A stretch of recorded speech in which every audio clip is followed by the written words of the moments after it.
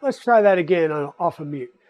Welcome on in, everybody. Good morning, good afternoon, good evening. Welcome on into the Dragon's Den. My name is Digital Dragon, aka Luke, and we're going to be off to a great start this morning. I can tell that already. Welcome on in, KB3D Chris, Timor, Papa Bear Yellnats, Free Heathen, Pez Liz. Yep, we've got the coffee going. This first cup's about drained. But don't worry, as always, I've got the next one started or ready, and this dragon is on the way with more. Welcome on in, everybody. John Strain, welcome on in. Yes, please go grab some coffee, some hot cocoa, whatever is your beverage of choice. I know it's about 64 degrees today, and the next couple of days it's going to start getting colder, so I think fall is setting in finally, which is great. Oh, okay, Pez. Yeah, we'll try not to do anything too fun in the meantime. You almost start with a monster Java yourself. Yeah, it's definitely a coffee morning. Yeah, yuck, blood angels. Really? I mean, it's almost yeah, ready to just drop right down on my hat or on my head and go. Okay, so we've been working on our latest build, which is the Adativa 3D EnderXY, which is a Ender 3 to CoreXY conversion kit. Yes, you keep asking about the bolter and the chain sword. I actually need to get off my butt and actually put some things together. I do have several parts of a bolter. I just need to do, like, I think the main receiver piece, and I'll have a bolter put together.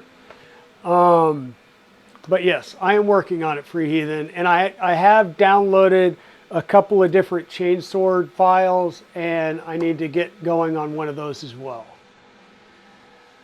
Hey, good morning, Ram Online. Welcome on in. Coffee, yes. A bolter, yes. Yeah, I know, you have like 4. I got you. I'm working on it. I'm too busy building printers to print stuff. Actually, I've got like a whole box and a couple of different piles of my Mandalorian armor I need to start putting together. I got in a big silicone mat that I can cover my work table here with, and I'm going to start doing my acetone welding of those parts soon, so I can try and get them put together and then at least get an initial coat on them soon. It's going to be a hard slog to get it done before Halloween. But yeah, where did we leave off? Yeah, so we've got our X and Y rails installed. We were working on the X axis, and it talked about putting the plate on. Well, I didn't do that because I noticed when I put this plate on and I started looking at their printed part, and here, let me throw a couple of screws in here real fast. I'm just going to grab some M3x8s from my own collection here, and I'll show you the issue that I was running into here off stream. And I've got a working solution, but I do want to show you all this so you can see my dilemma.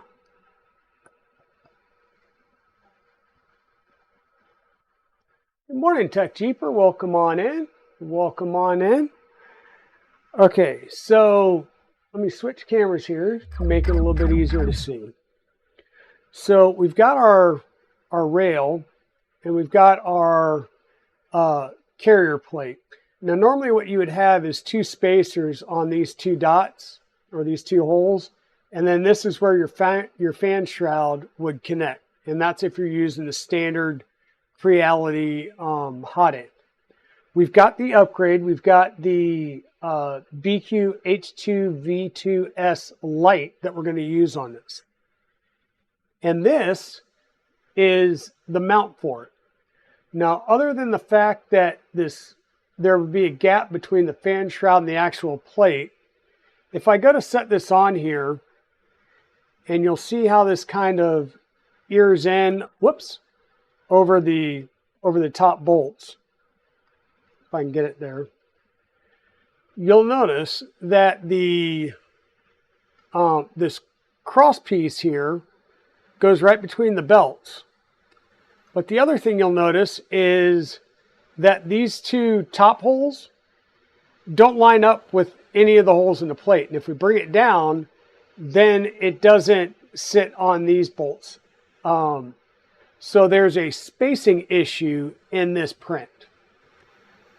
So what I did to try and solve that was just use Prusa slicer and cut off a good chunk of the plastic so that we can line these holes up to get it screwed on, and then we can mount our H2 V2S here.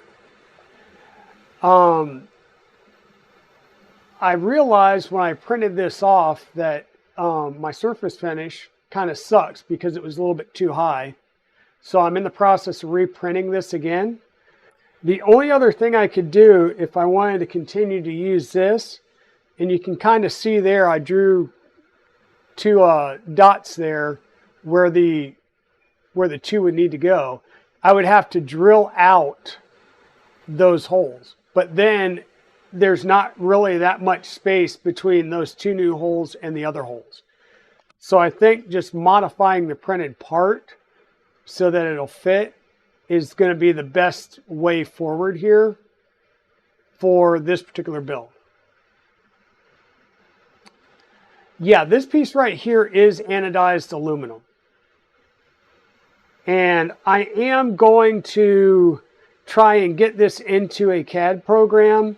I'm going to have to break down and learn a CAD program and see if I can't make a better overall mount for it. But yeah, these mounts, and I don't know why on the Biqu H2s, they try and put this shroud here that would go between the part and the fan. I mean, the fan is made to go right on the part. So I have no idea what this is here to do other than to be a pain in the ass. Sorry. So yeah, I just really blocked some things out, made this part a little bit easier, and right now I'm trying to reprint because this part came out usable, even though once again, like I said, the rear surface finish, you can see how it didn't join up all here, and this is indicative of not having my Z offset right. It's usable. I'm reprinting a new one. The other part that I printed with this, which was the fan shroud, yeah, that was spaghetti this morning. So the fan shroud, there's no easy way to print it. There really isn't. It's there's just a, you know, it's like a double fang fan that mounts from the front, and there's really no easy way to mount that. The other thing I will note is I didn't do any type of undercut here, mainly because there's not much meat left on that printed part. So on the top two, I'm going to have to use button head screws, which I'll pull from my own stock as well, until I can redesign this part overall. so that it works better. So we'll grab a couple of M3x8s for the top there.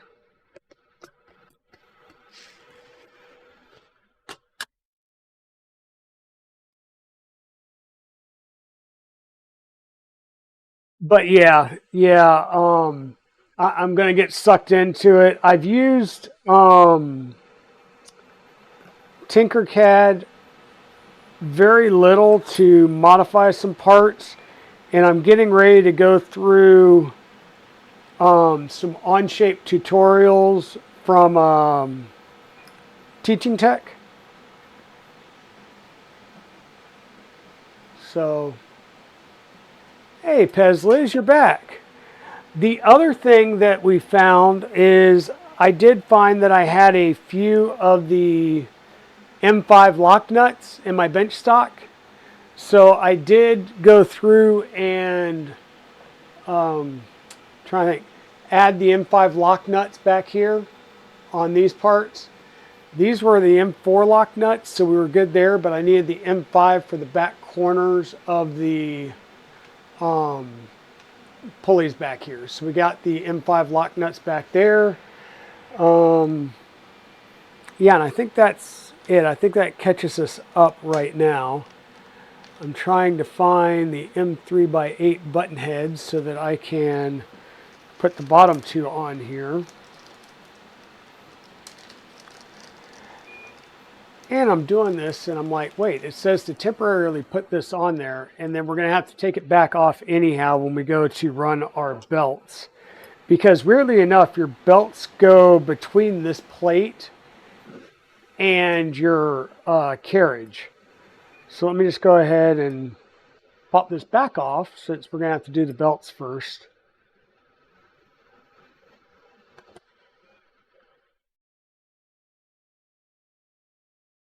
And you see in the bottom left-hand corner there, we do have another set of parts going on the Ender 5 Plus based 0G downstairs.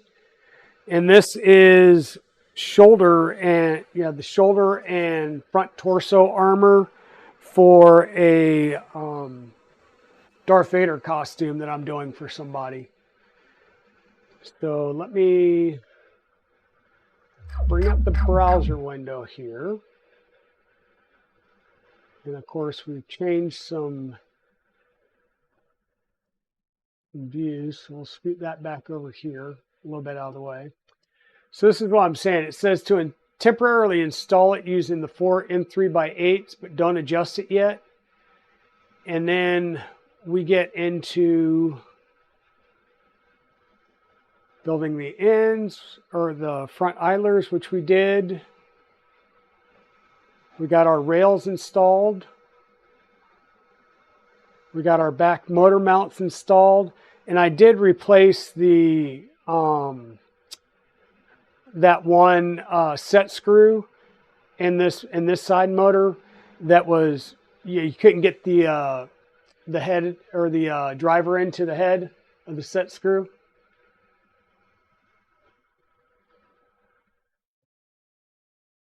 Yeah, we made some pretty good progress, and these aluminum parts are really nice. Some people have made comments about, oh, the bends weren't right, they weren't a 90-degree bend, or there was some scratching in the anodizing. I will tell you that there could be some, how can we put this? There could be some time spent in packaging. Because right now, it's just a bunch of stuff thrown in a box, and there's no real foam or anything to keep the parts from rubbing against each other than the fact that each part is in a baggie. So each part is contained in some type of plastic bag like this. So, they are covered pretty well, but like I said, some people are saying that these aren't always 90 degrees. They may be overbent or underbent. But I can tell you the anodizing on these are pretty good.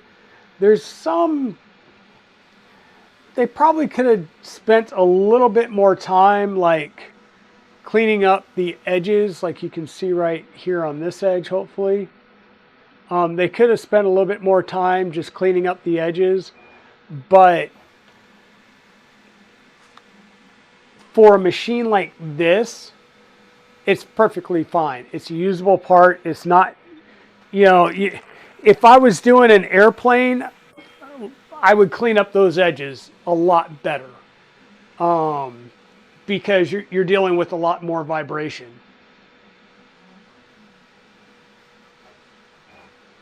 Yeah, I think I'm looking, I just created a free Onshape account. And like I said, I'm going to follow through Teaching Tech's kind of tutorial series on that. And then I may look at FreeCAD or one of the other ones.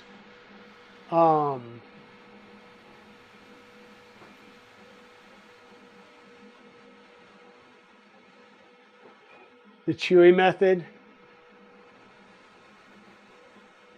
Good morning, Royal Nomi. Good morning. Yeah, so the Chewy method was take everything that you've had sitting on your bench or table for 2 months on a build that you just really haven't been able to get started on, and just scoop it all into a box and hand it to somebody else to build. That was the Chewy method.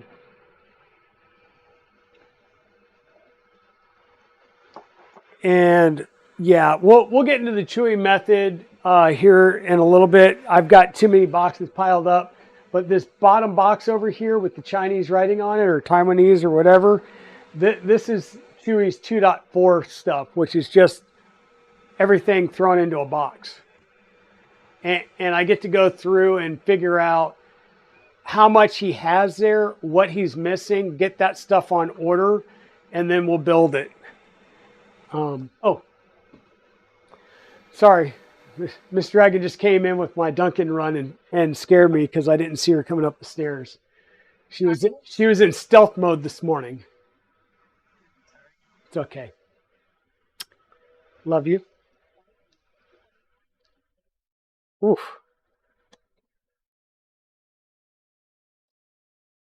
Okay. Refill time.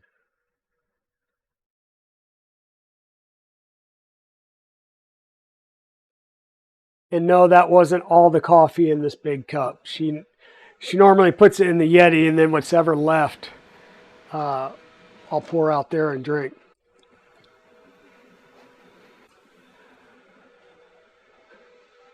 So now I got two 20-ounce Yetis and a cup. So I'll be good. I'll be wired by the end of this. Hey, good morning, the Legend Chamois. So is this different than the Fabrico Chamois account then?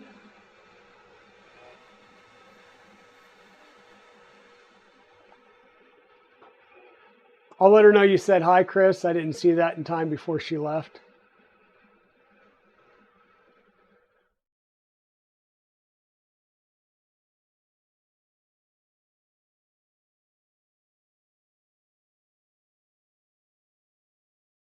All right, cool. Good to hear. So once again, we've got blue parts or we've got orange parts. The blue parts, I think I had really a lot nicer. The orange parts, like I said, I think I still had a Z offset issue on these parts. They're usable, but I think the orange will go better with the purple than the blue. Because like I said, I was pretty certain this was blue, and then when I got the parts, they're actually purple. The other thing, the couple of screws that we were still missing here, where we were short some M4x8 screws, I do have those on order. They should be here later today by Amazon, so we'll add those two in. And I did put the standard rubber feet back on here from Creality, just because I got tired of this rocking back and forth on the screw heads back here. And I got some other feet like we use on our Vorons, because these suck. Like, there's no screw in the kit that looks like they would fit on this. They don't even call out installing these in the instructions. And 4 contact points that size on this type of printer where it's not a really wide base, it's going to rock and roll like the Rooks do. So I wanted the bigger feet like we use on a boron. Oh, I doubt he has more accounts than PCBs, Zombie.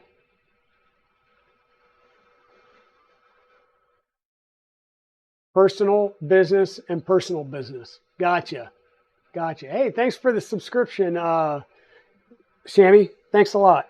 Okay, so we're going to move on, and we're going to be working on our X gantry and getting that installed.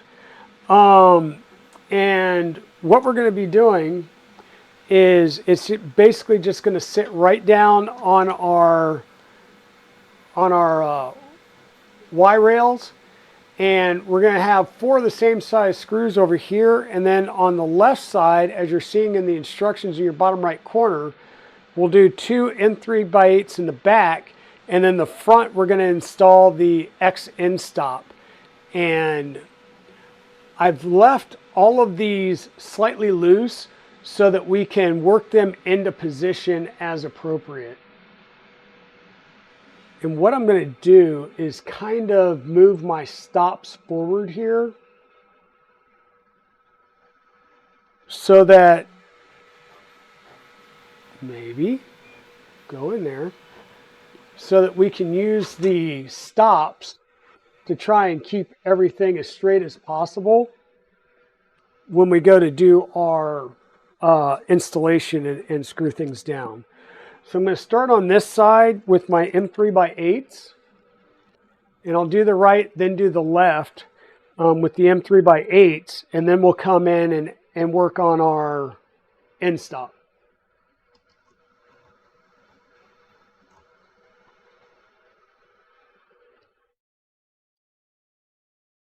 And what I'm going to do is I'm not going to tighten them down completely yet. I'm just going to get them close, and I'm going to work in a crossing pattern. And this is really, once again, to make sure that I have the length across on the X gantry set right, and then we'll lock down the joints in the X or on the X gantry, and that will help us with de-racking the gantry as much as possible. By keeping things loose, we'll work it front to back.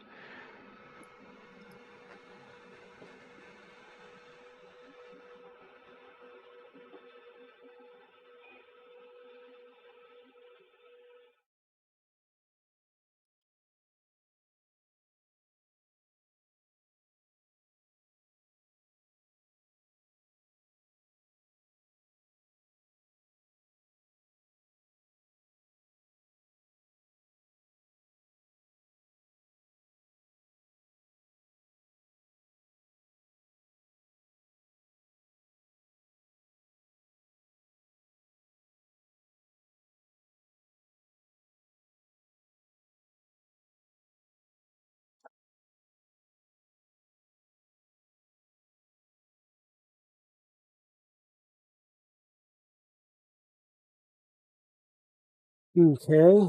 M3x10s.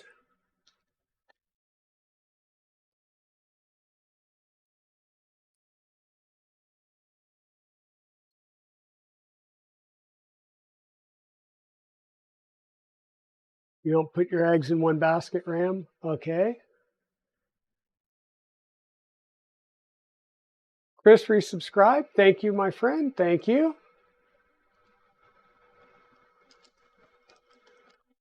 Who actually transports eggs in multiple baskets? Well, it depends on how many eggs you have.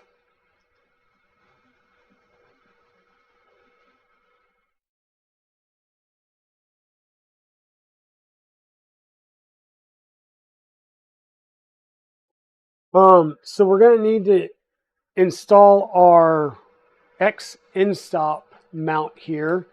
And the X Endstop, we'll take it off of the old printer. We'll install it here, and there's a gap. That little rectangular gap is where the back of the pins will lay in. and then we'll mount this on the front edge. Yeah, this goes on the front edge,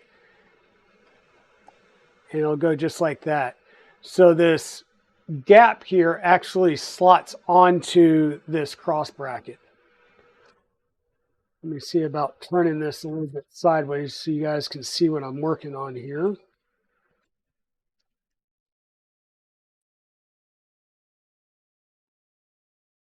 And let me go tear down the ender just a little bit more so we can get the Endstop off.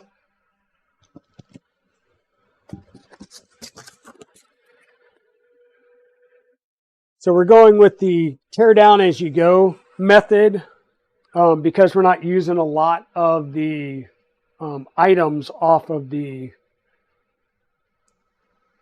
Ender 3. I'm just going to peel this sticker off so we can get to the 4 underlying screws, take that off, and then we can take the Endstop off. And then we will take all of the excess Ender parts when we're done and add them to the rest, right? Uh-oh, we got a hype train started. Hype train started early in the morning. Awesome. Hey, Westery One, how are you doing, sis? Welcome on in. Welcome on in. We got 100 biddies from Westery, 200 from K2 Kevin, a couple of 100 from KB3D Chris. Awesome. Hype train going first thing in the morning. Yeah, let's see some hype emotes. Hype and coffee are always great in the morning. So let's get this hype going.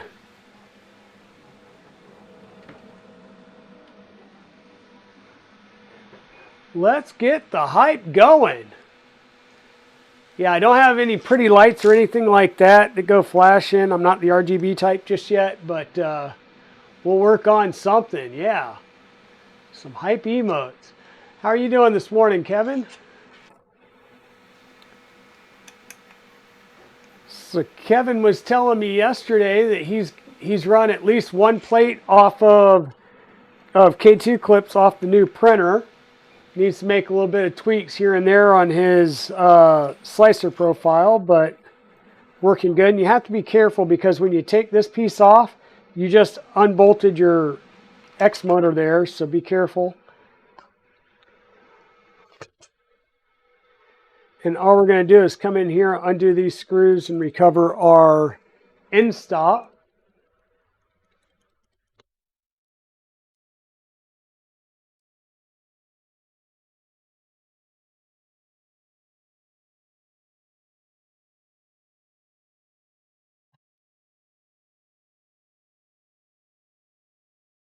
Thank you for the resubscribe, Westery.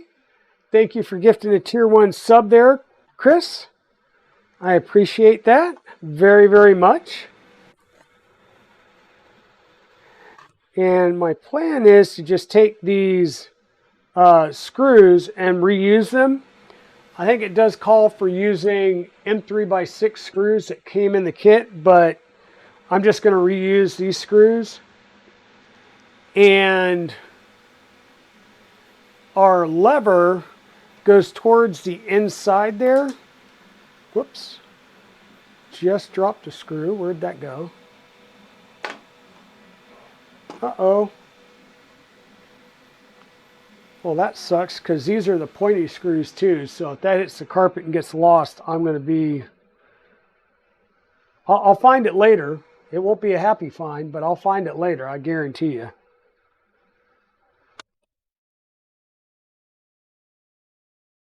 All right, fingers, work with me. Yeah, so it looks like we've completed a level 2 hype train with some, wow, Pezliz with 101 bits, K2 Kevin with 200 more bits, Pez with 10 and another 10, Ram Online, subscribe. Thank you, everybody. Wow, this is a great early morning. Everybody coming on in and cheering bits, and there's another 10 from Kevin and another 2, 4, 7 from Pez, and Westery throwing some hypes up there with some coffee. Definitely coffee, coffee, coffee. It is going to be one of those mornings. All right, let me continue to get this screwed on there. And we're screwing these into plastic. That's why I wanted to use the same screws that it came with the pointed tips, because they will screw into the plastic a little bit easier. I'm just taking a look and seeing, and it doesn't look like it stayed on top. So let me see if I can't find that screw that I dropped before I find it the hard way later on.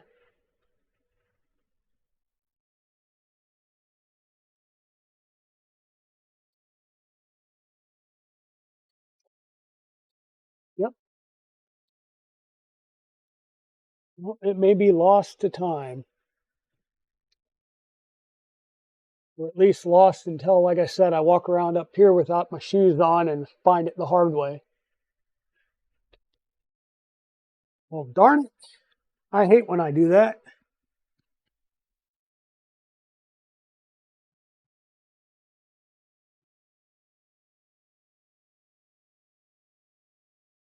Okay. Hi, hi, hi. So we're 4% in and I cannot tell what level hype train we are, other than we're about to best my record on hype trains. So thank you everybody for all the bits and the subs. Let's see. We'll have to try and do a little bit of a recap because everybody's bitting and subbing like crazy. Thank you everybody. It's great morning. Yeah, pro streamer, drop your screws everywhere, because that's how you stream great, is dropping your screws everywhere. So I will have to find an M3x6 screw.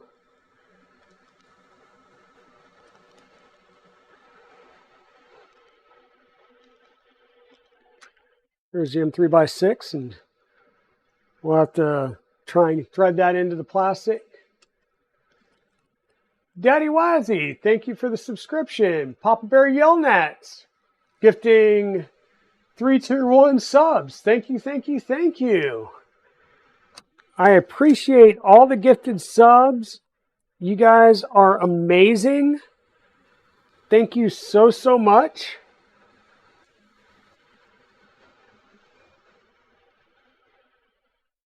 Yep, record broken. We're 80% through a level 3 hype train. Thank you for the 100 bits, Westery. Wow. And yeah, KB3D Chris had his first hype train yesterday after becoming affiliate, and that was a blast. We sent him off on his first hype train very well.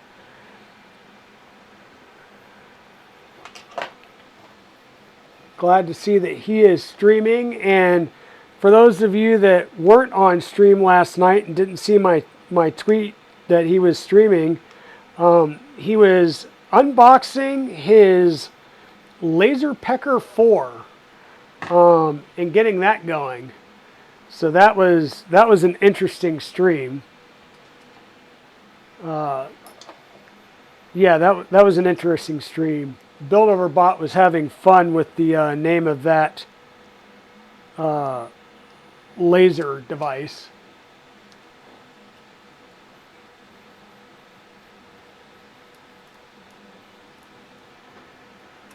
You sleep, zombie? He got his Laser Pecker 4. I can't remember. KB3D, who was the manufacturer of that? I cannot remember off the top of my head. Awesome, everybody. We broke my all-time record. My new record is 81% on a level 3 hype train. Thank you all so, so much. There's a couple of new emotes that are going to be available. And this is going to get connected. Once again, we've got 2 M3x8s in the back, and we're going to use M3x10s in the front. which I think I had already set a couple out, and I did. So we're going to go ahead and get these started.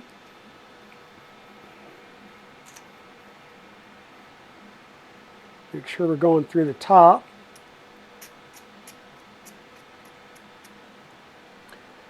We'll get these started and we'll pop this on there and get this installed.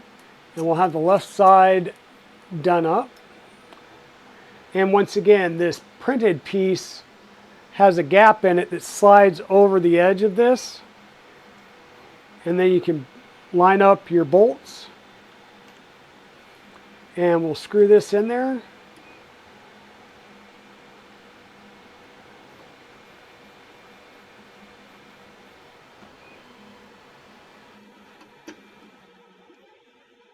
And once again, everything is, I haven't tightened anything up yet.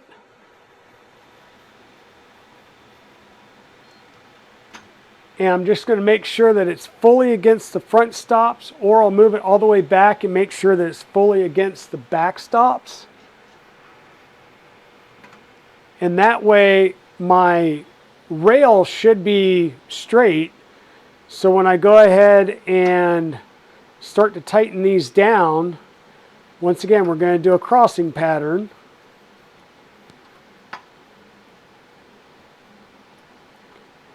And I'm going to tighten down one side. And then I'm also going to tighten down the top and bottom bolts here on one side.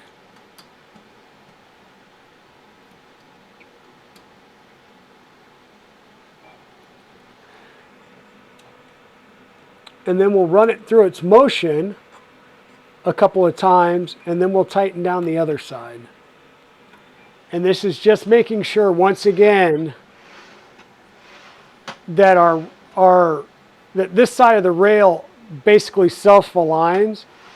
Now the other way we could do this is if I had gotten this already locked down, I would be loosening up the physical rail and then running this back and forth, so that the rail aligns with the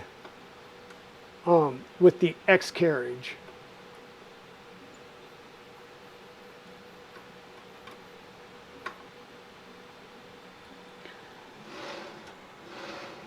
And once again, we're just going to continue to move this back and forth to make sure that everything is lining up nice and neat. And then we'll lock this down, holding it in the rearmost position.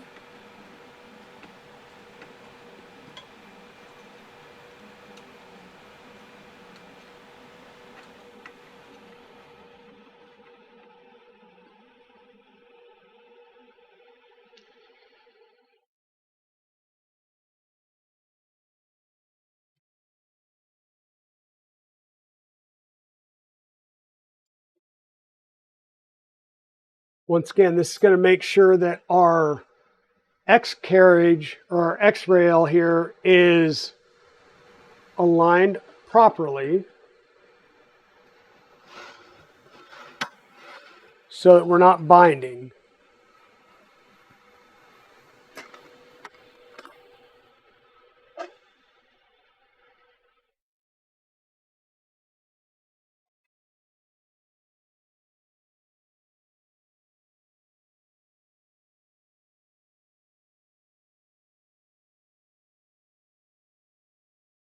Yeah, I heard Loyal Moses gave away a bunch of spools last night.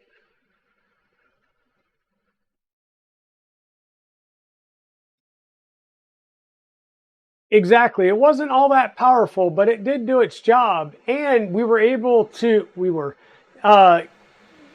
Chris was able to laser etch serial numbers on some straight aluminum parts, some non-anodized aluminum parts. So that was really good.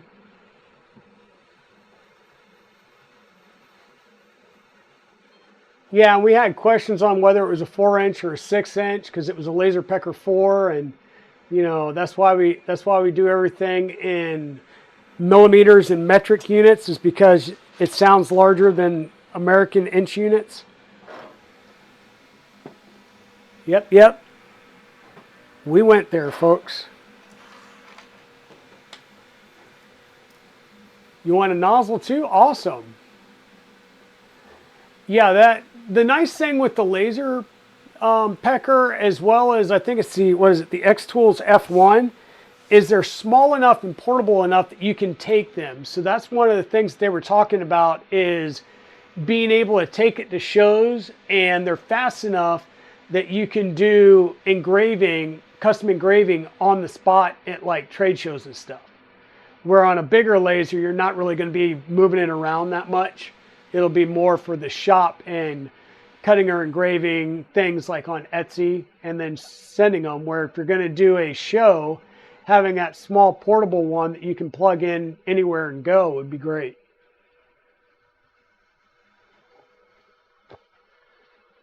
Yep. So we've got our Creality screws. We're just going to set those aside, and we'll wind up using a baggie to capture all of those. The plastic part, I don't know, we might keep it, we might toss it, who knows. We'll set the Creality stuff aside. Next up, we put the left side in. We mounted the Endstop and got everything locked down. Then we did the right side. We got all that locked down, and we're tight on our connections to our X-rail. Now we need to work on our Y end stop up here at front. And so once again, we've got a small part with the screw hole. This will be the one that'll mount in the side. And then we've got the two holes and the opening that will let the pins from our end stop sit down in there. And we'll recover the Y end stop off of our existing bed, I guess. And at this point, we could probably disassemble this a little bit more while we've got this part up here.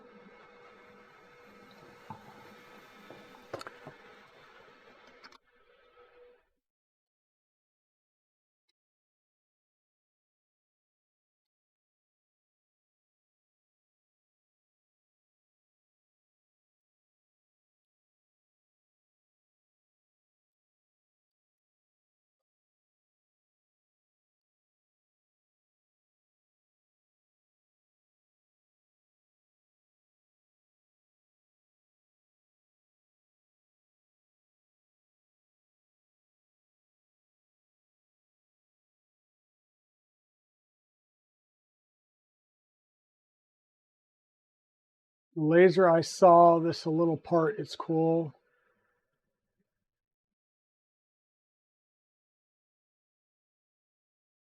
Yeah, that's going to be interesting. The brainstorming for the next giveaway or the next event.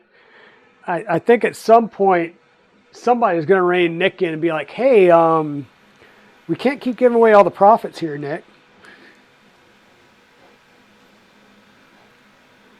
Nah, it's all good. Nick's good. Nick's a good guy, and I love that at the show at Earth, they made an announcement, and I mean they made a floor announcement that, you know, if you need any filament, you know, if you brought printers to show and you forgot to bring filament or didn't bring enough filament for all your printers, you know, to go to the Polymaker booth, and they were giving out filament spools. So that was nice. I mean, I brought plenty of Polymaker PLA with me, but when somebody needed ABS to repair their Death Racer, I made a stop over there and picked up a roll of ABS so that I could print ABS for somebody. So once again, we're just going to take this, and I'm just going to reuse the screws that are already there, and we're going to screw this onto the part here.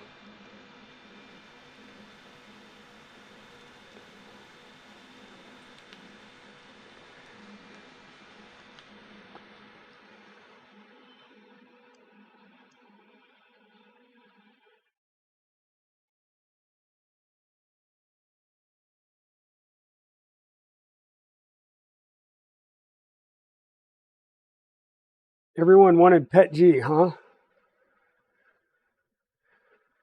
I will tell you that, these being Phillips head screws, that probably switching over to the M3x6 socket head cap screws would probably be easier to get in there.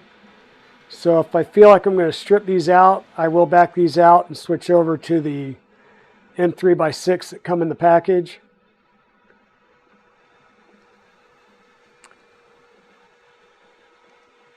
And that one's not biting at all. Yeah, I think I'm going to do that. I don't want a chance stripping these out and then having it a loose Endstop. So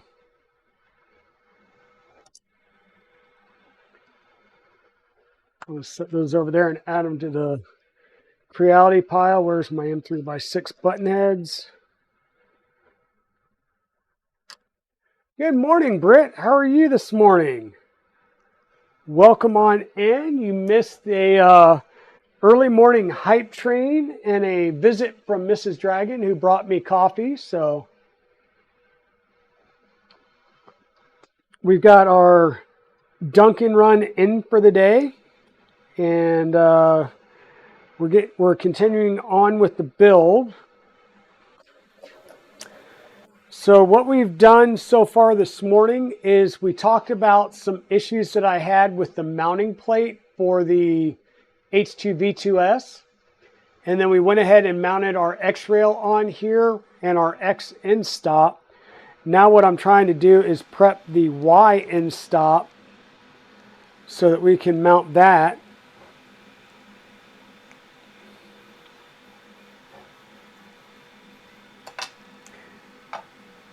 And I'm just having some issues here. Let me grab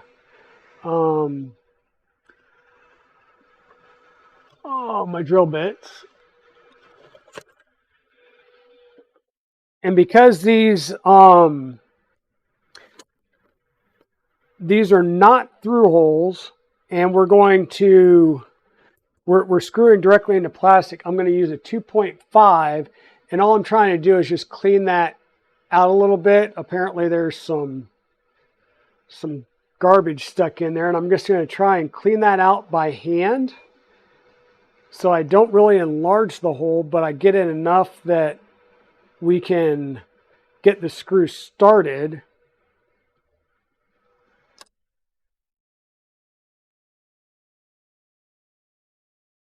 If I can get the screw started, it should be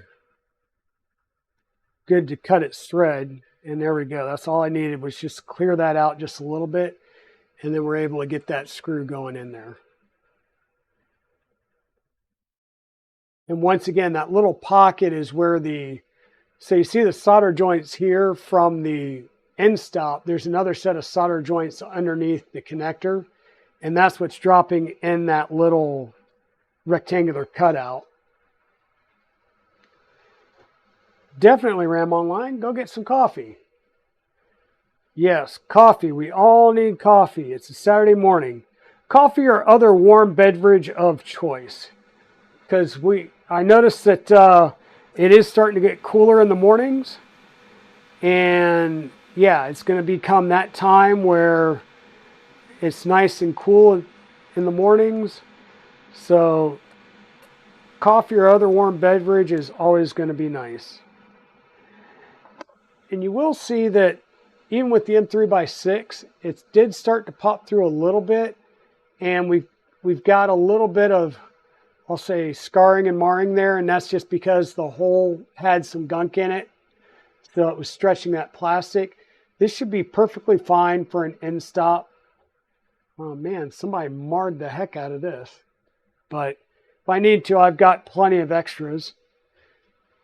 And we're going to mount this with an M4x8 and an M4 spring nut. And yeah, let's see. Let's get our M4 nut and M4 bolt there.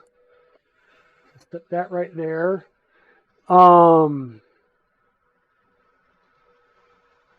M4 by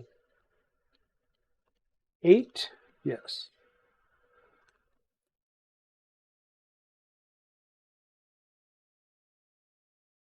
Exactly. It's 64 here in North Carolina.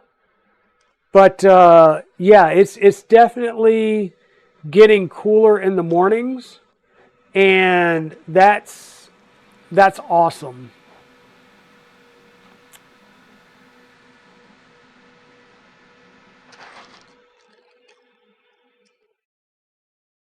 That is an awesome sign. Yep, chilly Florida day.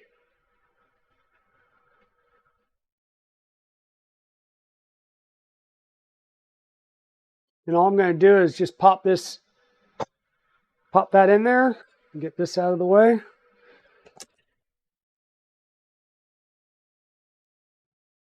We're just going to pop this in here, and our M4 bolt's going to go through the plastic piece.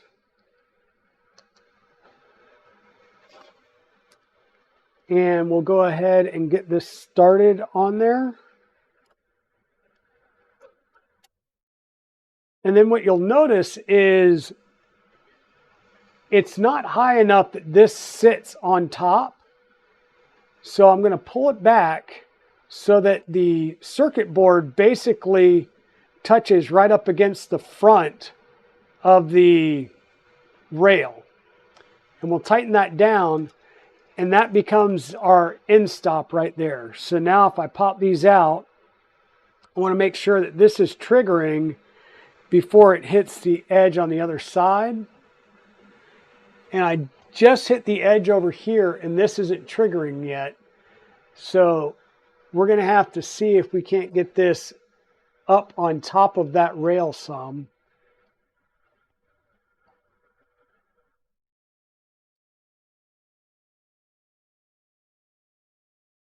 And I kind of don't like, because see, now that's sitting at an edge, and it's barely hitting that. So we're going to have to play around with this too, because that sits in an angle. And if I pull it back out to where it sits right there at the end stop, where I know this will hit and trigger, I'm hitting this end before it's making it there. So we're going to have to look into that as well. But for now, we're just going to leave it loose like that. And we'll work on that as we move forward to try and figure out what's going on there.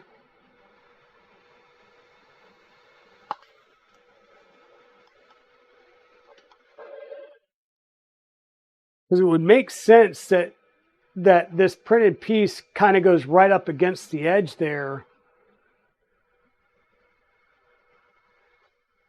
And that the whole, yeah, there's something weird there. We'll take a look at it as we move forward. Good morning, Photosmith. How are you doing, my friend? Good morning, good morning. 45 degrees Fahrenheit, nice. Protein pancake.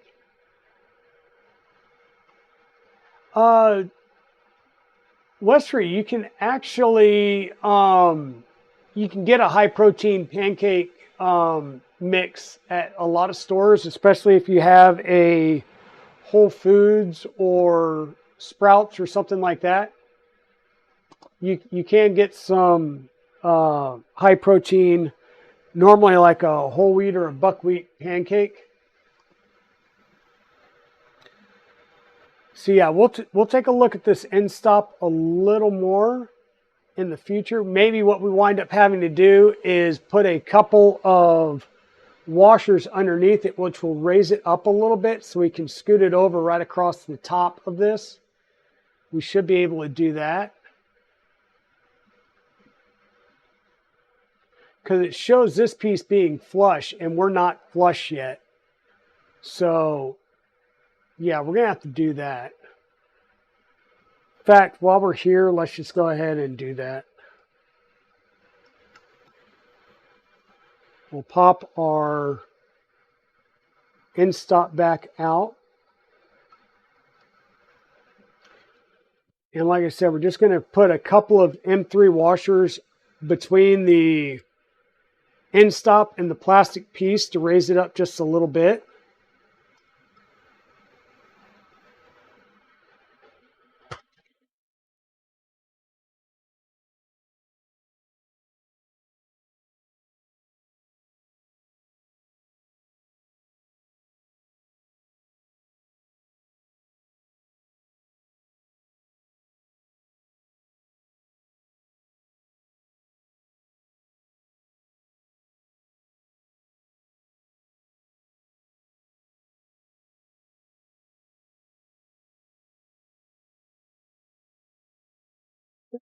just like that. Now it gives a little bit of extra room, provided I can keep the screw in there long enough to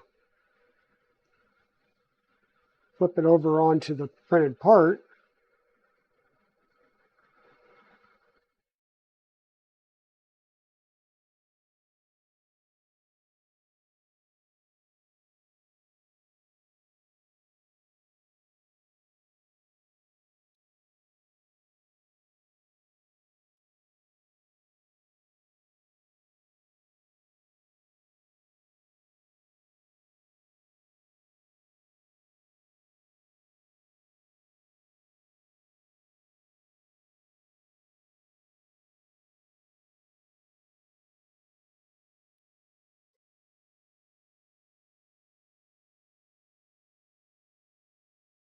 And that looks like it's going to give us just enough to slide right over the top of the rail there. And what we're going to do is we're going to make this Endstop printed piece flush with our rail. And that should, no, we're still hitting here before we trigger, so we'll just slide this forward till we're triggered.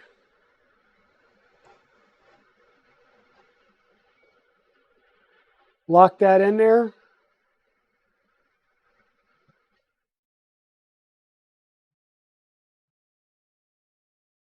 And I still don't like that we're not.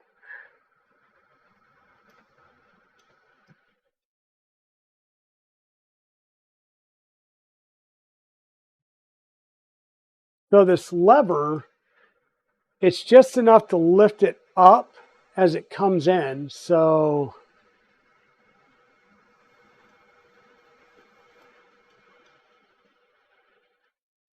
really don't like the way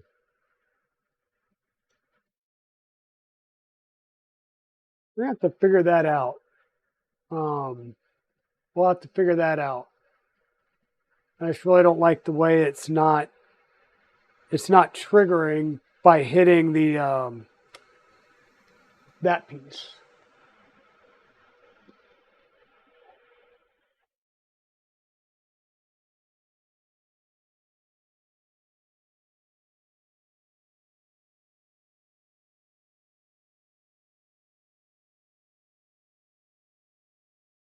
Yeah, something's weird there. We'll figure that out a little bit later. It looks like we're on to the belts and doing the belts here.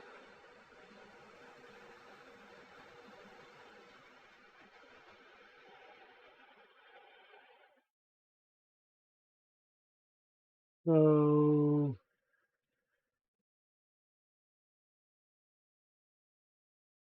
let me just see how we. All right, so we're going to work on our belts. In order to do the belts, we will need our plate here. And the belt material, which, what do I do with belt material? There we go. There's belt and belt.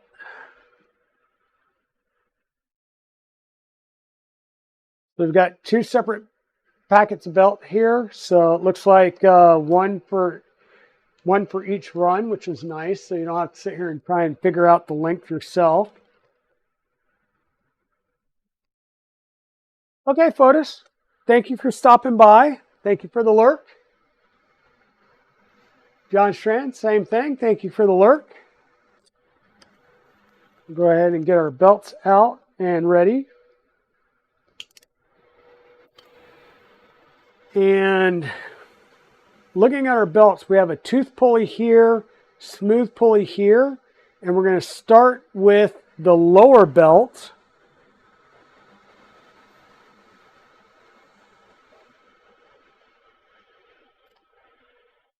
And the lower belt wraps around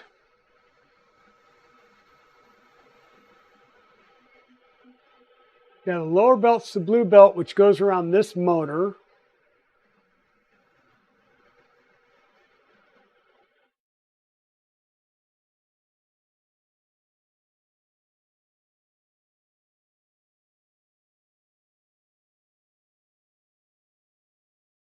which that immediately doesn't make sense. Because if the belt wraps around this, then that means my teeth are towards the back. They'll wrap around here using the smooth side. We're going to come up through the front idler, which means we'd be smooth side against the tooth idler. Come down with tooth side against this. That doesn't make sense.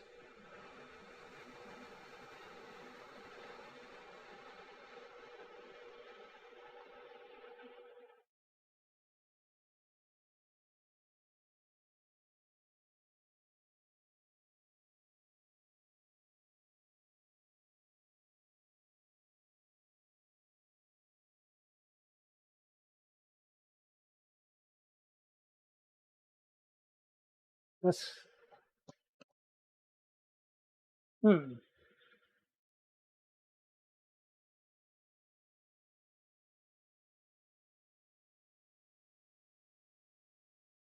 Yeah, it doesn't make sense why we would have a tooth idler here if we're going to be putting the backside of a belt against it.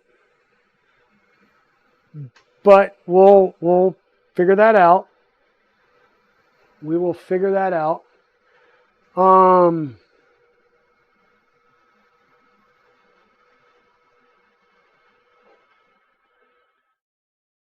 Yeah. I'm going to kind of start in the middle here because this is going to be interesting to try and get our belt down here and around this pulley.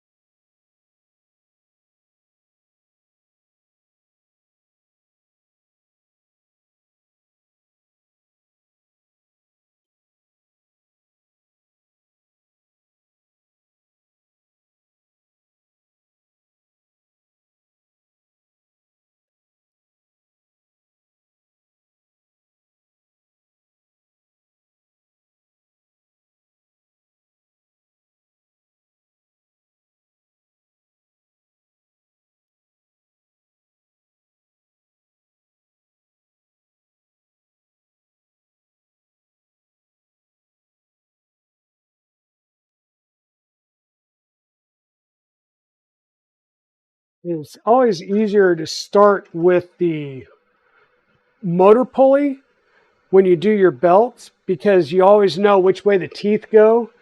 And it really sucks when you get like halfway through your belt routing and then find out you ran your belt through the wrong side or the wrong direction and you got to redo it. So that tells me that we'll come around here through the lower pulley on this side. Get down in there. There we go.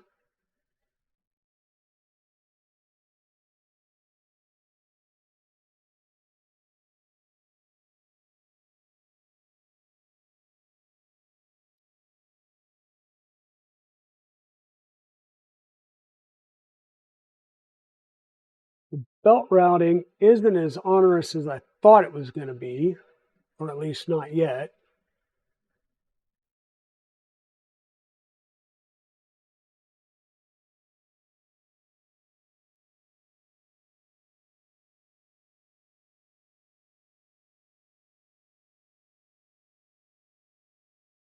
It looks like we have plenty of extra belt.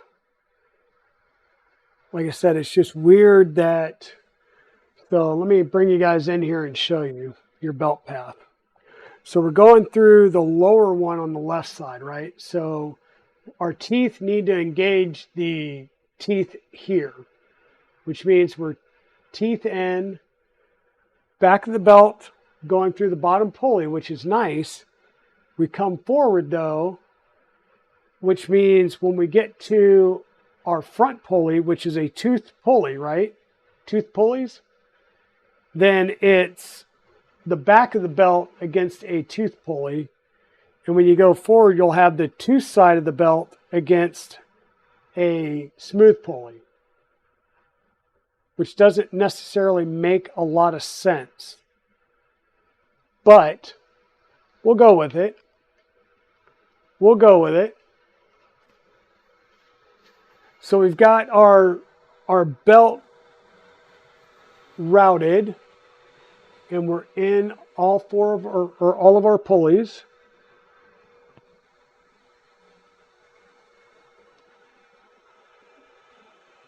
Yep. So one belt down. Now we're going to do the other belt. And once again, we're going to kind of do the same thing. We're going to work our way around our top pulley here, making sure that the words on our belt are up, and that we go around this pulley first. So I'm going to try and come in here and get some belt looped around the top of that pulley. Just give me some working slack, because we need to go around the pulley and then out the back around the top edge here. Work with me. And this is where you may need like a screwdriver or something to loop it around this back edge and bring it forward for you so you can grab it. Make sure that your teeth engage on the motor pulley and the other pulleys there. Get you some slack that you can slide through the edge to bring to the front.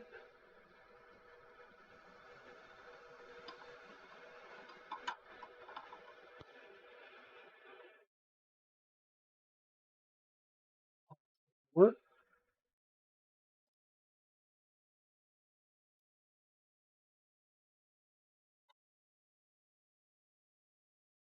Make sure your belt drops down in the path and that everything's lining up. Give yourself some slack so you can get around the top pulley here.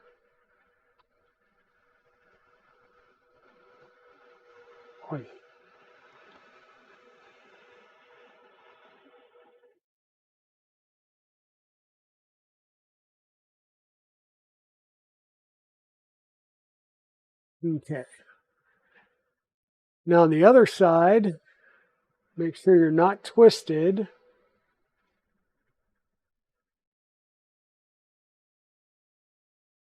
Come in at the front, around the top pulley.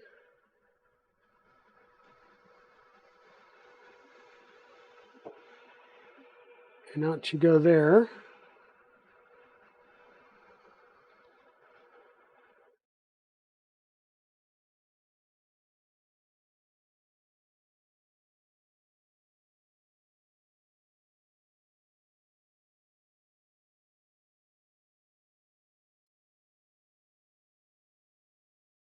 Come on, you little snake.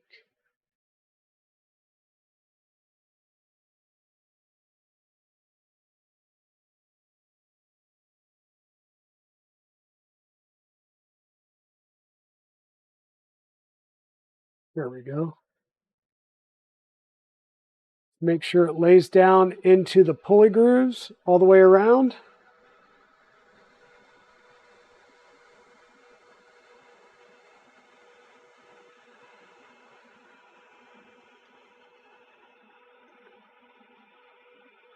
And then as we start to work these into the plate, we'll just bring all the excess through.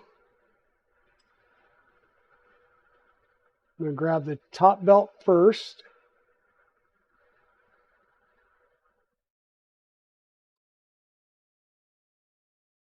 This is where you really need to take your time to make sure that everything is riding in the pulleys and not over a pulley lip, but riding in the pulley. And then what I'm going to do is I'm going to grab my hemostats here. And I'm just going to clip that right there because that'll give me some tension on one of the belts so I can bring through my other belt.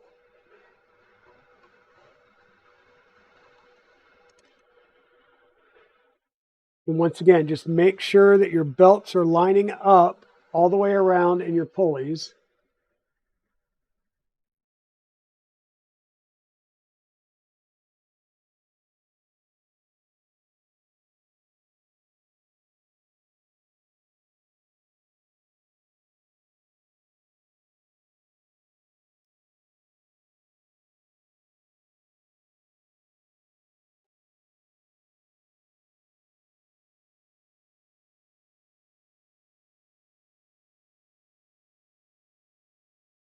Then I'm going to hold all four of them right here in the front. I'm just going to undo my hemostats and I'm going to grab both sets of belts in the front. I don't need it to be completely tight. I'm just trying to get them semi-latched here so I can bring you guys on another trip. Because once again, we want to make sure that our belts are fully engaged in the pulley at all the pulleys so that they're in the groove and not riding up on a lip. So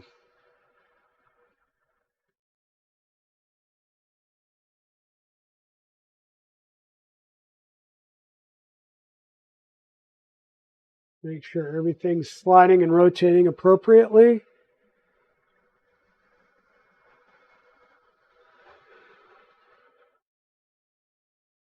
And everything's lined up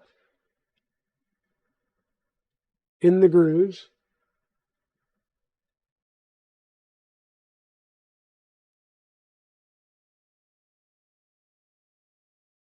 And it looks like we're good.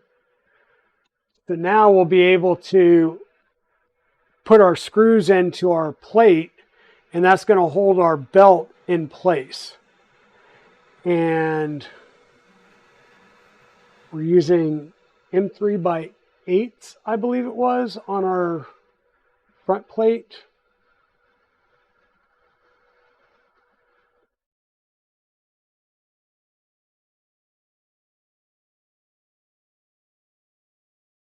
Yes, no, maybe so. Where's our gantry at?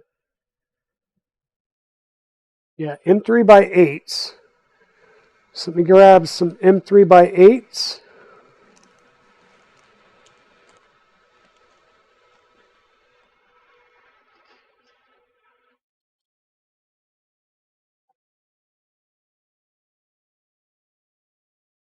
We'll go ahead and get a couple started. And once again, what we did was we loosened these front tension brackets so that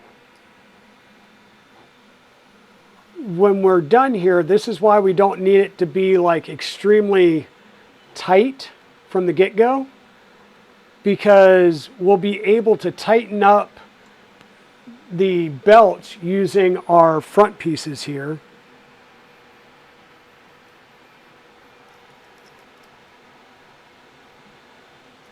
And all I'm trying to do is get these 4 screws started.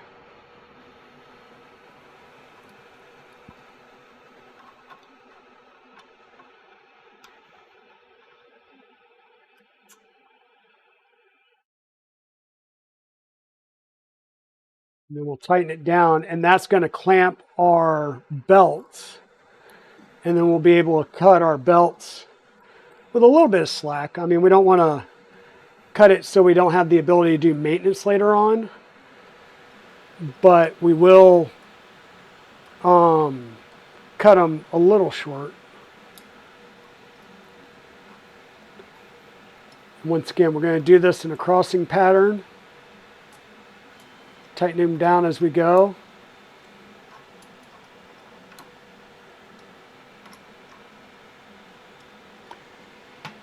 Then we can pop our hemostats off. Those hemostats are definitely worth their weight in gold. And then we're just going to check our movement and make sure that everything is moving well.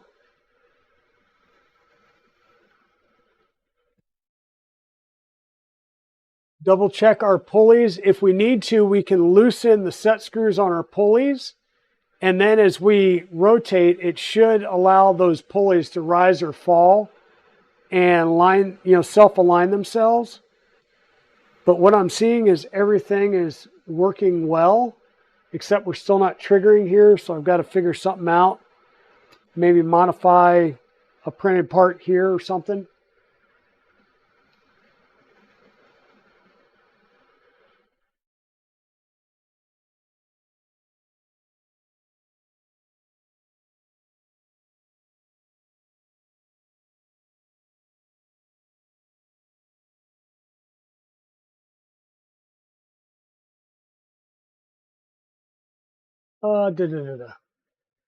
Belts made you upset? Yeah. So we don't need to join the ends of these belts because what's happening is this plate is cinching between, when we tighten these screws, we're cinching this plate against the MGN carriage, and that's basically holding these in place. So we've now squished the belts between the plate and the carriage, and that's going to be our initial tightening. And I can see a little bit of a wave in the belt here, a little bit of the difference in tension. So if I can get it to, just by undoing the one screw, I may be able to pull. Nope, that's not going to get, no big deal.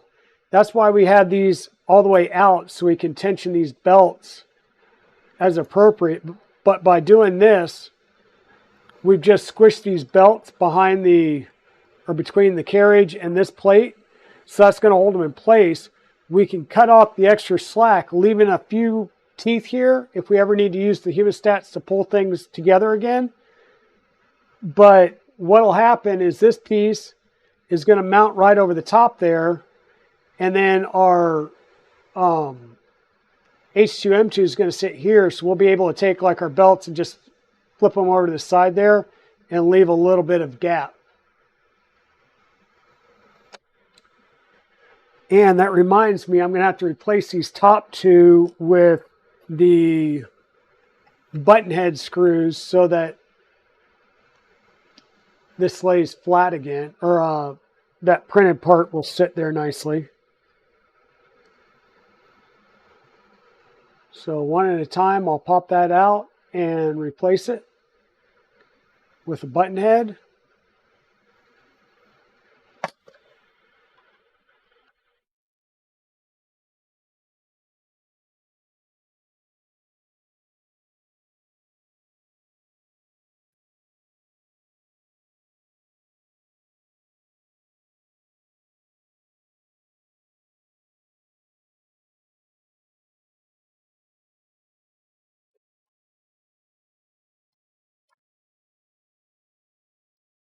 So we're belted. Like I said, we'll cut this off here. We'll just take our side cutters, and like I said, I'm not going to cut it way back. I need to be able to do maintenance on this down the road, but I am going to cut them all with about the same number of teeth exposed.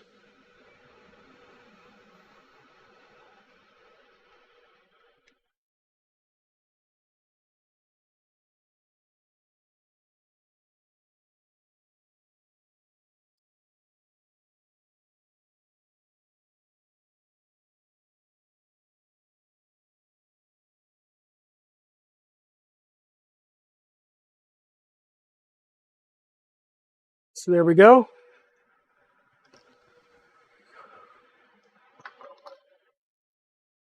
And once again, this should be able to just flip over to the side when I mount my extruder in here. So I'm going to desk roll real fast, get back down to where we were.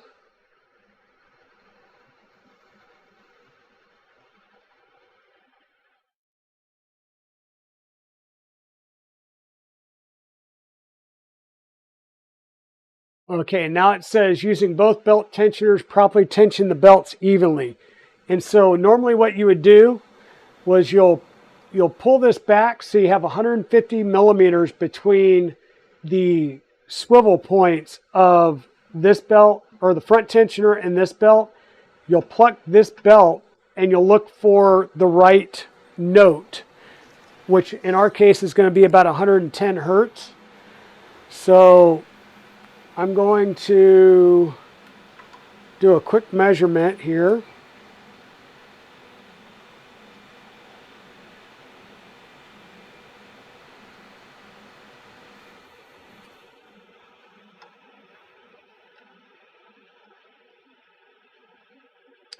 And this is about 150 millimeters between the center of this peg or this bolt and the center bolt of this front tensioner. Now we'll take turns plucking each side with our app and we'll tension to get to the right frequency. So we're going to pull up our app, we're going to hit play, and then we're going to strum. And we're seeing a peak down here at like 60. And we need to be at 100. So we're going to start tightening the side up.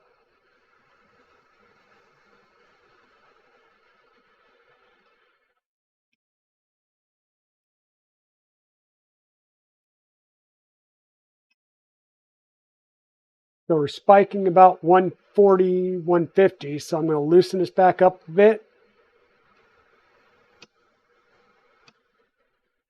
And our big spike's coming about right there. So now I'm going to flip this around. We're a little low. Tighten this up some.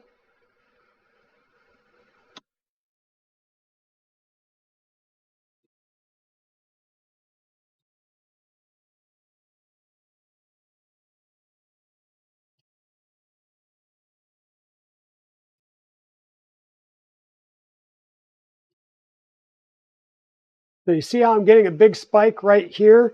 So we're at 60, and then this is the 100. So I want just a little bit right about where my pinky is on the thing. So I get my speakers close, or my mic close. You see how it spikes right there? Come over the other side.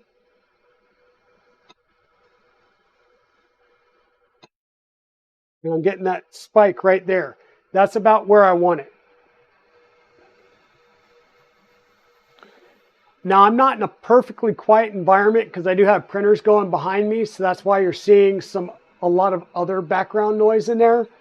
But that's what you're doing, is getting your mic close to it, strumming it, and trying to get these both the same. And every time you adjust one side or the other, it will affect the other side. So you want to try and get them both right about the same area. And that app that I was just using is called Sound Spectrum. Sound Spectrum Analysis. And there's a couple of different apps you can use. Another one's Fender Tune, which does like the actual ABC notes. So it's just different tools that you can use, because all you're trying to do is make sure that they're tensioned about the same, and they're around 110 hertz when you've got 150 millimeters of belt between the two points.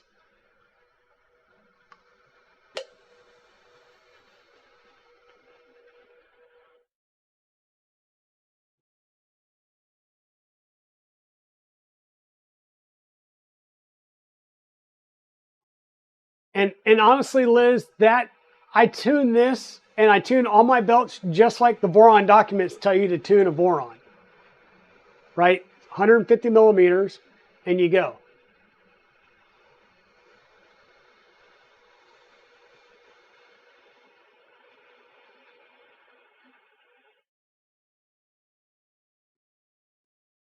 Yep, good Sparta 3D shirt. In fact, I got in some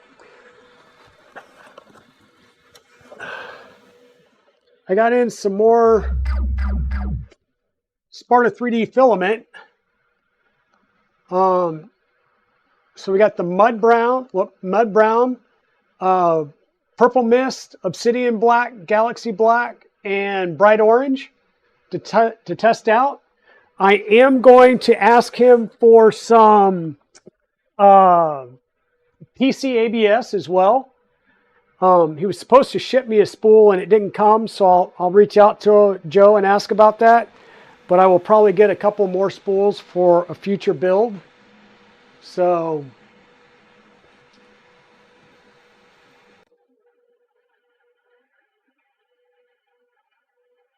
hey, good morning, Thunder Keys. How you doing?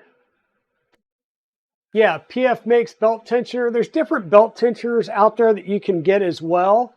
The thing is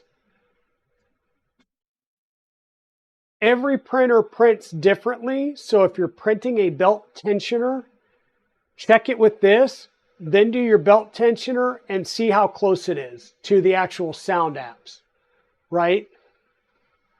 And then that will help. If it's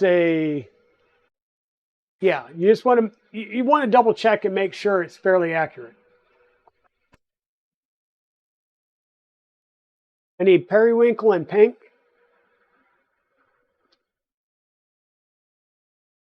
Oh, you know what? I do need to ask you all something because I want some input from the crowd.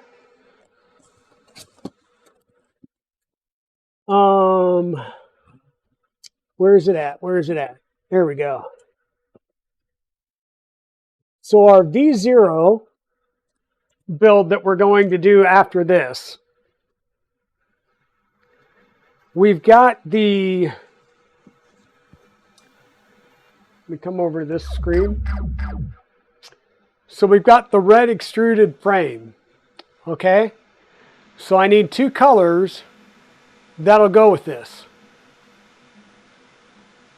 And just for Free Heathen, if he's still hanging out there, I was seriously thinking of doing a Blood Angels build just to mess with you. Because I know that would mess with you, but I don't see Free Heathen. Nope, he's still in chat. But I need some ideas on what colors to go with the red frame.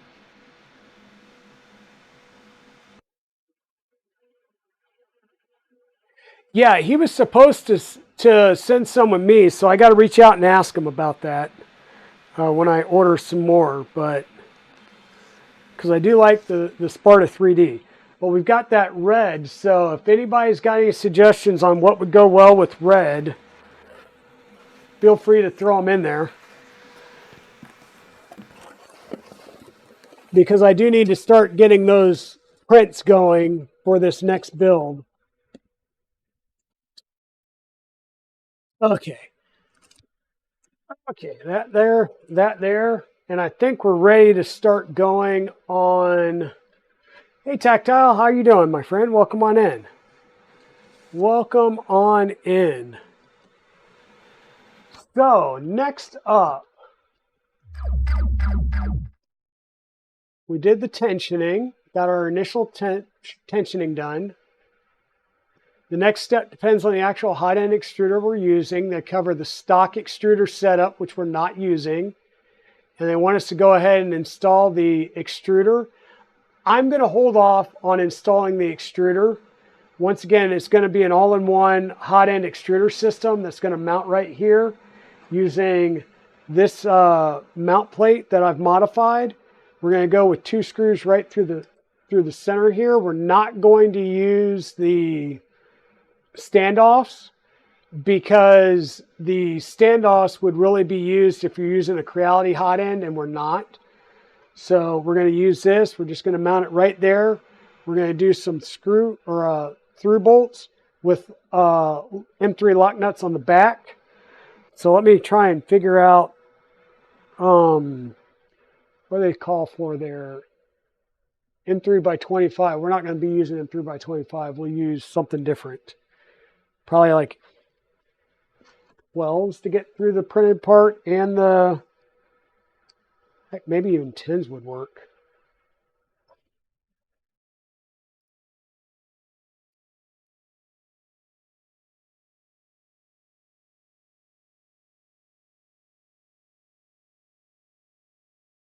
Yeah, tins should be fine.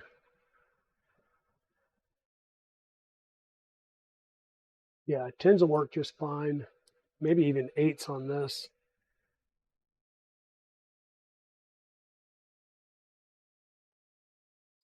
And so the way this will work is we'll have screws from the front that will mount this plate to the aluminum carriage there, and then we'll have,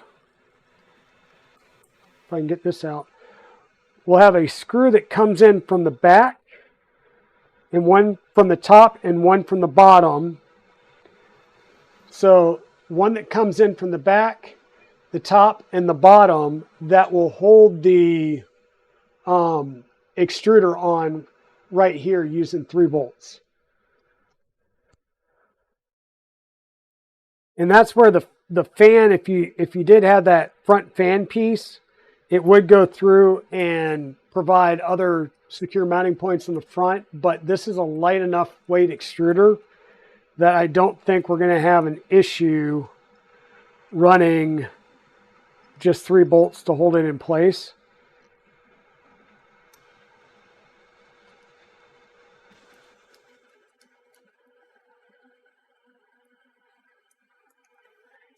Yeah, because your orange V0 has like 2 different color oranges between the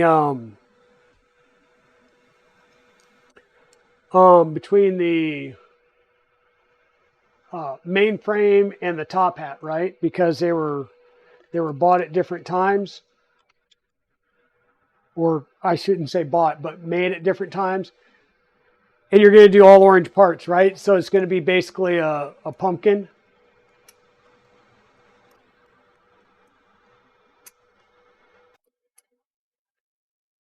Yeah, I'm going to use M3x8s on here.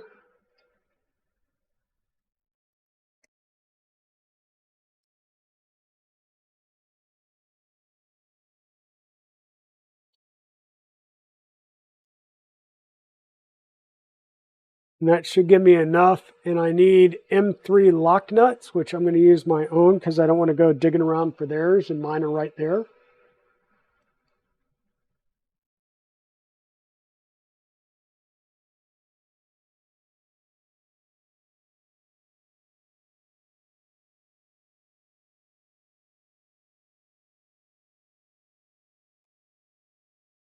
And the nice thing is these are just the right height that the flat side of the lock nut goes right up against the MGN12 carriage.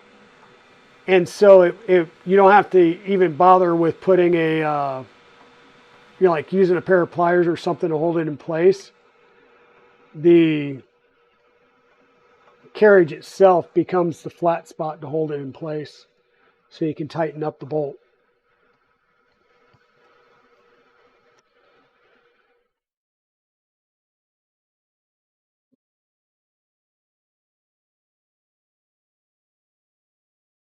And then once again, our carriage or our extruder hot end will mount right here, and we'll just fold these over when we mount that in there, one way or the other, so that we'll have a little bit of length that we can use if we ever need to do maintenance, but we don't have a whole lot sticking out there.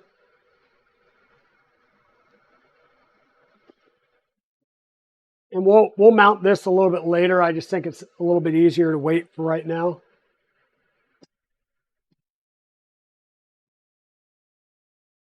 Yeah, I like the purple aluminum parts here. Like I said, when I initially was looking online and got the kit, I thought they were blue, so that's why I printed parts out in blue. And then when I got them, they were purple. And unfortunately, I don't think I have a shade of purple that would match, which is why I went with the orange parts. Okay, now we're going to start working on the bed. So I'm going to take the printer, which is starting to look really nice. I'm just going to sit it down so we can get the bed over here. And we'll finish taking the bed apart, which really is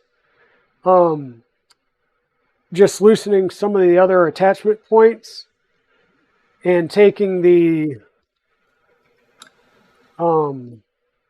belt off. And then we'll be able to roll the bed off.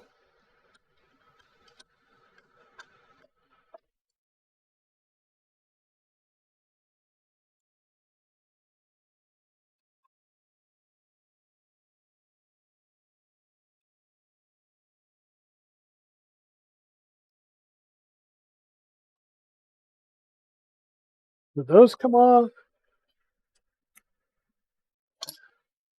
And we'll undo the Y motor.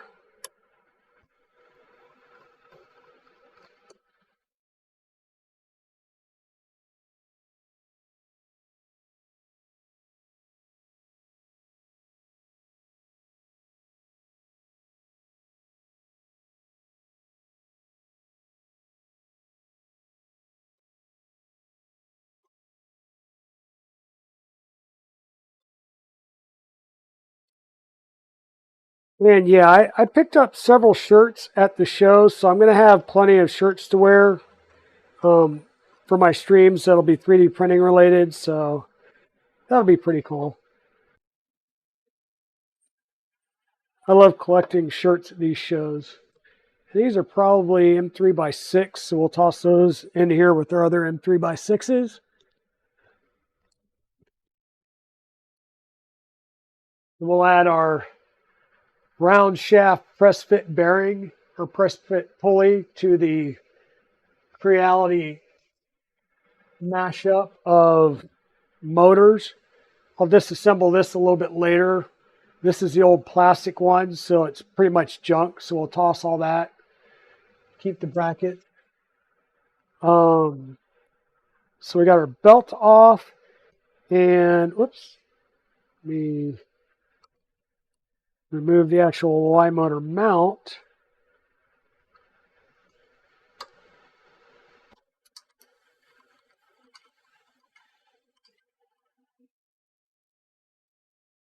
And I can never tell which of these are M4 nuts versus bolt throughs now. So I will say that that's one of the nice changes is some of these, even on the original Ender 3, which this is an original Ender 3 because it uses the 2040, they did make some changes to the design where they went through and instead of doing,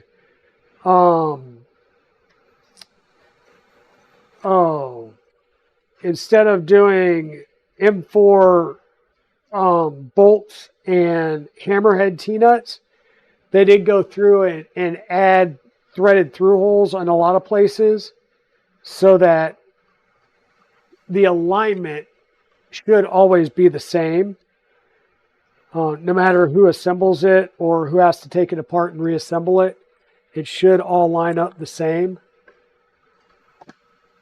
So we'll take the belt off. We shouldn't need the belt, and we shouldn't need this extrusion anymore. We'll take that the rest of the way apart later on and throw it in the parts bin.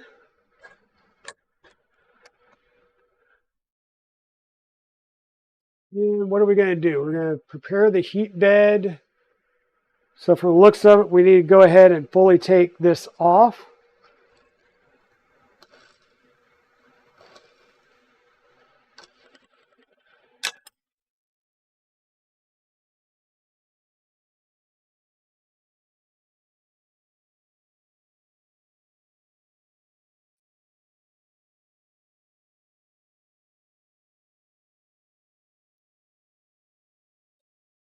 We need to take this fully off because we need to go ahead and pull these wheels off.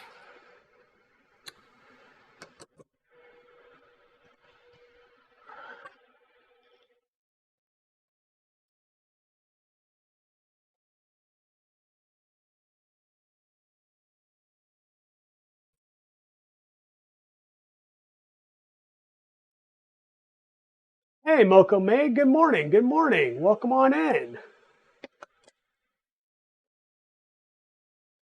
Thunder Keys, thank you for converting from a prime to a tier 1 sub. Sorry about that. That was kind of loud.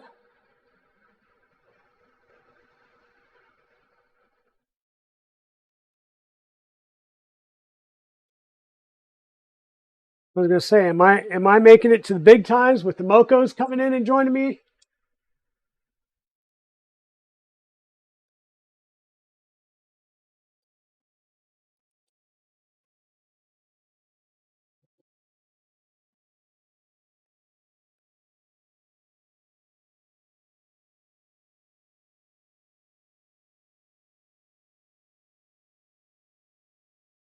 Yeah, Loco Saturday morning. We got the Loco Mocos in here.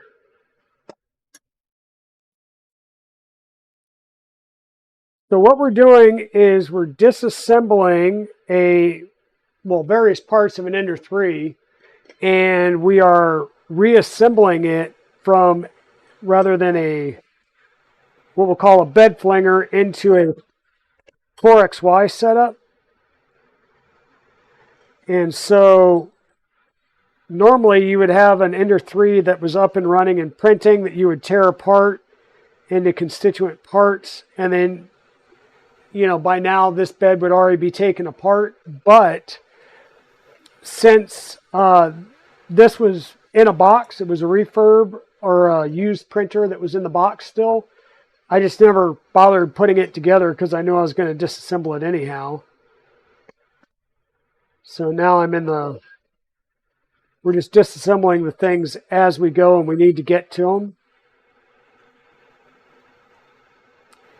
And these extra parts that we're not going to use, we're just going to chuck them over in the bench stock later on today. And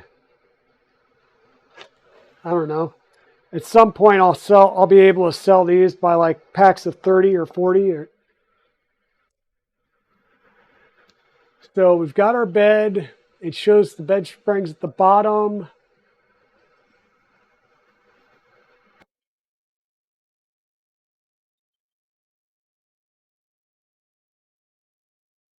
So what I'm doing is I'm kind of looking at how this is laid out, knowing that this is looking with the springs and then this. So this basically looks like the top plate was taken off when it did the rails. So I'm going to flip it from this direction. Yeah, so the two rails we're going to install are going to go in from this side here. If that makes any sense whatsoever to you.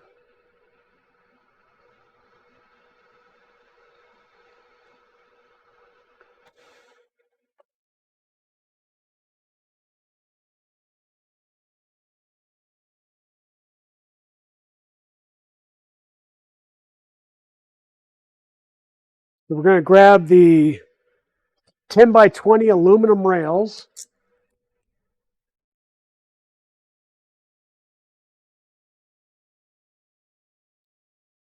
Whenever you're doing these builds, yeah, you almost need to be able to think in 3D sometimes because of the way that they do the isometric views. And I went to school for architecture, is what I started going to school for. So I'm pretty good at reading plans and ISO views. But every once in a while, they just really throw me off with some of the views they throw on here.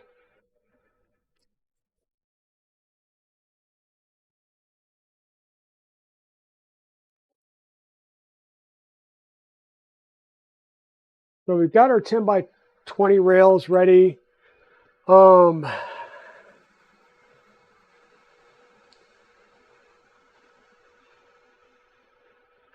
once again, let me mentally put this big fat side over here.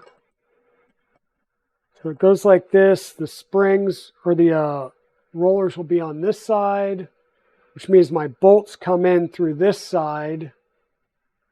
Okay, and we're going to use M5 by 8s.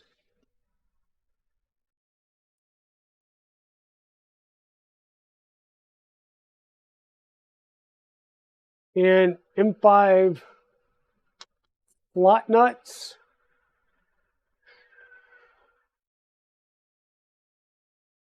M3.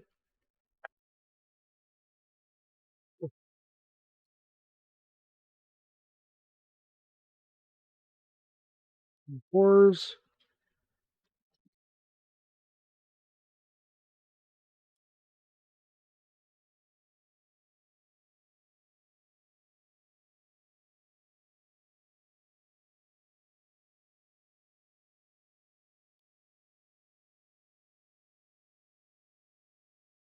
Okay, so once we use M5, I'm assuming spring nuts, which I think I'm out of. So we'll grab some of our own.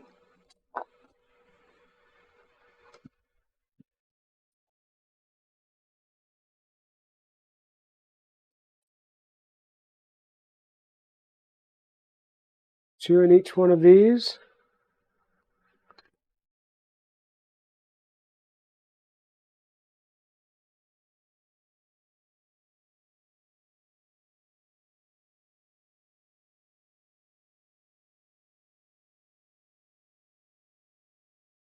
And then once again, I'm going to take this, I'm going to flip it over, and we're going to go the M5s from this side down.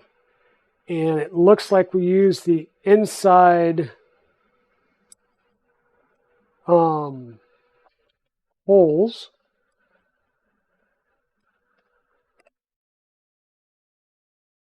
And I'm just going to get this lined up and get them started. I don't want to really scrunch them down just yet, because we're going to need to move it around to get everything centered with an equal amount on each side. So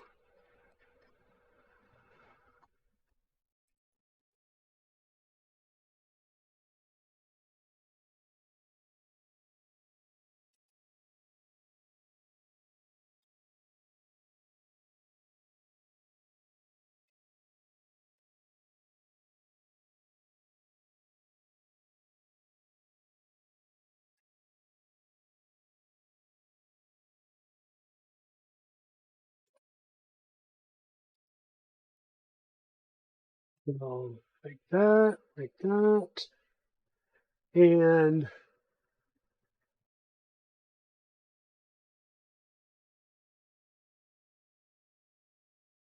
it doesn't matter whether the heat bed is in a 90-degree or not.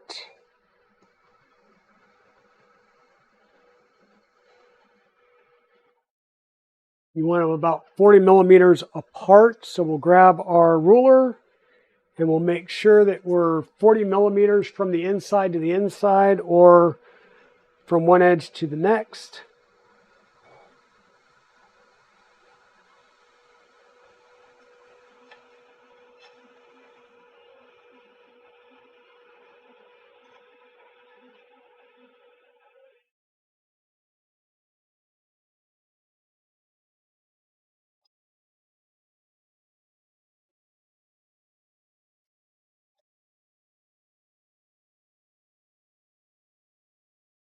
Okay. And about equidistant.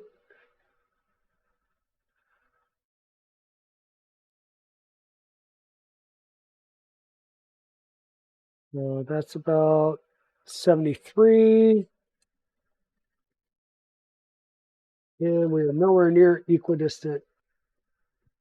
So we'll keep that down some.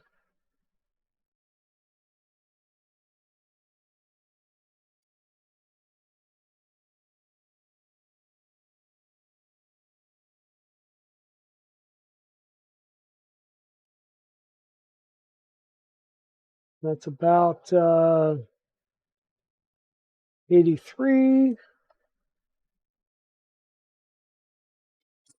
couple millimeters more.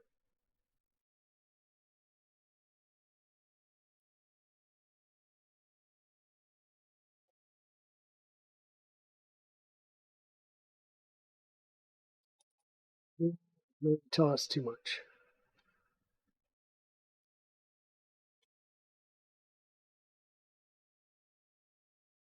About 85 and 85. So that's where we need to be. I'm going to go ahead and lock these down.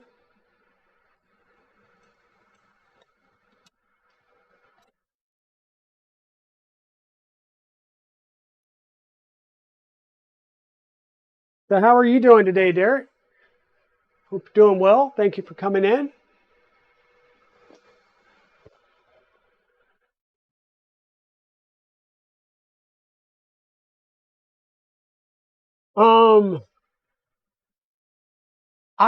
So RAM Online, I don't have experience in swapping out the CoreXY V wheels for, say, like the like the Delrin wheels or the higher quality Delrin wheels. They'll all show somewhere over time. What I have done is replace the X and the Y's on a CoreXY with linear rails, and surprisingly, it gets a lot quieter because you don't, I mean, you think about these, okay, you got the V wheels, but you've got this plastic wheel running in a channel, but it's also the bearings in here because you've got some type of compression on these bearings. You do get some friction noise. And I found just switching over to linear rails makes, I mean, there was times where when I had the Ender3 over here in the corner, I had to literally look over to see if it was printing because it was that quiet once I swapped over to linear rails.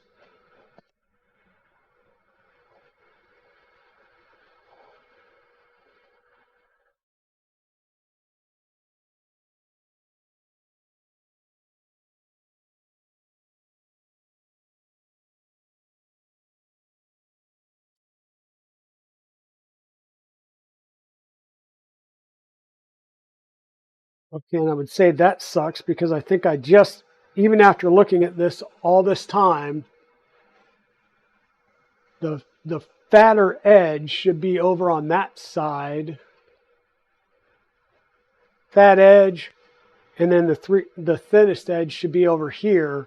And I just put these on the wrong side, even after doing all of that. Ain't that crappy? So we're going to grab some pieces of tape. Not a good one.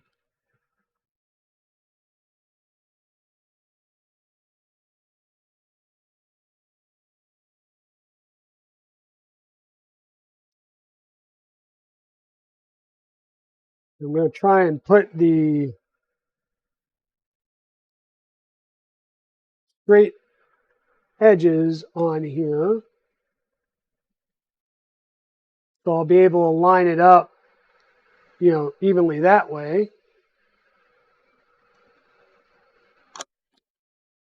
As I pop this off and flip the plate over. Let me think about this again. Yep, nope. We're going to make it look just like the diagram there, or the diagram there.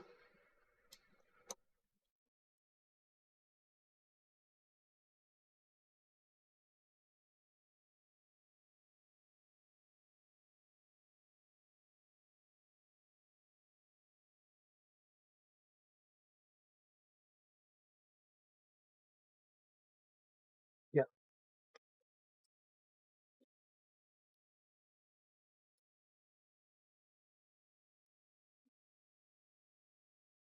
Hey, tripod, welcome on in. Welcome on in.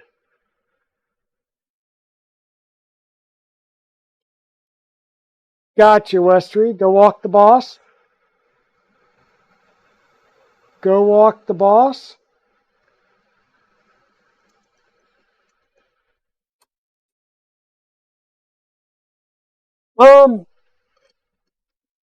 Yeah, I understand that. Quite honestly, I used rails off of Amazon.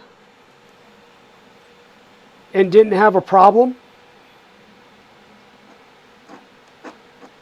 So you don't necessarily have to use the best rails out there. I mean, there's no use in putting high winds on an Ender because you'll spend more on the high wind rails than the entire Ender if you want to go that, go that route.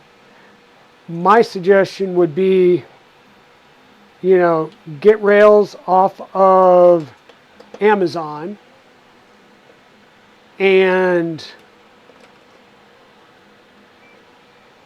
they will work just fine with no issues.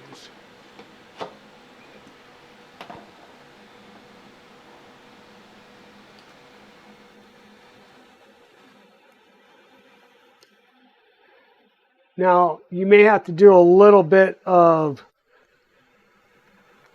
upfront maintenance on them, right? So you'll have to clean them, lubricate them, and all that good stuff. But CNA rails off of Ollie, like I said,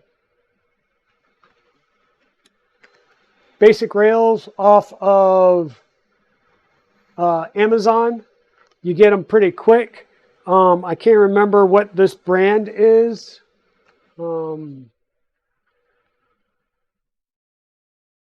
Ivantech, or Ivantech, or Ivantech.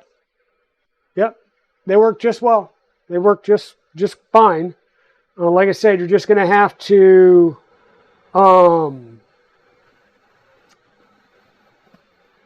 care for the rails properly, and you'll have no problem. Okay, so we got it spaced. We got it flipped over right, I believe, now. So we're going to install the P4L and P4R brackets. And once again, our wider piece, I'm going to put this way so the front right towards me. We'll grab our other two pieces.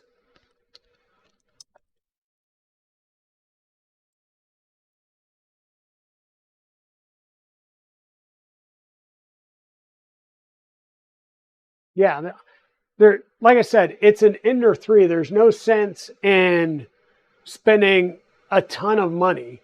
We're going to use M3x8s to do our brass nuts, M5x8s and M5 spring nuts to mount this, which is really weird. Like, did I knock a baggie off at some point, or...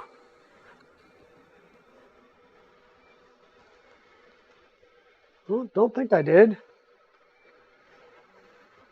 But we'll keep using it. So maybe we were down, or I don't know. We'll figure it out. I've got plenty of these, so that's no big deal. So we need 4 on each rail.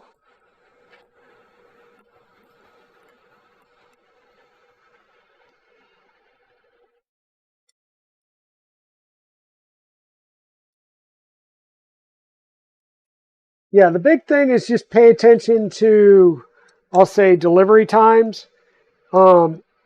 If because every once in a while you'll get one you're like, oh, this is great, and it's prime, and then you look and it's like, oh, it's a 3-week delivery time.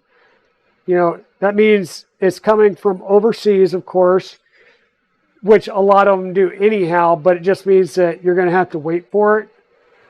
So unless you're willing to wait, then definitely pay attention to the ship times. And where's my M5x8 screws, bolt?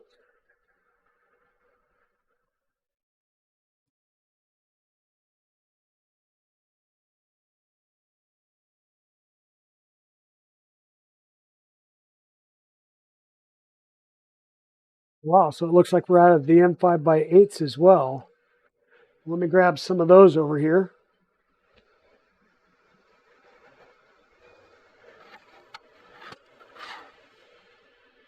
So yeah, we seem to find, we're finding some shortfalls in the kit as far as the total number of bolts and stuff.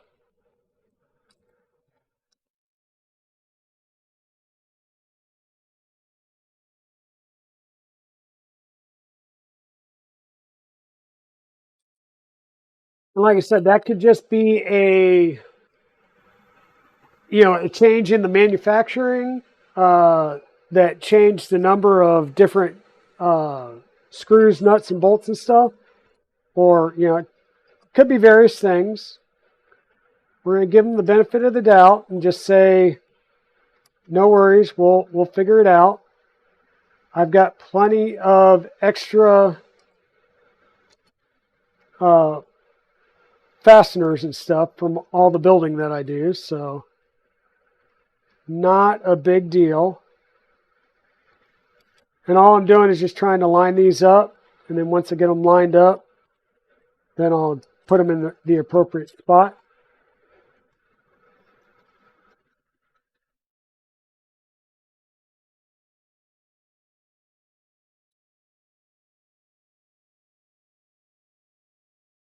And these will be flush with the edge of the 10 by 20 rails.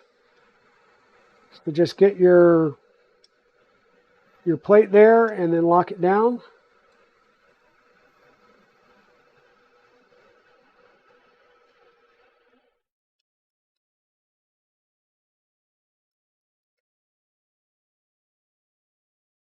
We'll do this on both sides.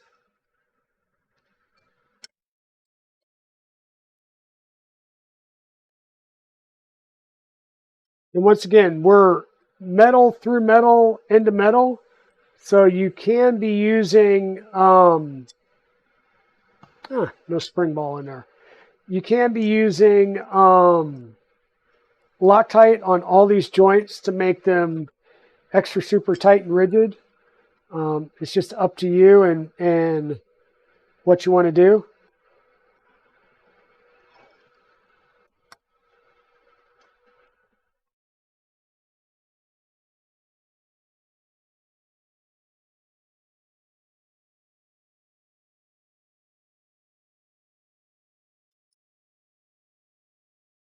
Okay, what you just saw me do is I loosened up the bolts there because the gap, one of these are not 90 degrees. So now that I'm getting these end plates on here, I can loosen these up slightly, which will allow me to move my rails ever so slightly to get them lined up at the 40 millimeter gap that we needed between all the parts.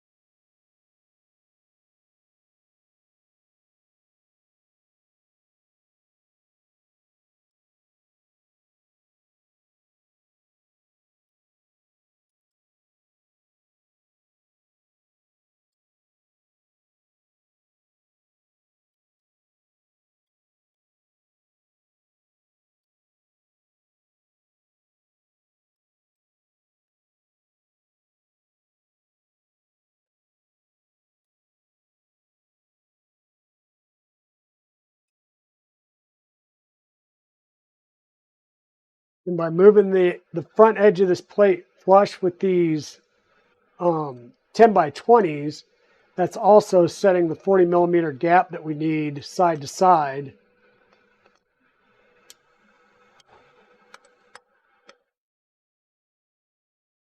I almost wish they would have you mount the 2020 to these brackets first and then mount your plate to it, because I think that would come out, make it a little bit easier to get that 40-40 or the 40 millimeter gap between the two rods or the two 10 by 20s.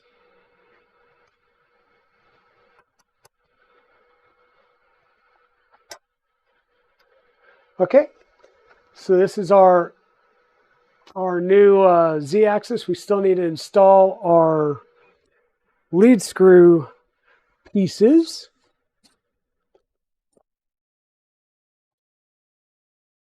And There they are.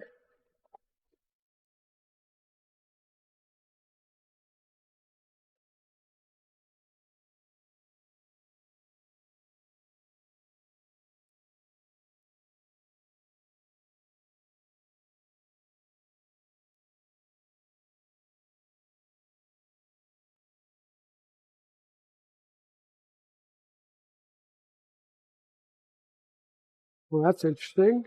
I only see one of those in here.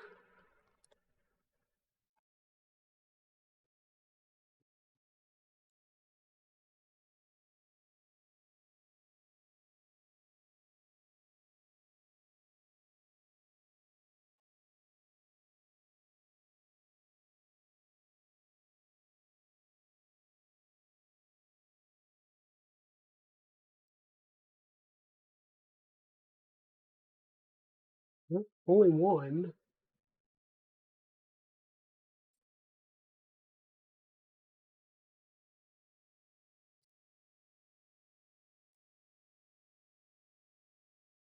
Well, that's not going to work out too well if we only have one of the lead screw ends.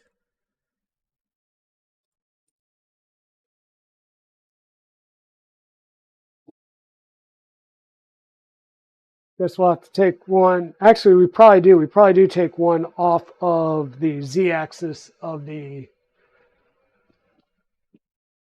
printer. We'll recover this one here.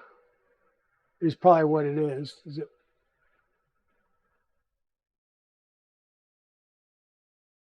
Yeah, one from the original part. So there we go. That makes sense now.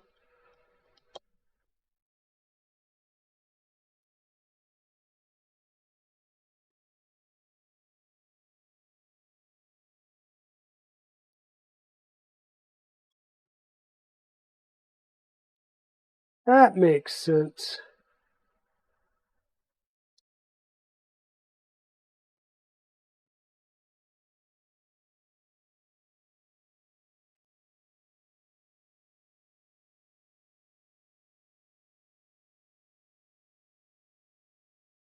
Yeah.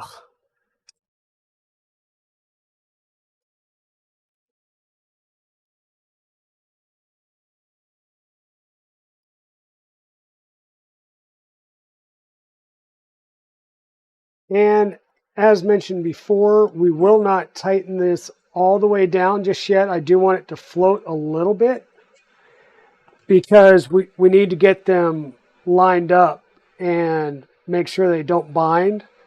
So we will leave them a little loose to start with.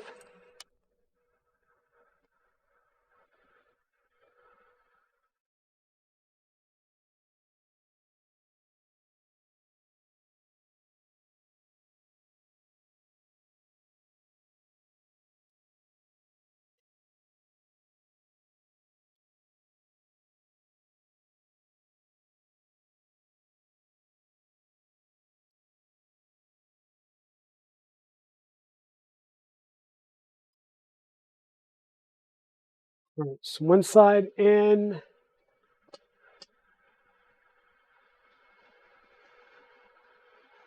And M3x8 screws.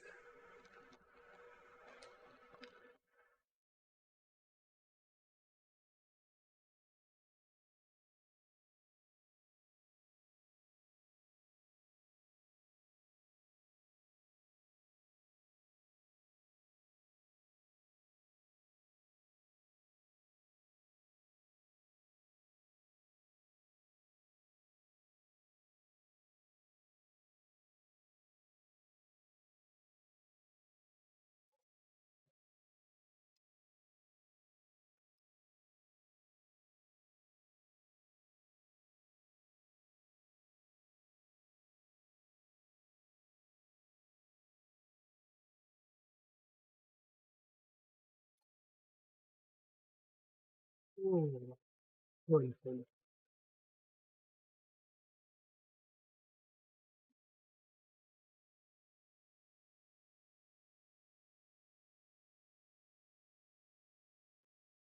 Hey, Nick Viking, welcome on in.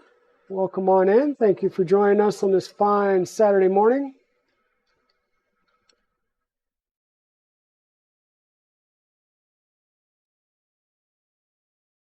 Like I said, we're just getting these in. We're not going to tighten anything up just yet. We just want them in place, and we will tighten these up once we get the lead screws in there and we figure out any potential binding issues.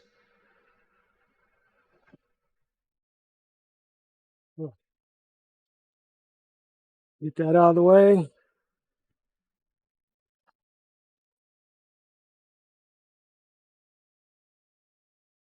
Install the heat element back on there. And it says to change the stock springs for the yellow ones that were provided. So we'll go ahead and pop those stock springs out. Put in the nicer, heavier duty yellow springs, which is like the first upgrade to any Ender 3 kit, along with the all metal Bowden extruder. And we don't even keep those anymore. We just throw those away. Okay. So I believe this is the front. This is the front. This is the back of the bed. So I'm going to flip it this way.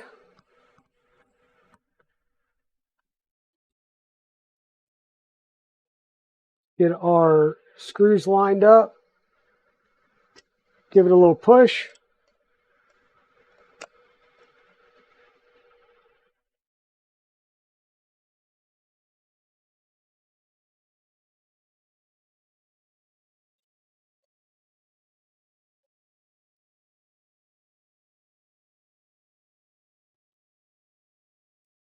Get our wheels started on here.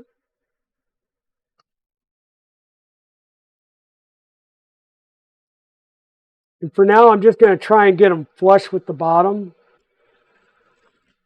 Or just flush the screws to the bottom of the wheel.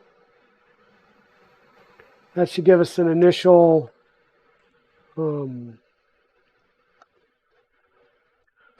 tension.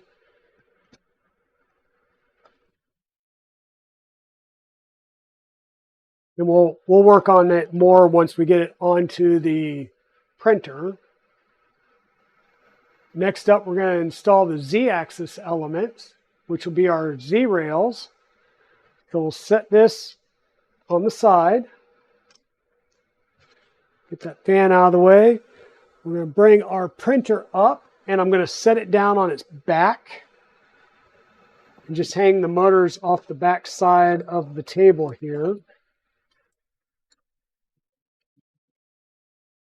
And that gives me a nice flat surface that we can install the rails onto.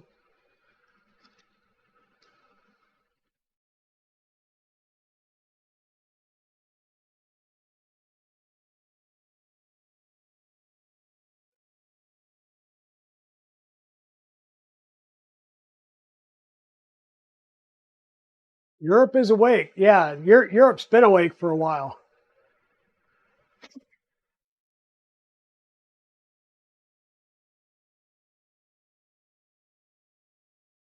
Yeah, Nick gave away a lot of spools yesterday, which was insane on the LM show. Folks, I'm going to mute you real fast and blow my nose. Give me 1 second.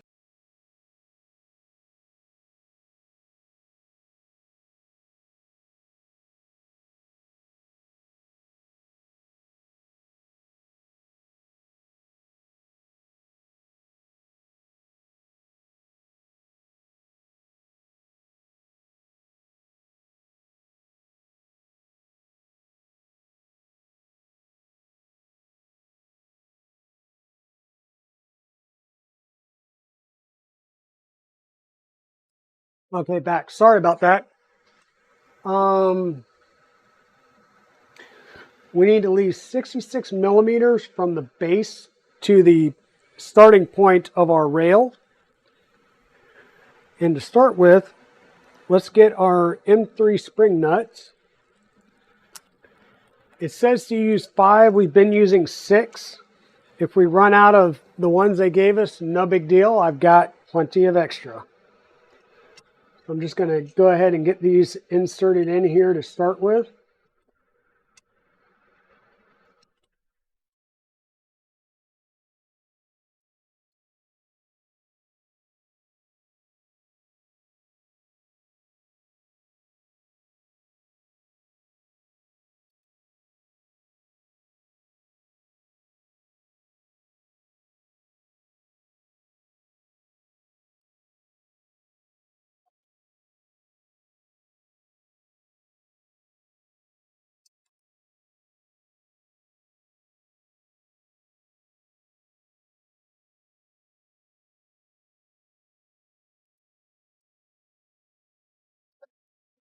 I buy these at 100 at a time, so never worry on M3 or M5 spring nuts.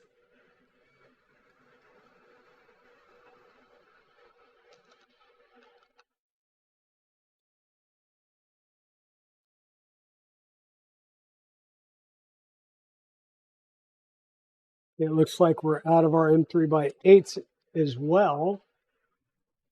So we also buy those in bulk all the time, so we've got plenty of those. All I'm going to do is I'm going to line these up, and all I want to do is just get the rails started, and then we can position them once we get them in place.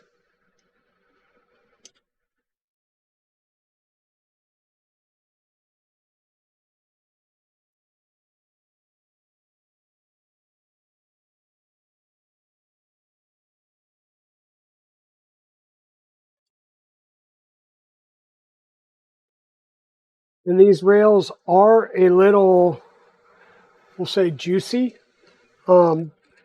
because I did wipe them down with some PTFE oil,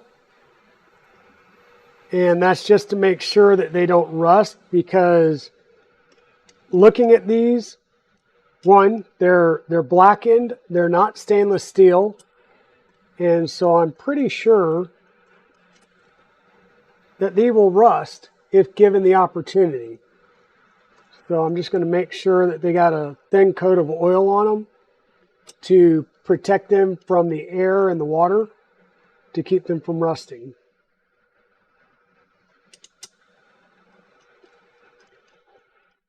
And once again, all I'm doing is just getting the heads of the bolts below the top. And once I get them both on there, I'll go ahead and get them measured out and lined up appropriately.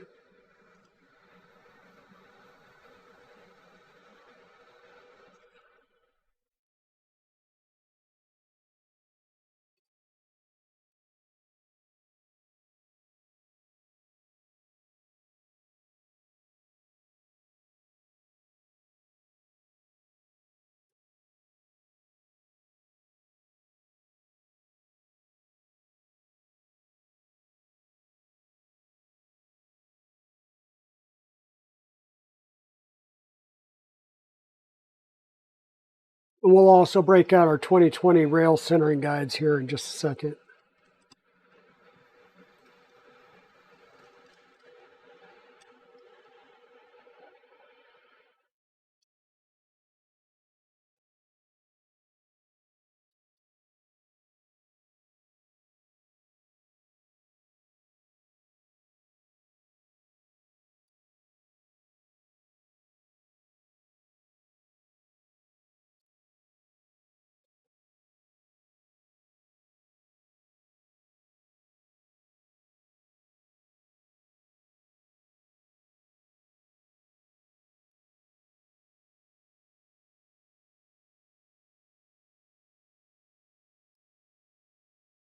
Maker Viking, I hope your morning's gone well so far.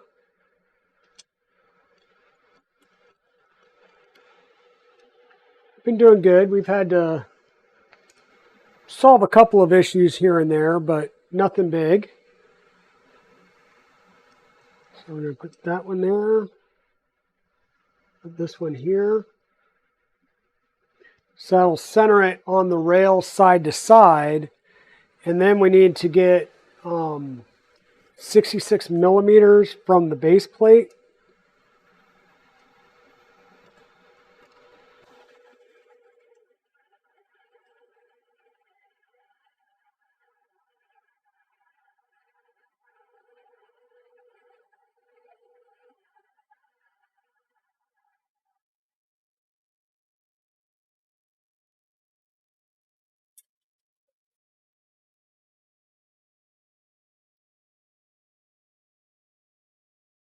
And I'm going to tighten it down. Once again, we work from the inside to the, or from the middle to the outer edge. And all I'm doing initially is just snugging them until I get the tension, you know. Then I come back and I will start applying some ugga-duggas. Once again, we start in the middle and work our way out. And that ensures that we don't bow our rail.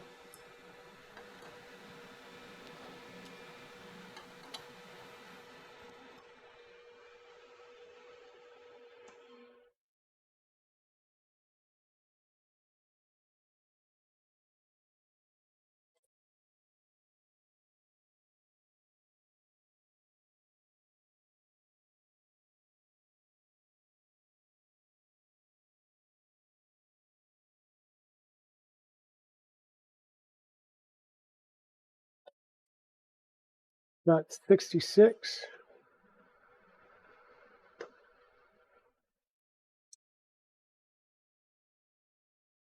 I'm going to snug this, but I'm not going to fully tighten it down just yet,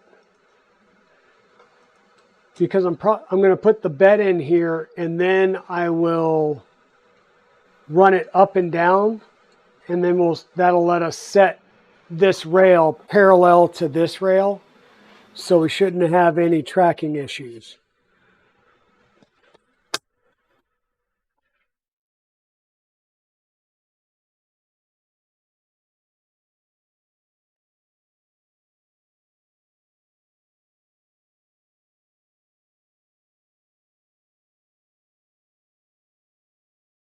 Now we need to use some M4 by 16 flat screws.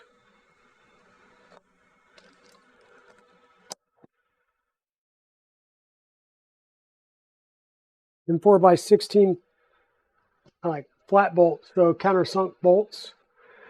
We'll have our two Z-motor mounting pieces, and we'll need the two Z-motors. Now you'll notice they provided a motor here, not two motors. So that means we need to pull the other one off of the Z-axis, or out of the Z-axis from the kit, or from the ender.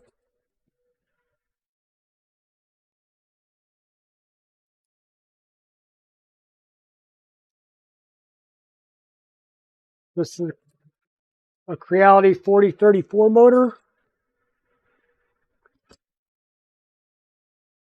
The Adativa motor, same size. Now what we're going to do is we're going to take this off, even though it should be probably the same. I don't know if it's the same thickness and stuff, so we'll take this off and put the new back piece on. Yeah, these are thinner.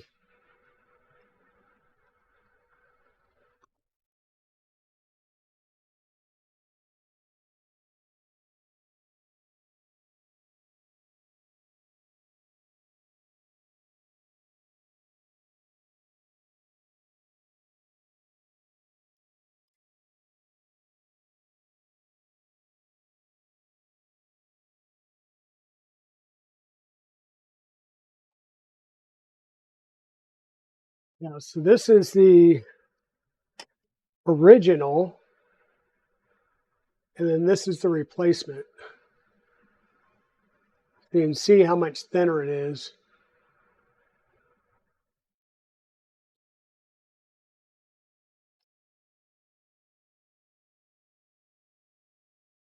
You want the motor to go into the left. And I find it interesting that they don't tell us what size bolts to use to mount this plastic piece.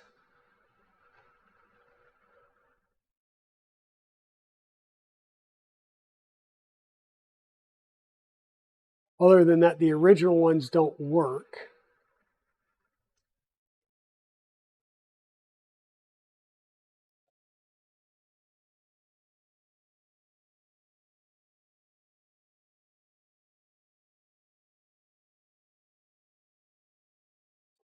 These are going to mount through the side rails there into the uprights.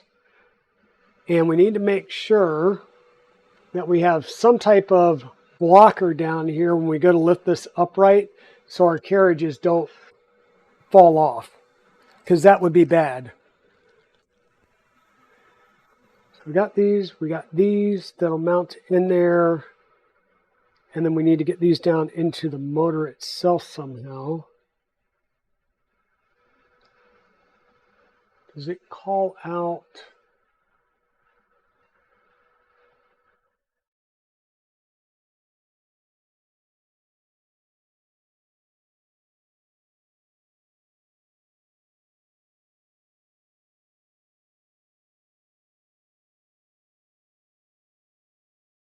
It doesn't. Of course it doesn't. It goes using a button head cap screw, so we'll need some type of M3 by probably 10.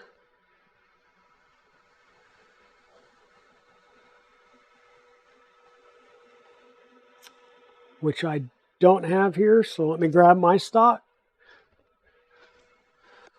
Again, this is the nice thing about building printers is after a while you develop a pretty good stock of parts you can use to fill in the gaps when kits don't come with everything needed. 10s aren't good. Oh, that was an 8. 10 won't work. Let's go with 12s. That should give us enough bite.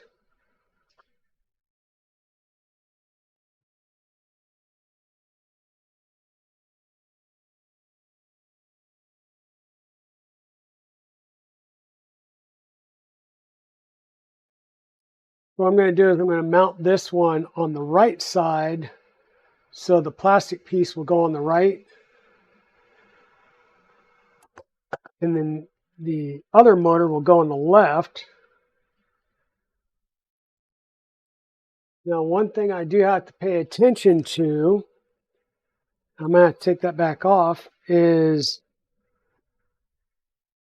getting these screws in there, whoops, because of the lip around here. So you have to get the screws in first before you lock this down. Otherwise, you won't be able to get the M4 screw heads into the printed or the plastic part there. We'll just loosen that up some so we can get the head of the bolt in there.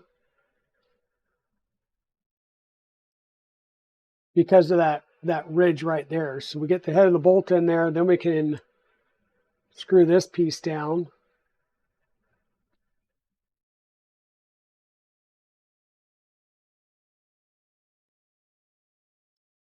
And those M4 bolts are basically captive now. They can't come back out. So that'll be on one side. The Adativa motor will take the motor connector, face it towards the back. So that's where we need to put our piece at. We're going to grab our M3x12s. We're not going to tighten it down all the way. We're just going to get them started. That way we can get our M4 bolts in there.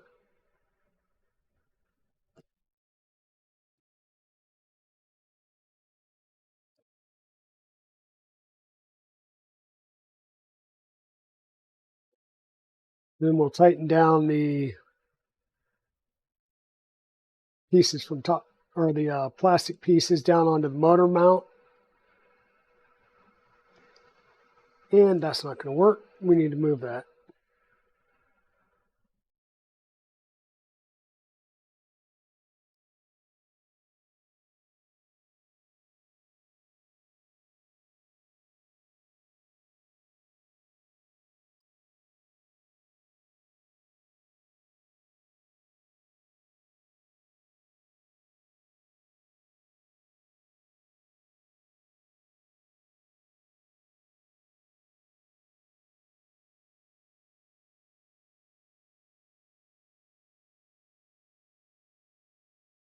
Hey Skyhawk, so we are building a Ender CoreXY kit. So this is a kit from Adativa 3D. We found a few bolts that we've had to replace on our own because they didn't have enough bolts, or we didn't have the right size bolts. So we're having to make do and fill in a little bit based on our own screw connector bench stock. But now what we need to do is we need to install these motors, one on each side. So what I'm going to do is I'm going to flip it on its side. Once again, so I have gravity with me, these are the CoreXY frames, so my spring-loaded nuts will not hold tight. So if I go to put a spring-loaded nut in here, it's going to slide all the way down. So that's why I put it on its side.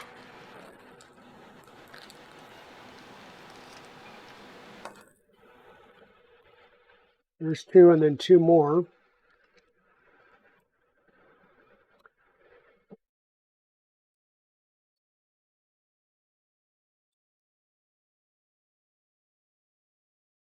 We'll get these lined up in there, and we'll push these down into place.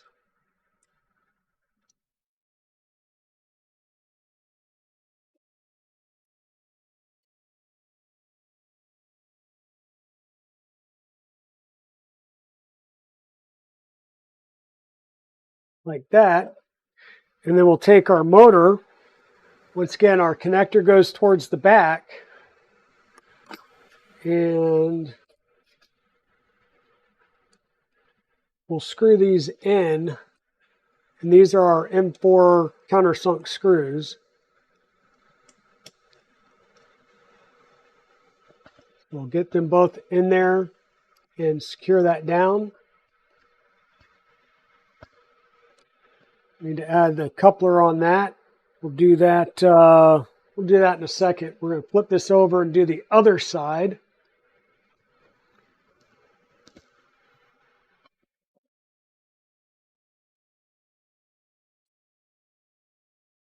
Again, we'll get our M4 roll-in T-nuts in there. Slide them down into position.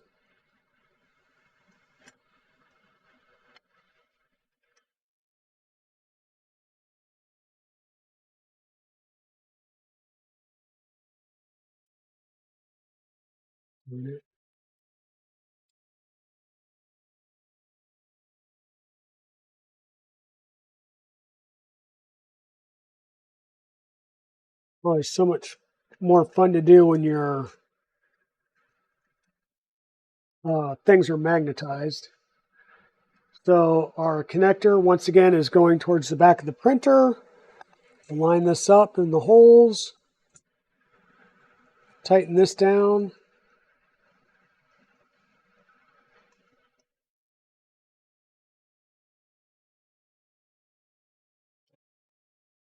Use the right size driver. Works a lot better.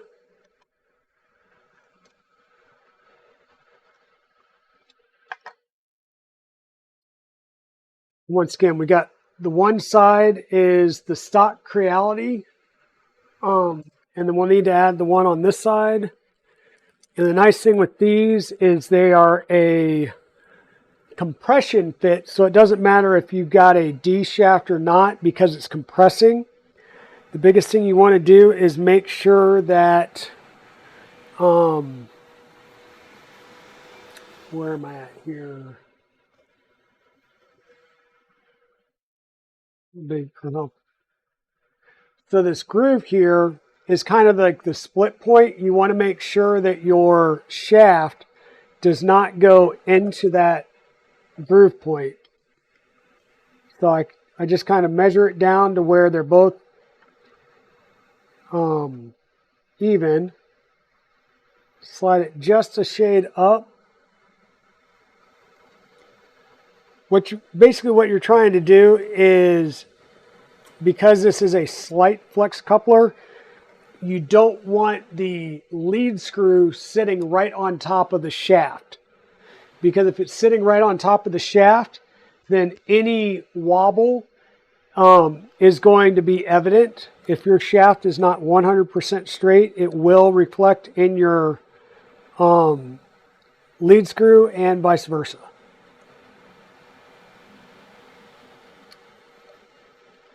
And this way you can drop your lead screw all the way in to the full channel, and you can guarantee it won't sit right on the shaft. So another thing you can do is, if you've got a putty knife, you can slip the putty knife in that groove and drop it all the way down, and that guarantees that you'll have a gap between the two as well. That's another way of doing it.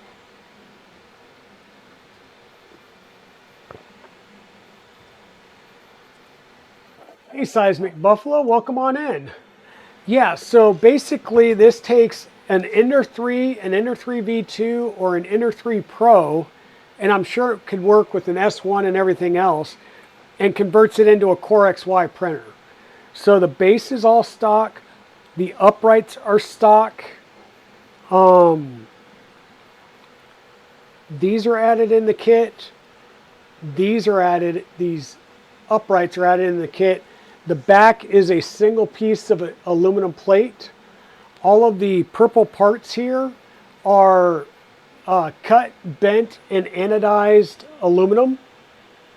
So the couple of printed parts that are added to it are for your Endstop mounts and your tool head mount. Now, if you were using the stock tool head, it would mount directly to this plate. You would have a standoff screw right here to mount your hot end, and then these two screw points would be where your cooling shroud would go. But since we're going to be using a Biqu H2 V2S Lite, we needed the adapter bracket here, and I've modified this because the original one that I printed out, the holes don't line up. The holes would wind up being up a little bit. So I don't know if that is, old bracket and the part's not made right, or if the part was made for a new bracket and I've got an old stock bracket. I don't know. All I know is I may go through and redesign this and then reprint it out and do it, but we'll see. I haven't yet decided how I want to do that yet. So next up, we've got our Z motors installed and our Z couplers are installed. We're going to install the heat bed assembly and affix it to our front linear rails. So once again, to make life easier, I'm going to lay this down on the bench and overhang those rear motors and just pull it up next to my bench so it's nice and tight. And what that'll let me do is take my bed build plate here and just set it down here, once again using gravity to my advantage. And if you remember right, on the left side, we tighten this rail down. So I'm going to mount to this rail first, and then this rail will work out. And these are mounted with M3 socket head screws, which we don't have anymore from the kit, so I'll use my own stock.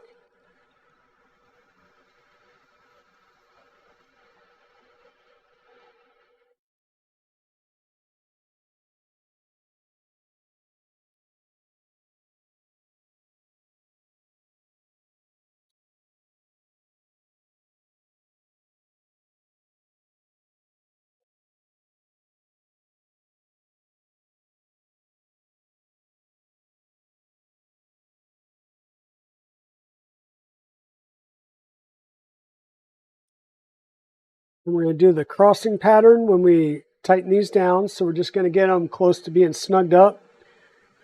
So we got all 4 of them in there. And that gives us the best starting place.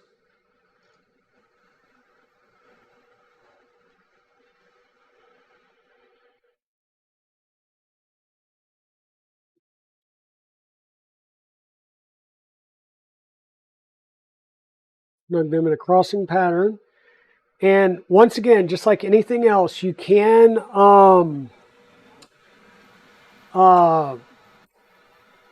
English sometimes. You can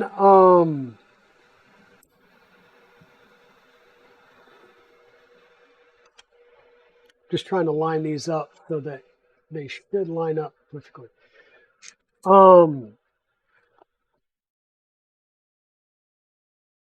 I have no idea what I was going to say. Like I said, language sometimes. And so once again, this rail is not fully tightened down. And that way it will let me self-align that rail side to side some. Should be able to push this some just a bit if I need to get this to line up.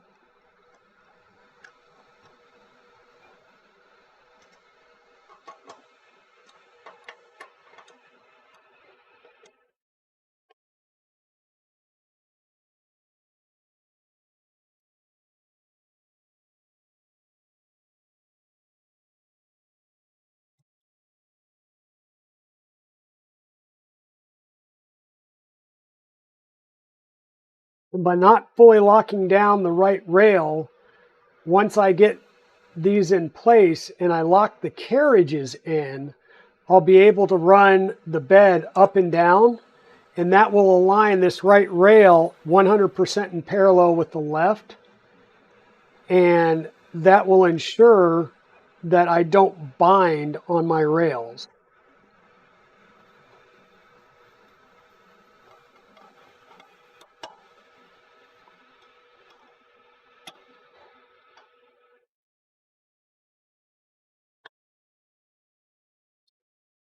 Once again, now that I've got this laid in place, all I'm going to do, move my stop, bring it down, and then up. And I'm going to do this a couple times, and that's going to self-align this rail side to side.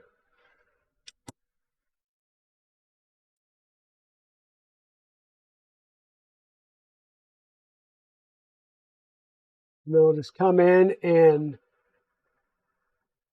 start tightening it down once again. Inner, or going from the inside to the outside. Always bringing that carriage up as close as I can so that it has no chance to rotate any.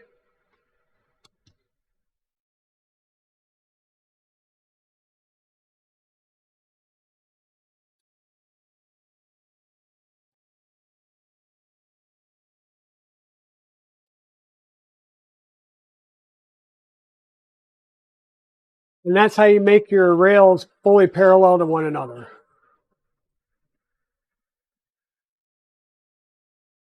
Yeah, words are hard sometimes, Scott. You know, when you're on stream and you're sitting there, it's like, my brain just outran my mouth.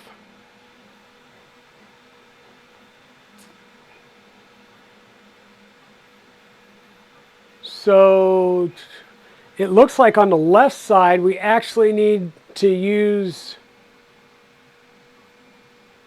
still M3 by 8s at the bottom, but I need to swap the top 2 out for M3 by 10 and mount the Z, the Z height adjuster. And that's going to get a M3 by 25, looks like a button head cap screw. And what this will do will provide an adjustable Z Endstop height.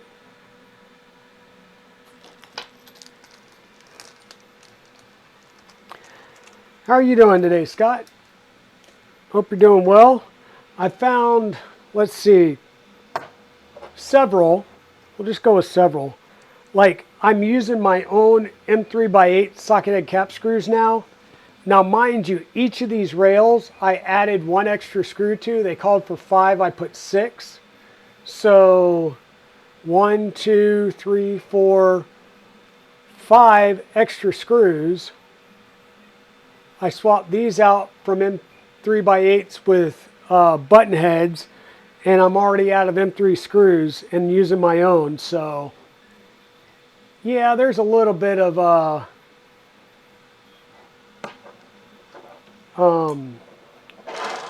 they're off a little bit in their screw count for the kit.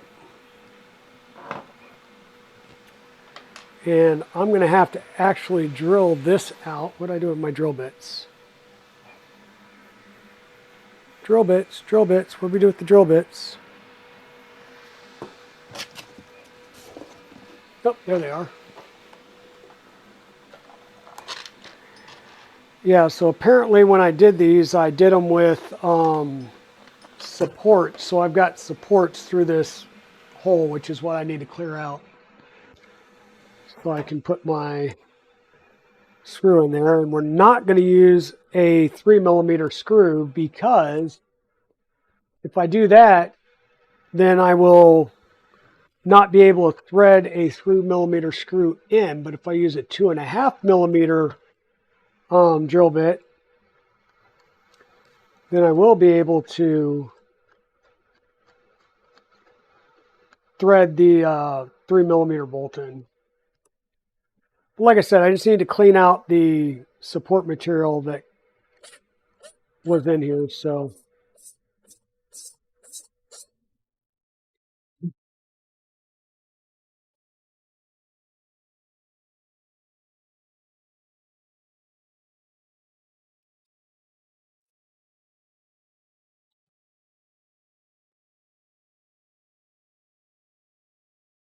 oh yeah, not a problem, Timur. It's definitely, it's not bad. And like I said, if you've got, a bunch of extra screws anyhow because you do builds, it hasn't been that bad. The only thing I didn't already have on hand was the M4x8 countersunk screws that we use in the to mount these side plates here.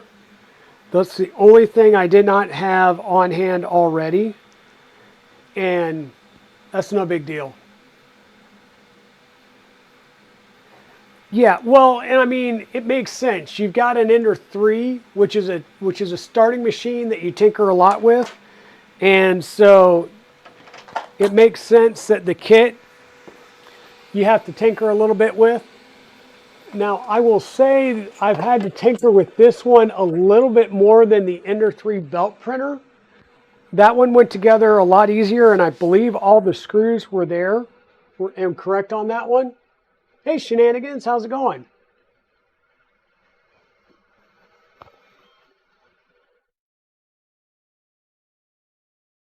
Yeah, I'm interested to see how it prints. I really am interested to see how well this prints.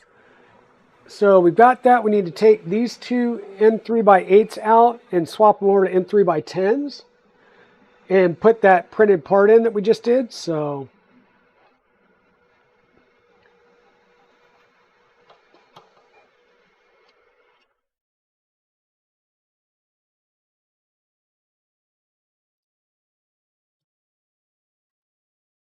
and luckily we got some of those right here.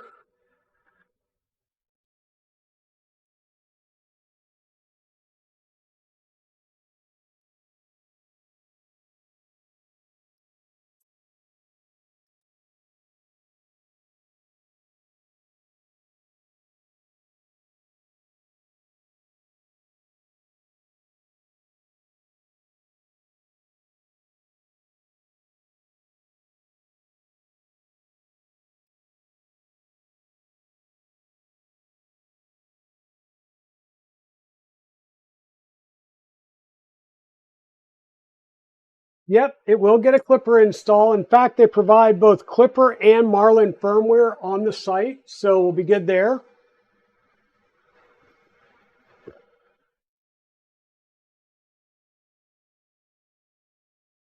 Gotcha. And I did notice that they've dropped or they've announced a CR10 version of this kit as well, which I think would be an interesting one. But yeah, we got to get a little bit better at some of this. Okay, so our Z Endstop, we need to go and get our other Endstop out of the box, which would be where would the Z Endstop be? In this cluster of parts. Hey, yeah, there it is. We found the Z Endstop, folks. And that's good because they give us a bag that I can just throw the rest of the screws in.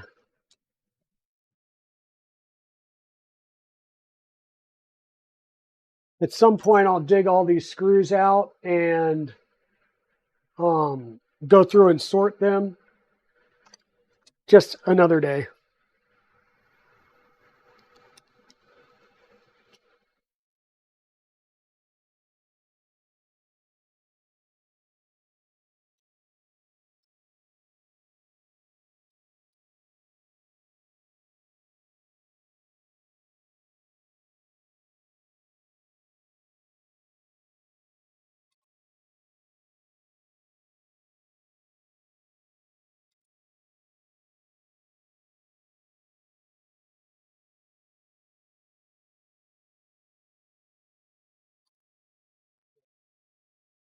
Driver.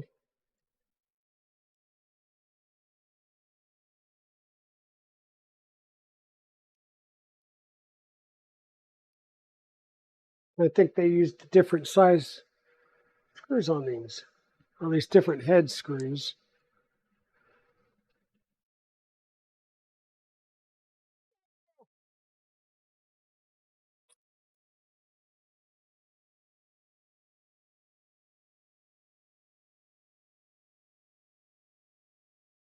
There we go.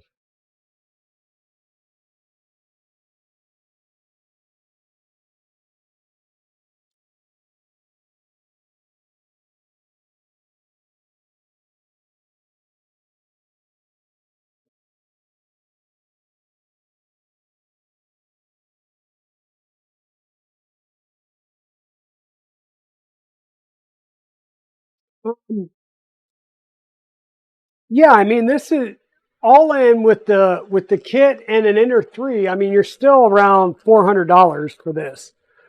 And quite honestly, this is $400 for a CoreXY. This is where you've got an Ender 3 already and you want to make it something else. Because quite honestly, if you're looking for an inexpensive CoreXY,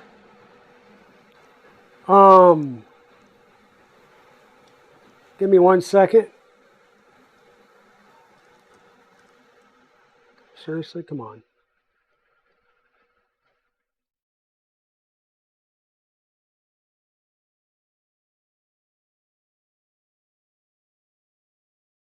If your goal is an inexpensive CoreXY,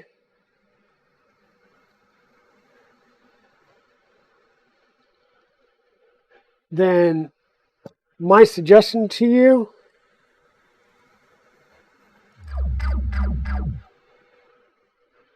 Flying Bear Reborn 2, $390 shipped in the US.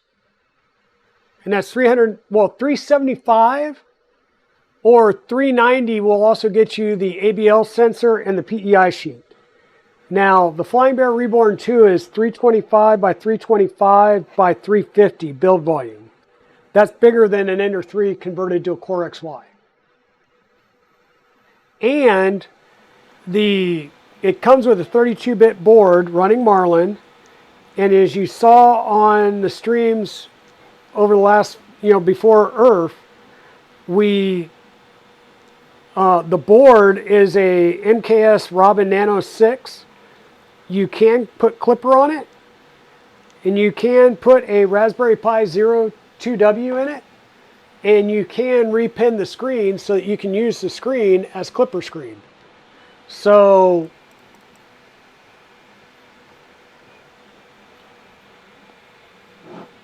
I mean, the only reason I'm doing this is because people asked, and I thought it was pretty neat when I saw it. It's okay. Actually, I'm going to set it down on the side this way because we're going to mount this. Turn this around, move you guys. Uh-oh.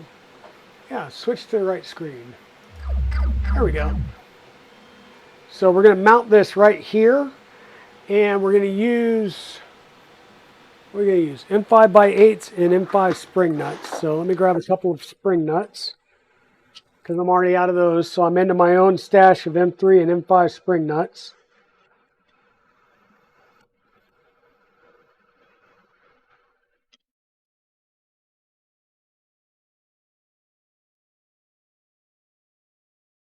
And we need the M5x8s. Do we have those still?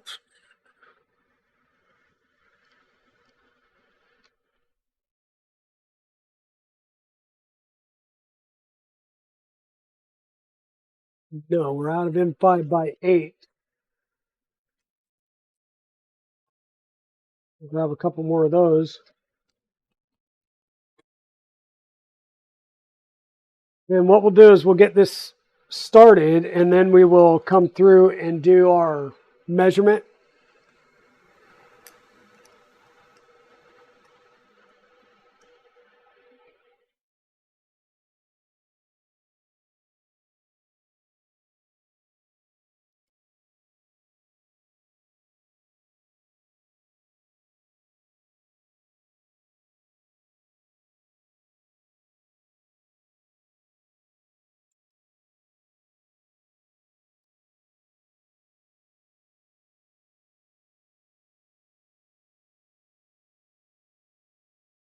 So we need to be 10 millimeters down from the top of the extrusion. So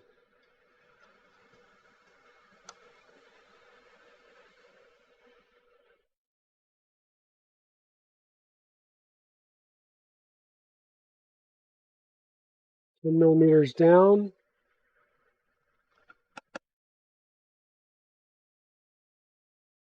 Tighten that up.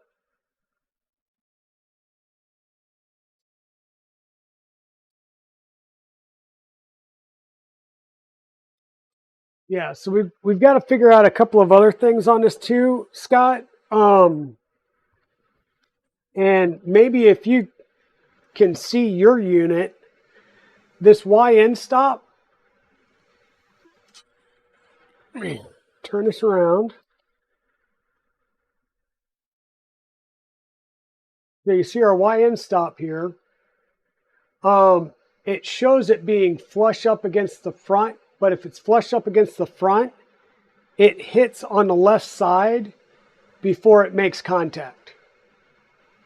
Also, by moving it back, I had to put a couple of washers underneath here because the rail sits up so high, and it's still at a little bit of an angle because it's getting pushed up. That PCB is getting pushed up by the rail, and I don't always, every once in a while, this comes forward and it'll move the lever up and out of the way and it's not clicking. So did you have that same problem on that, or did you wind up doing something here to modify it, or what was up with the kit that you had?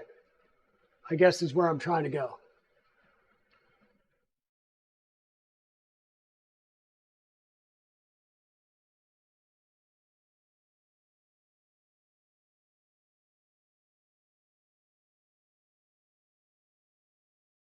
Yeah, if you already have an Ender 3 that you're not using, this becomes a good kit to get you into a CoreXY and try out.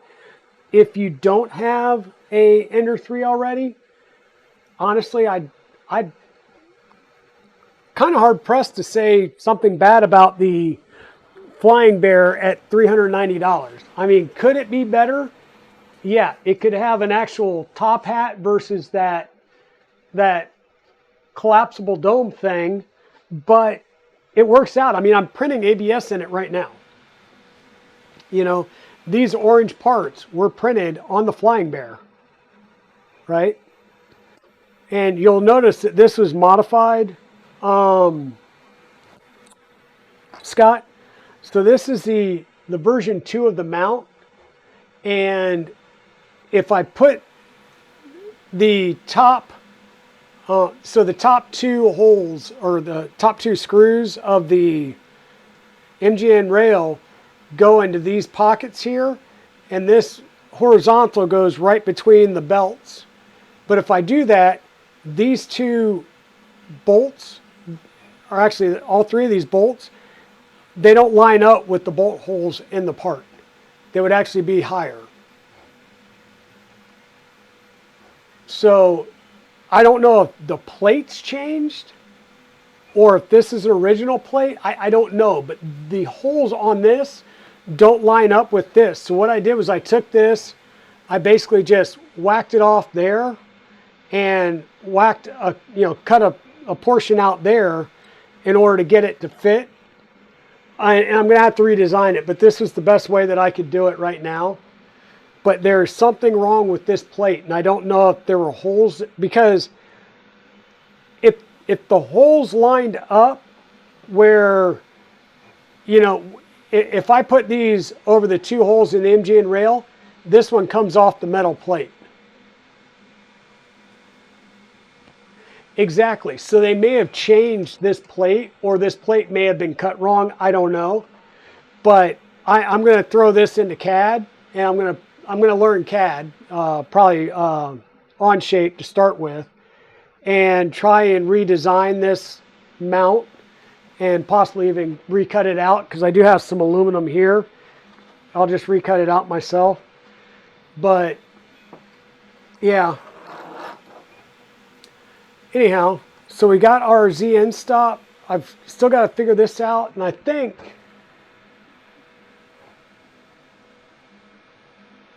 I can make that work. I think what's happened is it's sticking up because of the solder joints on the back of the Endstop, maybe kicking it up and interfering. So I'll take this back off, I'll cut it short, and I'll try and figure this out to get it to sit down a little nicer.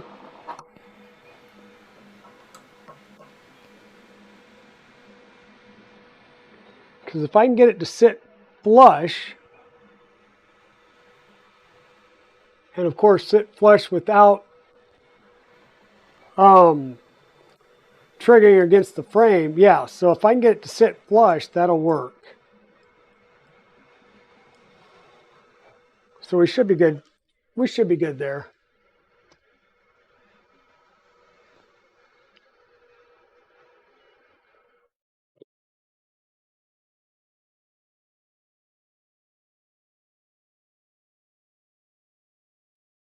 Correct, correct. But what I'm saying is, if I set, so here, if I take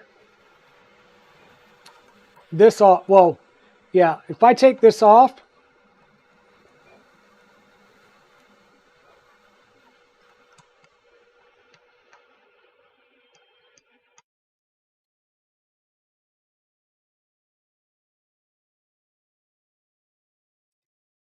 so we took that off, and if I set this over these MGN, the bolts there, which I use button heads for. Where are we at? There we go. All right, so I'm setting it there. Let me bring you over here and I'll show you.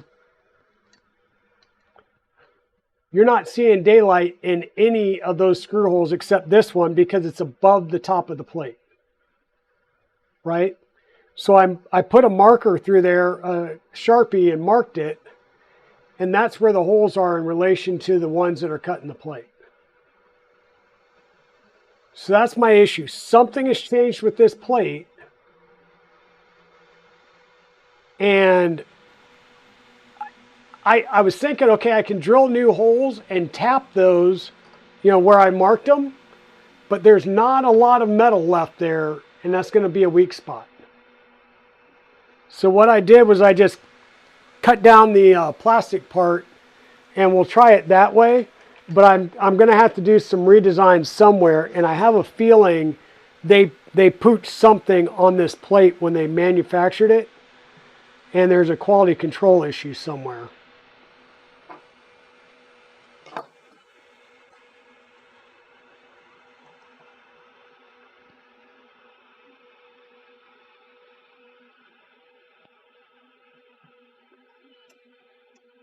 Yeah.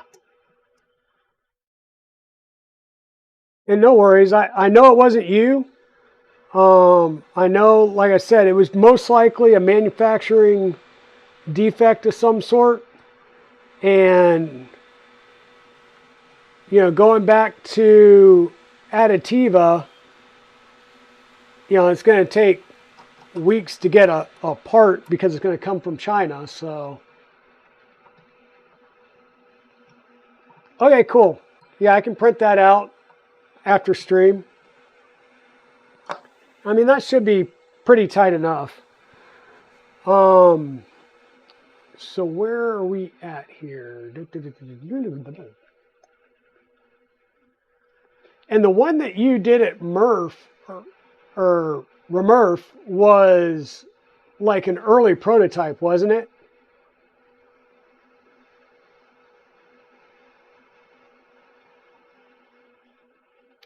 Yay, so now we do the screen installation, which is just mounting the screen over on this side. Oh, and they provide these feet, which quite honestly are about useless. That is a very, very small contact point, and it's high, which just makes the printer even higher and more top heavy. And there are no bolts that I can find in the kit so far that will fit these damn things. So I just ordered some standard ones that we use on Borons that'll be about like that big around, and I'll put them in the four corners. And I think having a bigger, wider foot would help anyhow.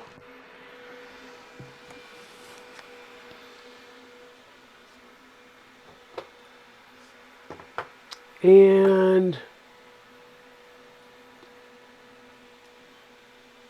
M5 by 45. Oh, spacers, and then use M5 by 45 bolts. Okay. Gotcha.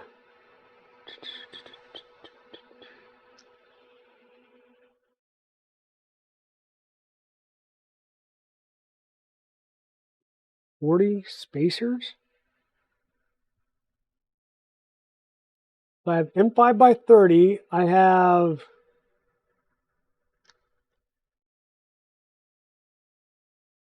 there's the 40 millimeter spacers.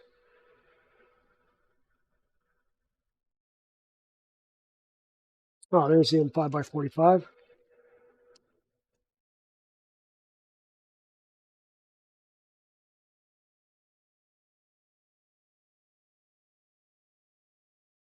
Machine shop down in Lima, Peru. Okay.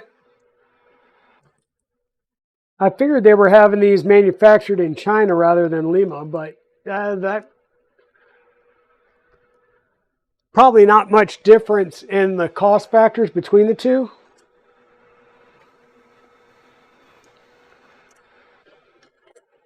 We're going to go through our front mounting plate through that, and we're going to get very few threads going in there. They'll probably be better off using a 50 on these for the bolts, which I would do if I had, but I don't. So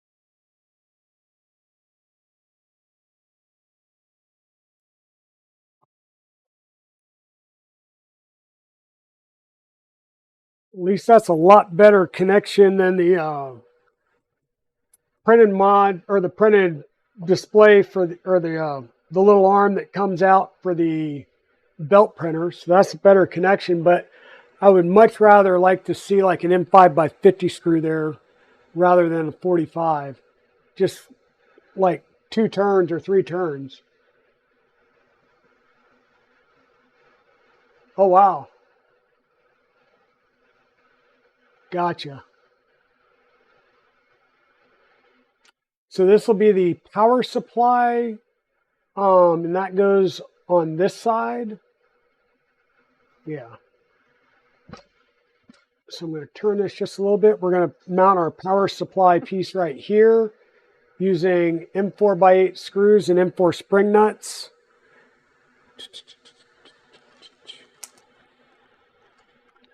We'll grab a couple of our M4 spring nuts and locate some M4 by 8 screws.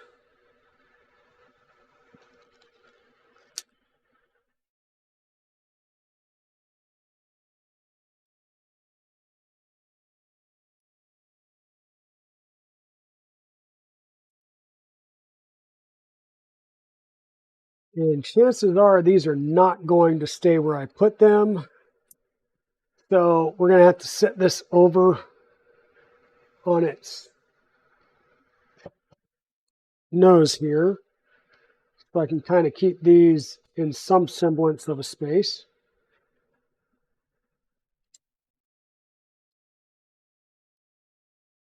We're going to take our printed part and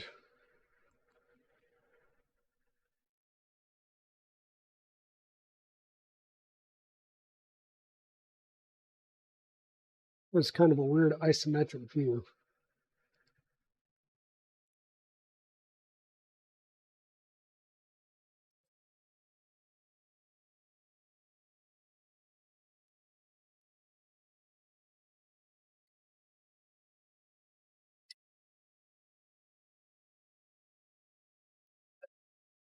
I have to use my ball end wrenches.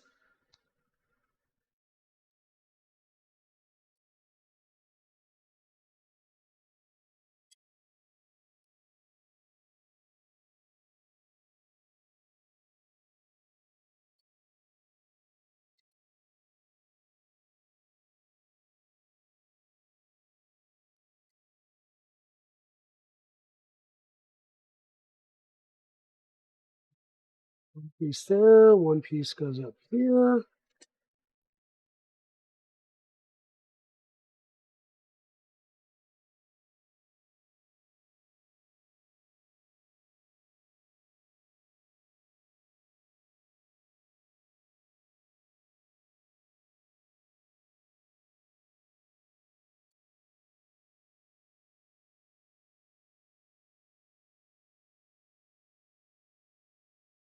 And we need a 70 millimeter gap from the top to the bottom. So angle this around so that you guys can see what I'm doing. So I got that set in place, and all I'm going to do is measure down 70 millimeters from the top.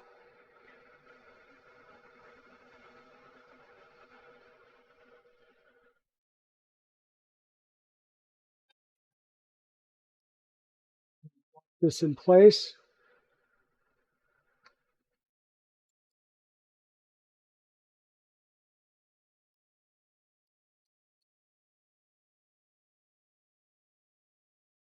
I'm just trying to get the front edge flush with the part.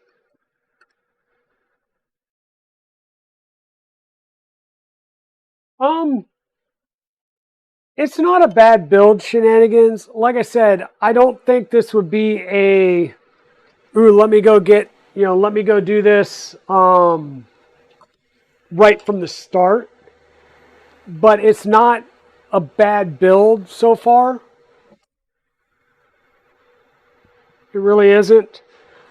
I'm curious to see how well it prints. I mean, it's going to print. That's pretty much a given. It will print. but how well it prints will be interesting to see. Now we're going to pull our power supply, and we're going to use a couple more of our M4x8s, and we're going to mount that right along that edge there.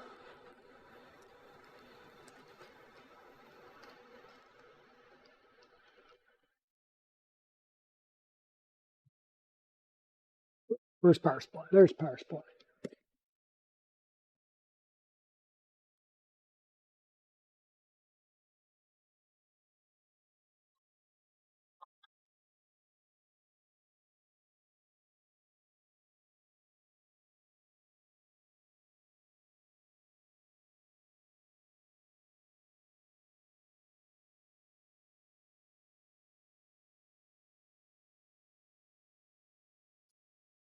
So we're going to screw to the original two terminals right through the side here.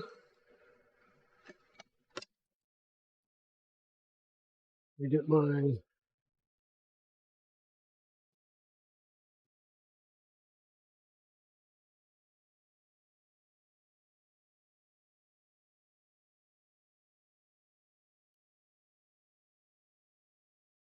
M4x8, huh? Okay.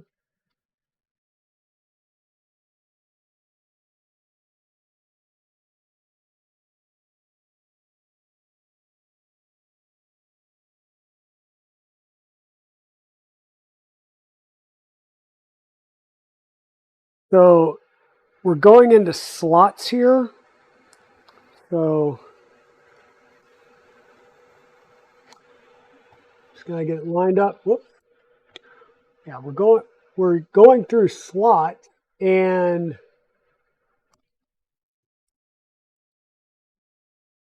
M4x8s are not going to cut it through here. It's just way too tight. There's not enough thread being exposed. We really need like tens or something like that. You see if you guys can see that. So that's fully pushed through, and let me pop you guys out of here. So that's fully pushed through, and that's how much thread we've got exposed. That's not going to do it. We're going to need like some M4x10s or something. So I'll have to see if I've got any M4x10s, because that's just not enough thread to engage.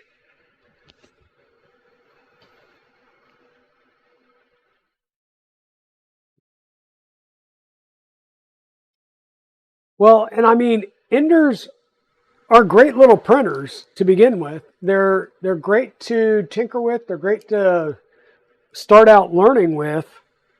I'm just, yeah, I guess as I get into this kit a little bit more and a little bit more, I'm finding some more things that are just kind of, I don't want to say problematic, but just, like it called for M5 lock nuts, and there was no M5 lock nuts in the kit. Right, so to me it's more of a kit bomb issue than an issue with the kit itself. It's quality control from the factory. And the question is do I have any M4x10s? And I do. So I think 10s would be good, but if we go to 8s, or excuse me, if we go to 12s, they'll be too long and we'll stand the chance of shorting something out, which of course is bad. So we'll switch over to some M4x10s.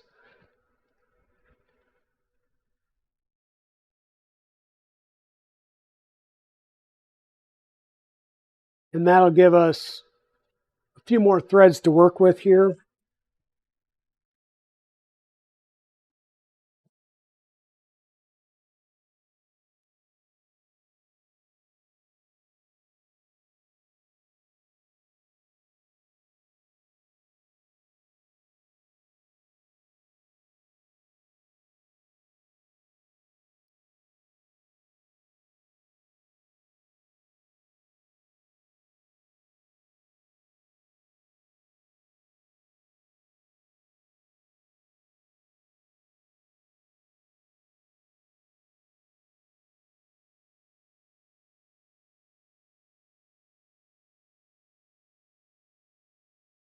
It's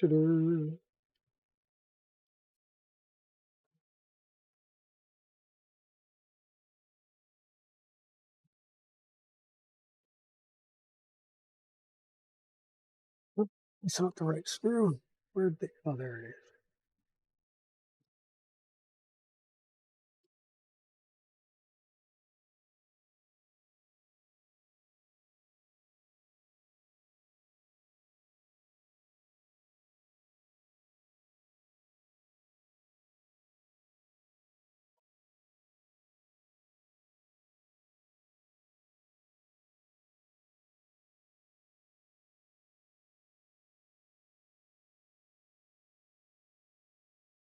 Okay, so why is this one not going in?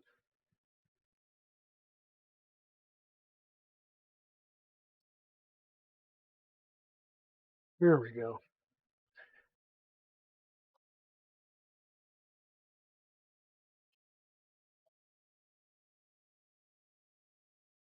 Okay, there we go. Decently well mounted.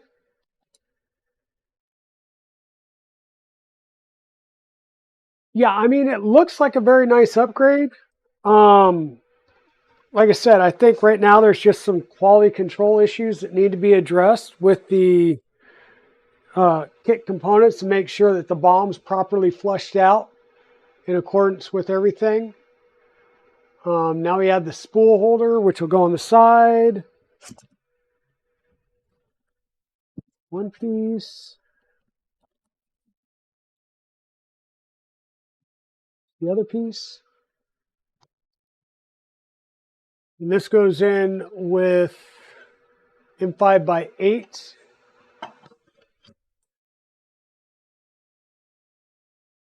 And that's the rear. So it's going in over here on the rear. This is going in over here on this side. M5x8, which means I need my own roll-in T-nuts. And these should stay in place because this is the this is their extrusion that they provided, which is a lot better extrusion than the Creality one.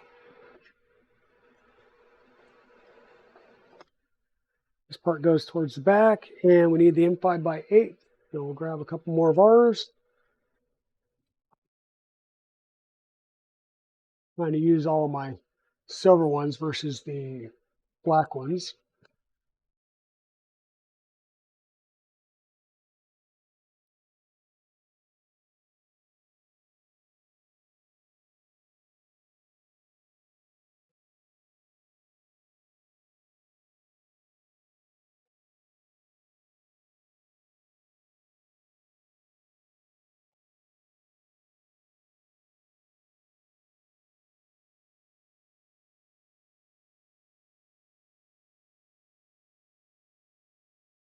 Okay, and that M5x8 is fully screwed in, and we're loose. So I'm going to go grab an M5x6, and we'll use M5x6s instead.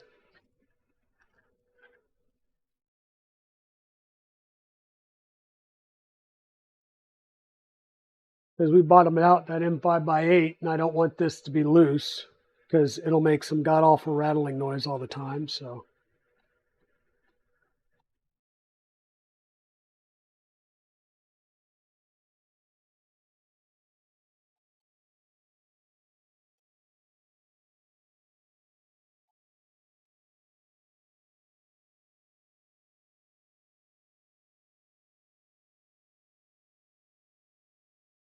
I think that's just the difference between a printed part and a thin metal part.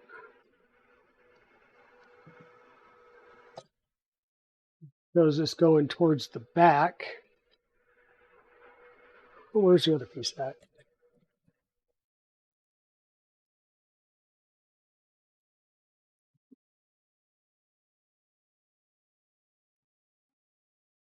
Ruh-roh, are we missing a piece?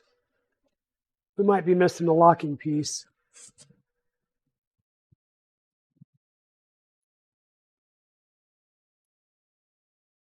Oh no. Oh no, we're missing a piece. That'll be easy. That'll be easy. I got one around here somewhere. We'll hold off on that for now. I can find that plastic piece, and I know there's printable ones out there too. We'll find that. No big deal.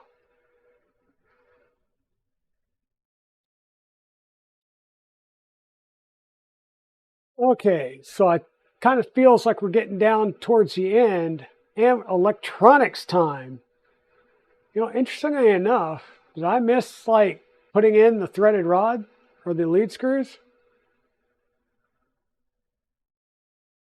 Z-axis. Put in your couplers.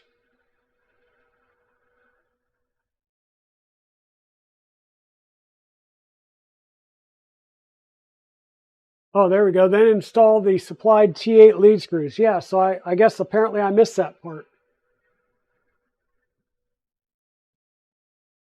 The bed, I mean, it's flexing, but it's flexing because I don't have the knobs all the way down, and it's got room to flex on the springs. So let me crank all these down. And I also don't have the lead screws in yet. So that leaves it with just these front pieces here. So yeah, it'll flex a little bit.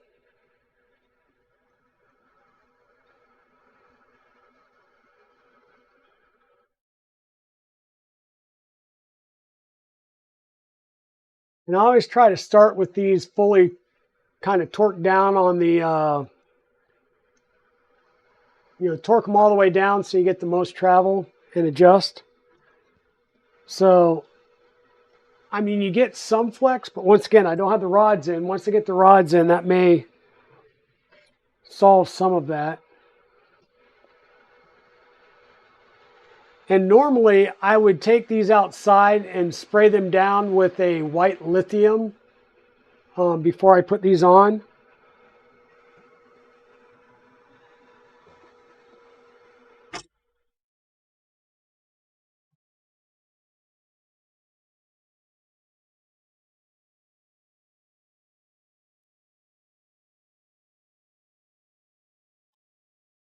But I got you guys on here, so I'm not going to bother with that. Let me unscrew that, set that down in there, screw this compression back.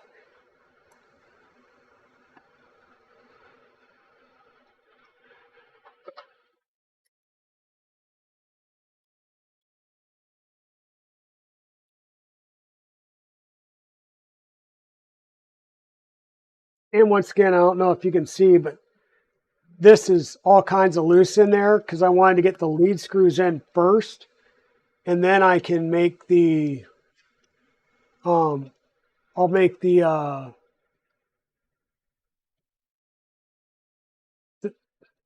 English, I swear. Then I'll get the things tightened down once I get the alignment set.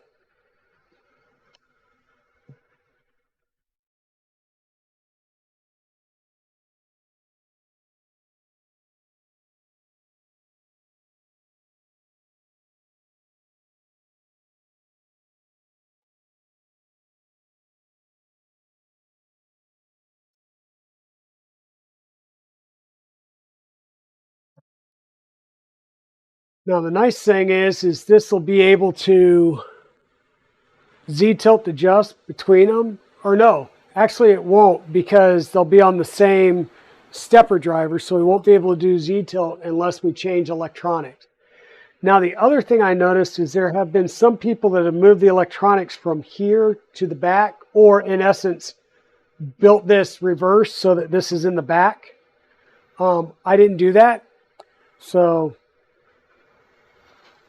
we've got it built like this now. We got our lead screws in.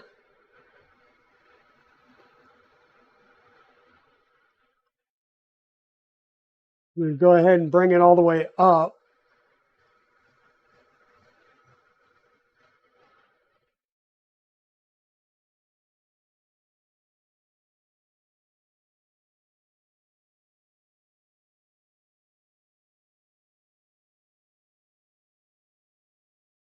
Because we'll be doing some wiring, so I just want to make sure this.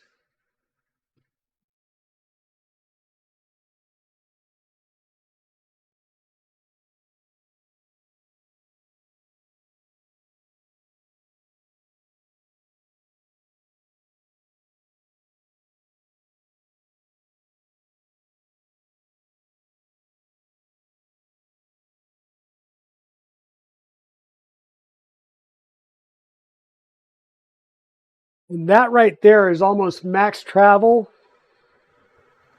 on the bed. So what I want to do now, and it hasn't told me to do it yet, but if this is pretty much max travel on the bed, where I'm just about ready to come off the rails, then I definitely need my Z Endstop to be triggering at a minimum at this point. Once again, we don't have our hot end yet, but I don't want it to even be able to go past this point. So I'm going to adjust this screw until it triggers this Endstop.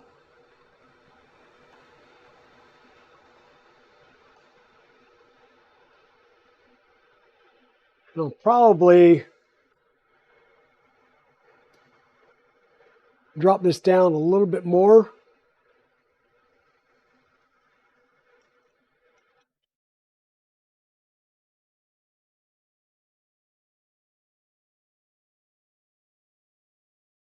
So right there. And that'll be a good starting point. Once we get our tool head on here, we'll be able to drop it down even more.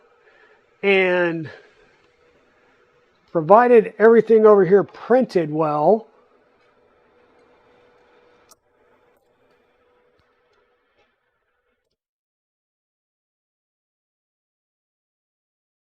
there we go. That's a much better first layer on that piece. But yeah, the fan here, I think my ABS needs to get cooked for a little bit because it's getting fuzzy.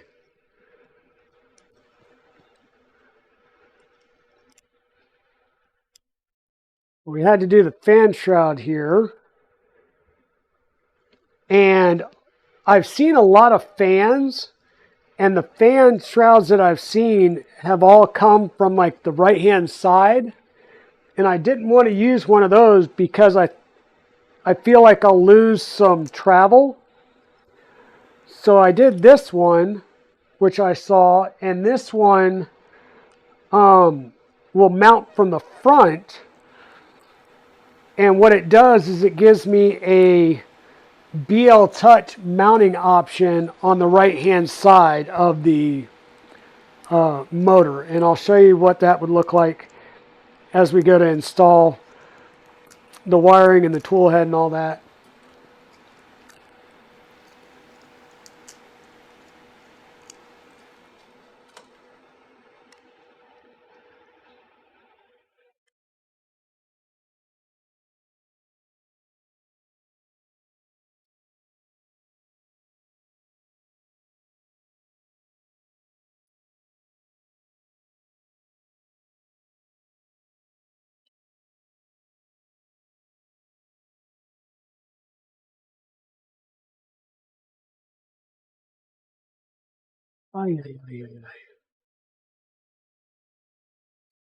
Support.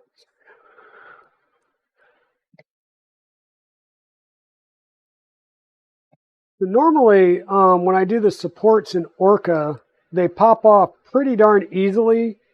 The Flying Bear, I'm sure this is just dialing in extrusion multipliers and all that stuff. The Flying Bear seems to be a little bit harder to pull some supports off in some places. But we'll get there. We haven't done a lot of tuning with it since we got clipper on it right before I went to Earth. So we'll put a little bit more time on it and we'll get it dialed in.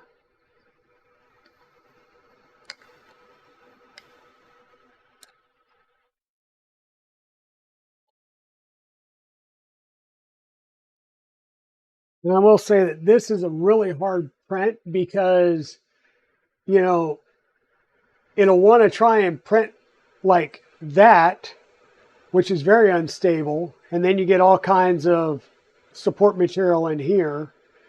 It originally comes in like this, and that's even more unstable because it has no support other than all of the support material. So I switched it this way and printed it flat like this, so I had a lot of support material under there, but it keeps support material out from in your actual fan air pathway. And other than a lot of, I'm going to run a file against here just to even this edge up because that's where it's going to mount to the extruder. So I want to keep that as clean as possible. Let me just hit this with a file.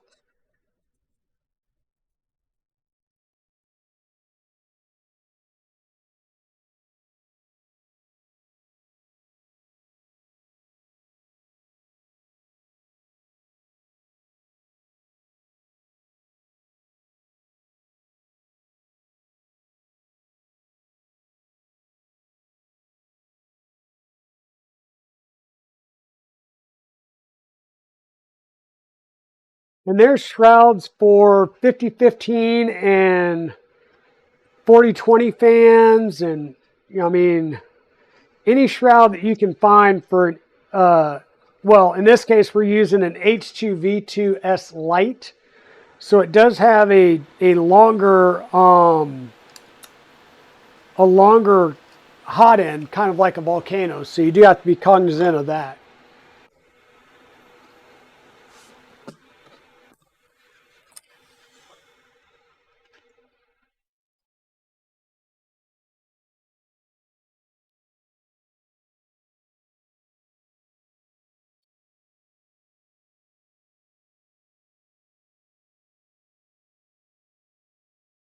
Okay, just ever so slightly better.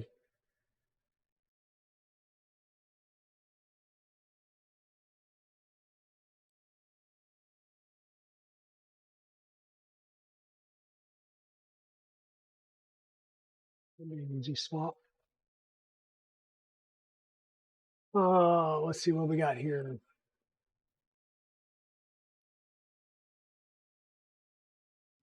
Ah,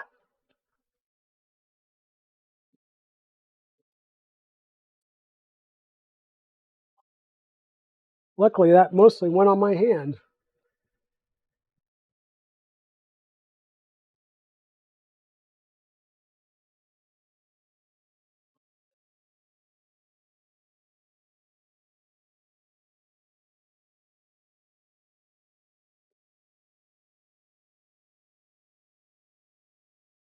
Correct. It's no bed slinger anymore. It does go up and down. I brought it all the way up because all of our wiring is going to be right down in here. So I'm going to need to take this cover off. One of the other things that you can probably do is on the EnderXY stuff,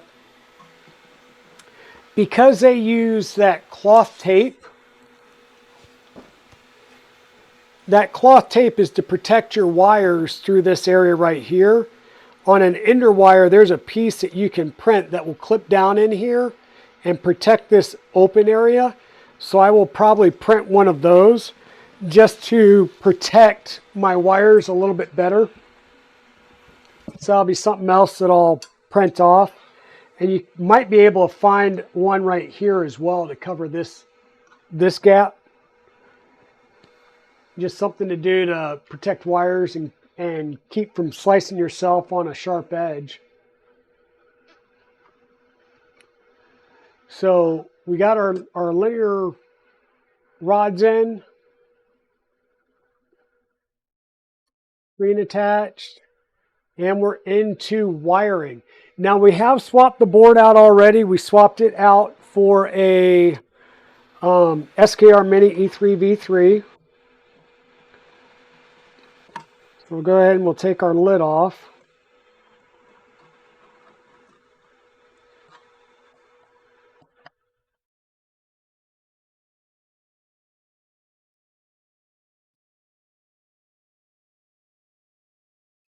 We're just going to set that aside.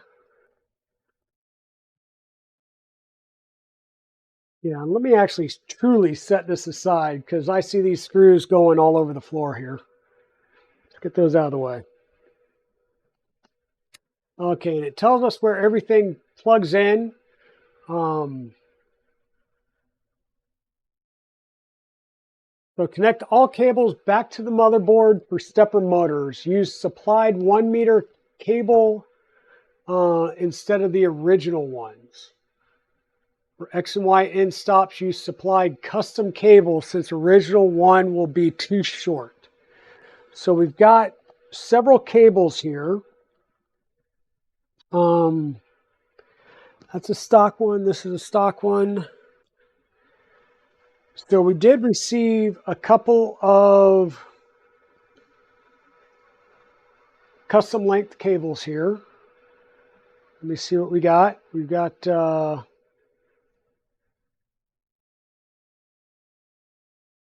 motors together, 1 motor by itself, and then we've got the rest of the stock ones. Trying to see.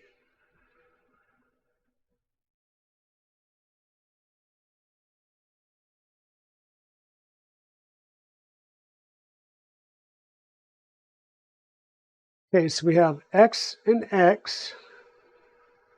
We've got our long runs back here, and then we'll have our single one for our extruder motor, which may or may not be able to use this. I'm assuming these 2 in the back, or these 2 long ones that are still attached, will be for our rear motors back here. The rear motors that I keep looking at and going, I wonder if I can pop these out and twist them so that rather than facing the back, they're facing, oh, here, let me turn this around here and I'll show you what I'm thinking. Currently, I have our motors, or our motor wires facing the back. If I turn this 90 degrees so it's facing the side here, we can plug it in and we can zip tie it right down the back and bring it around nicely. Same thing over here, bring it down the channel, wrap it around, and then come in. So that means that these would have to be loosened, rotated, and we're under tension. So that might be interesting.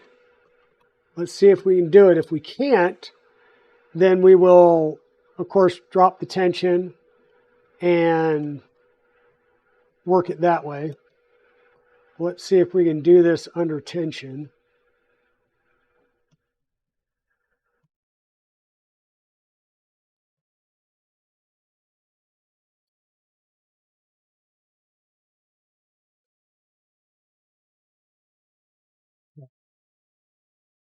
I want to do a 90-degree turn.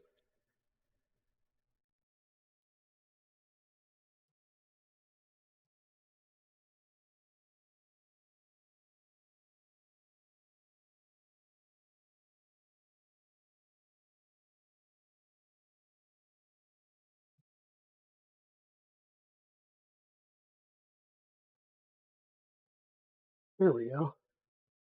90-degree turn. These screwed back in.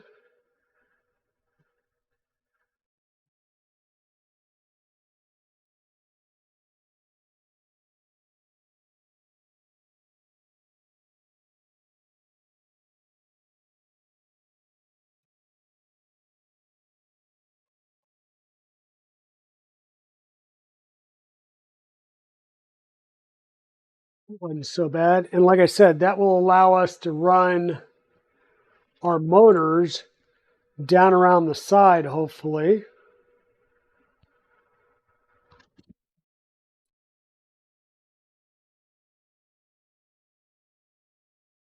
We're going to bring those down around and through here.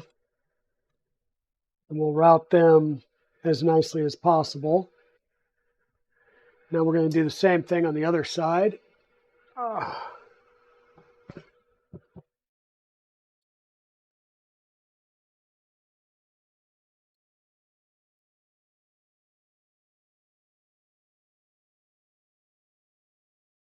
Hey, Little John, thank you for the follow. How's it going? How's it going? Welcome on in. We are working on an Adativa 3D Ender 3 to CoreXY kit. And all I'm trying to do right now is turn these motors 90 degrees so that the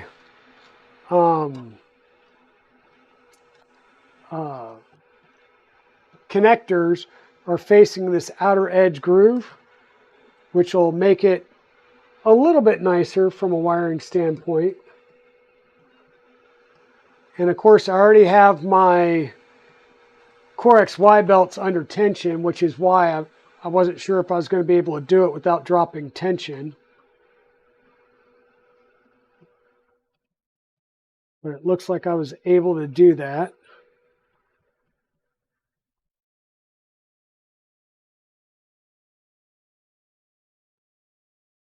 There we go. And once again, we'll be able to put our motor wire there, bring it down the back somehow, bring it in here. It'll be a little long. Maybe down the road I'll clip it and make it shorter so that it's a little bit nicer. But we'll be able to bring this down in the channel and potentially, like literally put it right in the channel, and get some, print some channel fillers and be able to run it right down the channel like that. Bring it around and do the same thing on the inside.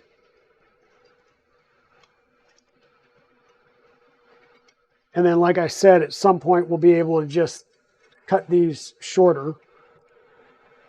So it should be X, Y, Z, Z, E, right?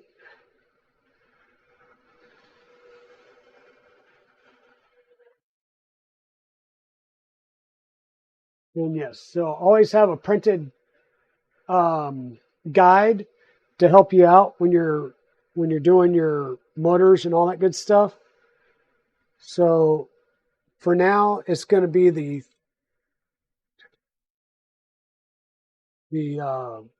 third and fourth cable plug here.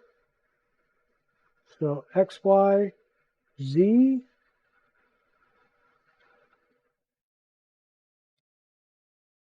Z. And once again, I will cut these to length and fix the links down the road. That's no big deal. Right now, it's going to be all loose and hanging out because we're going to just be spending some time trying to test it and make sure everything's working right. Actually, this is A and B. What am I doing? A and B are X and Y. So A motor is left.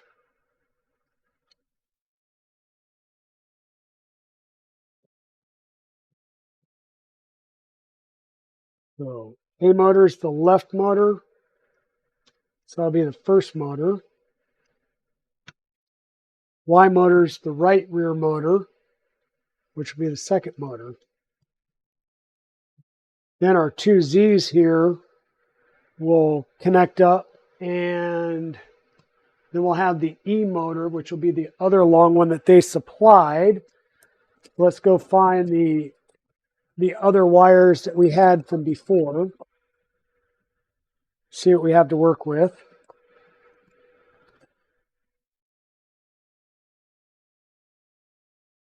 This looks like one Z motor. So I'll go from this side, see if it's hopefully long enough.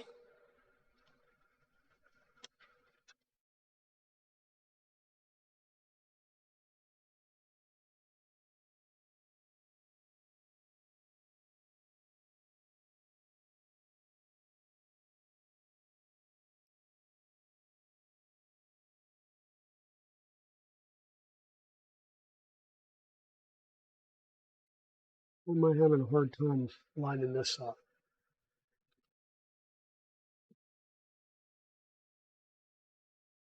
We're going to get the Z motor in here.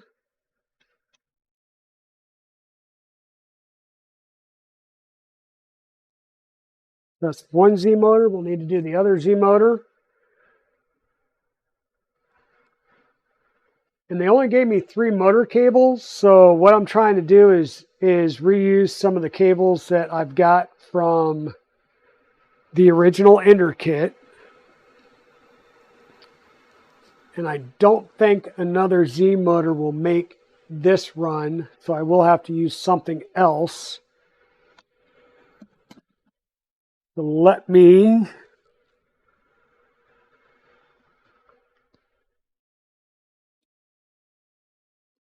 check my box of EnderXYs.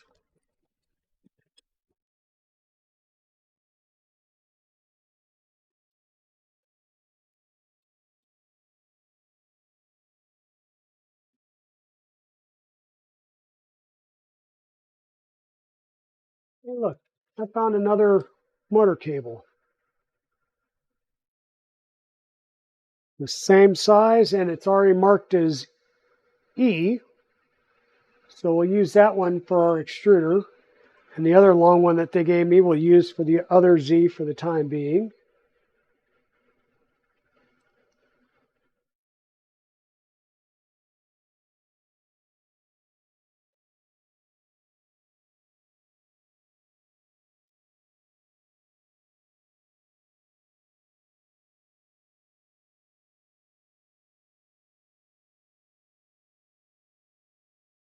There we go. So we've got our motor wires tight or installed. We'll need to do the E one once we actually mount our extruder motor. They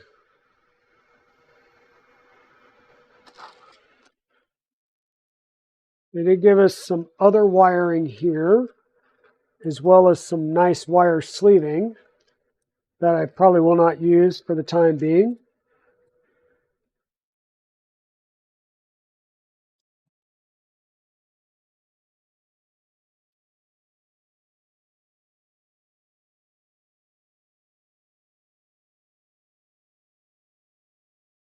Trying to figure out what I got here. So I've got some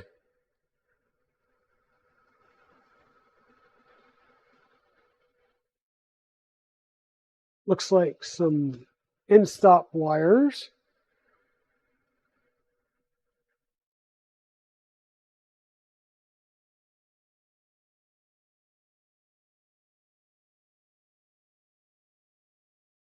I've got a bunch of 2-wire to 2-wire extensions, and then I've got 3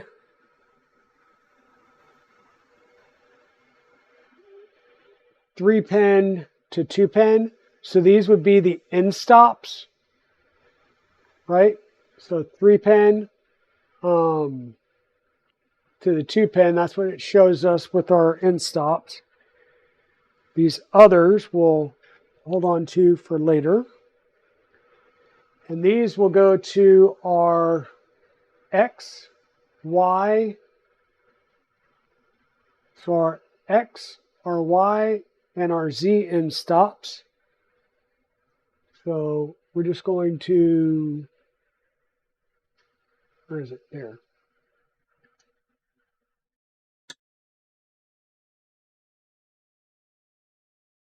V, Y, and X. So X is one that will move, and we'll have to figure out a way of zip tying our piece here. come down, and this will be the X.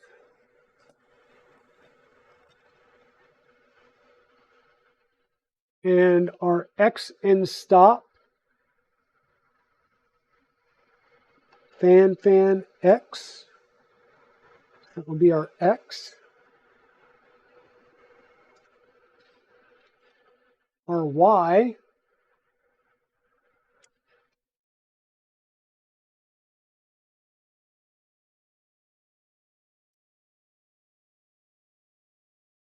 will go in the next one.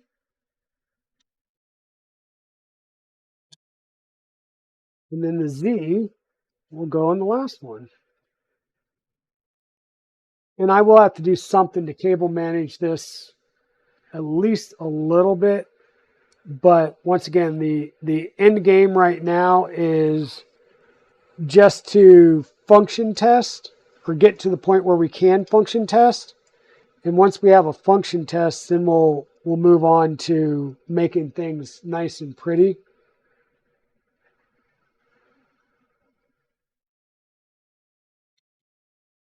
There's X, Y, and Z end stops.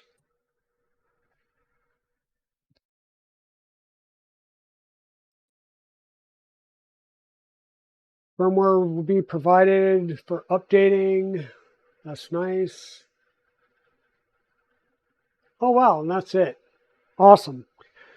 So we will take the original power supply wire, which is the XT60 connection, plug that into the power supply, and this is going to basically just come down, slip in here, and go into our screw down terminals.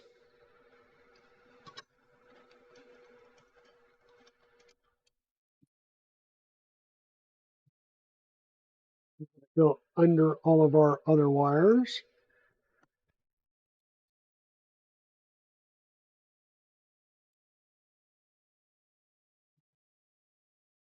And our screw down terminals for power is ground towards the pillar, power towards the, or 24 or 12 towards the middle of the board here. So let's get that installed.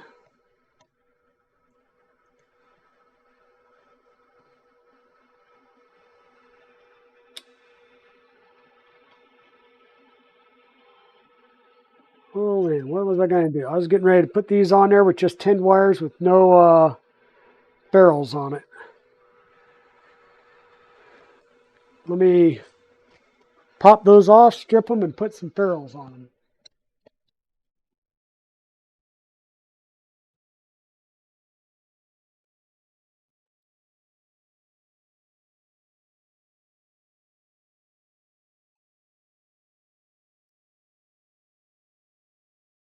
So Little John, how are you doing today?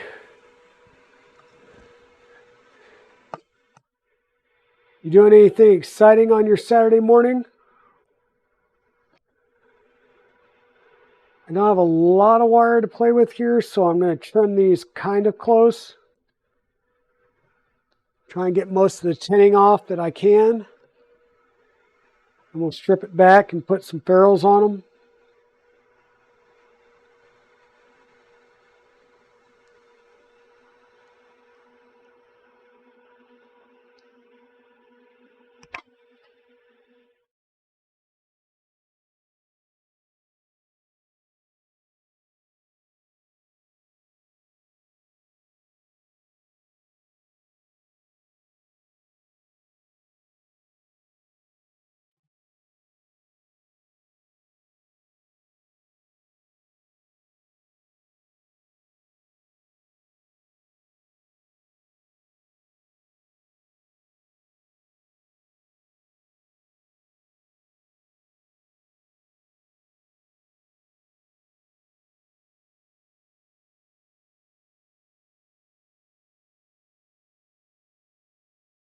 Prepping for G and Z, that's later tonight. You got plenty of time.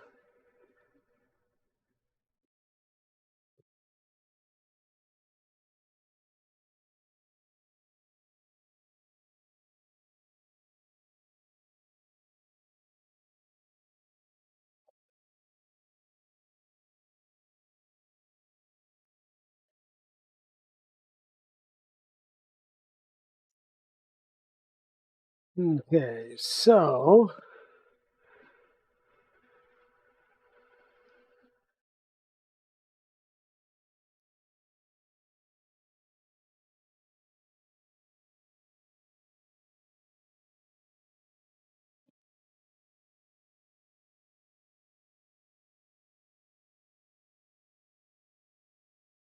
got our ferrules crimped on there.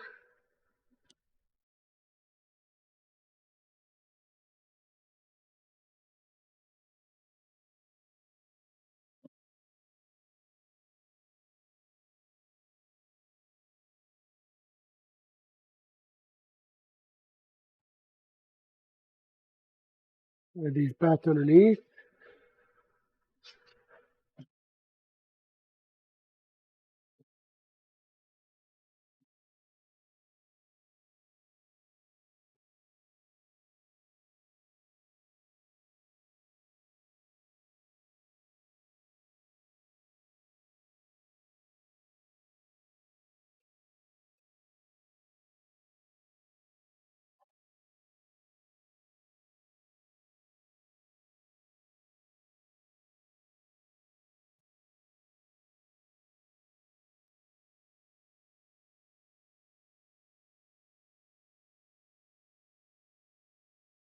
Once again, power on the left and ground right next to it.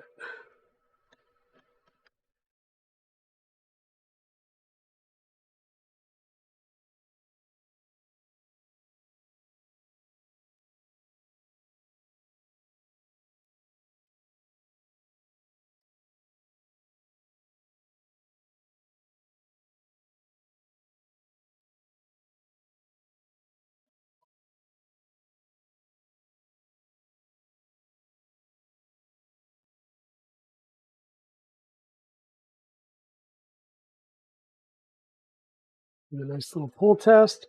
And once again, we'll be able to nicely route this underneath. We'll do some cable ties or something back there. So we've got main power, we've got X or A, B, Z and Z, Z and Z. We'll have our extruder motor. We still need to install that. We've got our Endstops installed. We'll have our hot end, which we don't have yet, and our bed.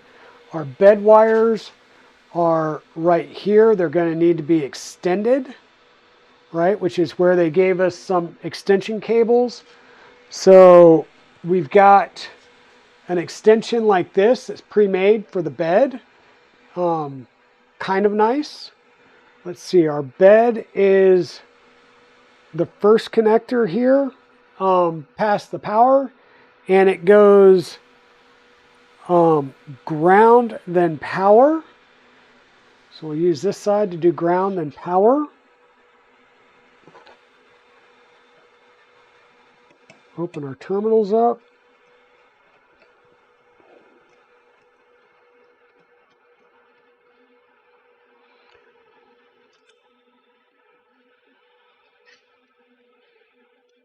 And try and run this underneath all the other wires we have coming out here.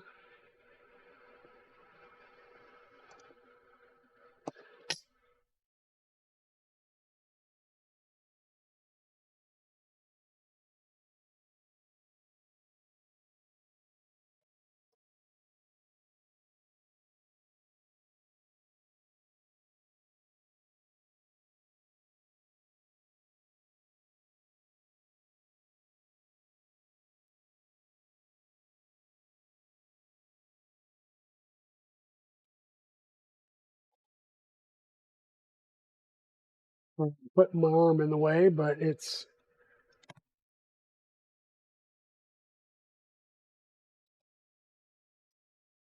ground. We're going to do a pull test. Get that loosed up. We're going to put our power right next to the ground.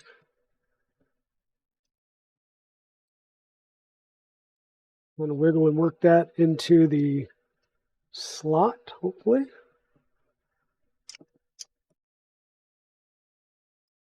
There we go. Tighten that down.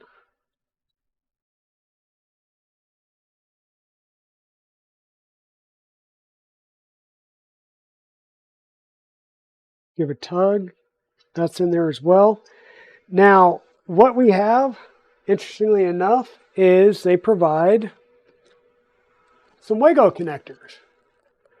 So we will Wago the extensions that they gave us with the existing wires. I said they gave us Wago connectors. These are unmarked, unlabeled. Yeah, unmarked, unlabeled.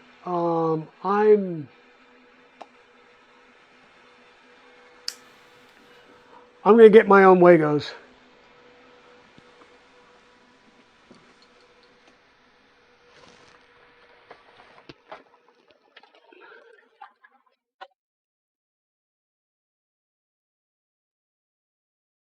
You know, yeah, it's 24 volt, but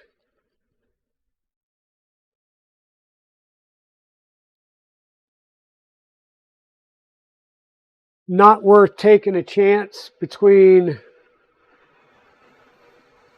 the real thing and a knockoff. I'll just use the real thing. And once again, they provide Wago or ferrules on the one side. So we'll get those in and we'll see if they'll clip in there.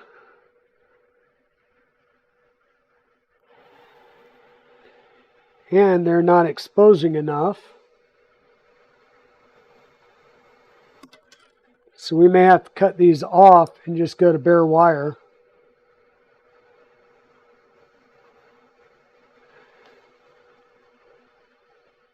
I mean, I'm glad that they did that, but there's not enough to get the Wago on there. And I doubt very seriously, unless this is why they're angled, if they'll go in here.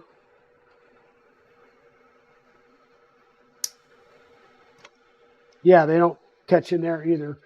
So we'll be cutting these ferrules off, stripping back the wires so that we can get them on the Wagos.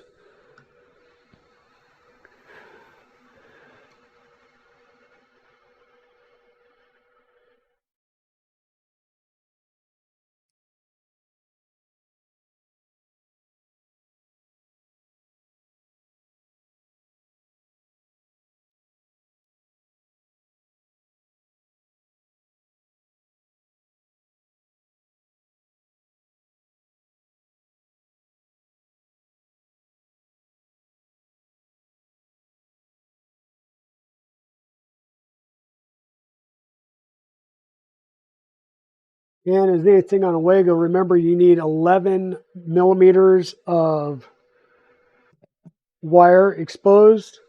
And they've got a gauge actually on the Wagos. So use that gauge, expose the 11 millimeters. And you can use ferrules in a Wago. It's not required. So it's up to you whether you want to use ferrules on a Wago or not. They kind of don't do it. You know, they give you the option. They don't say yay or nay either way. So I'm just going to twist my wires. And because of the way that these are put in there,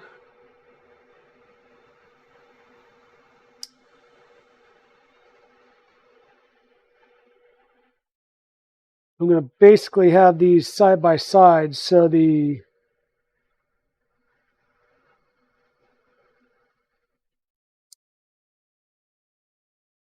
cable being provided, I've got positive on the inside edge of one and the negative on the inside edge of the other.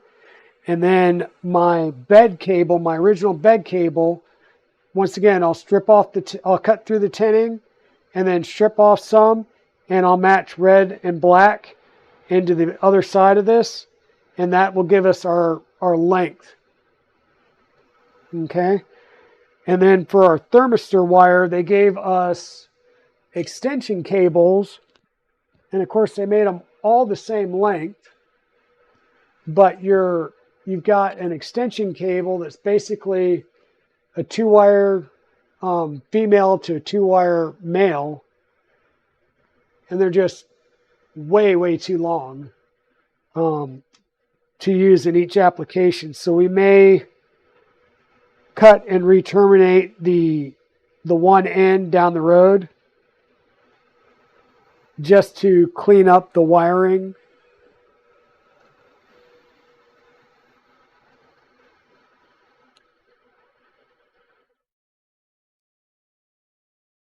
Because it just doesn't need to be that long.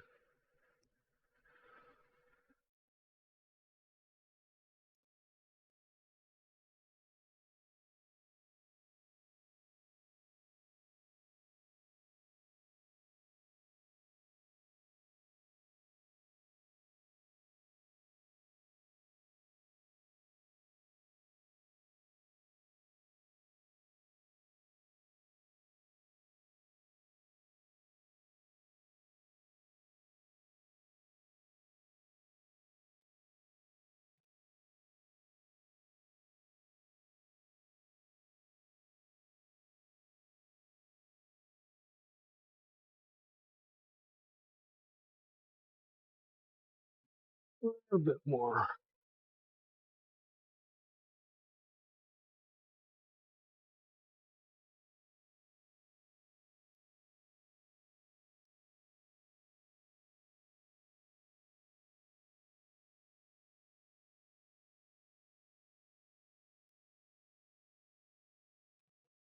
Did I put everybody to sleep, or do people get their coffee run?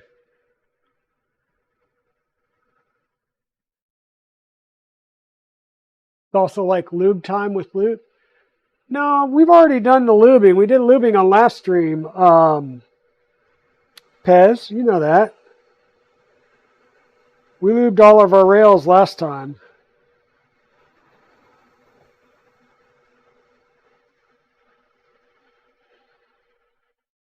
Right now we're into twisting wires and inserting them into our Wagos.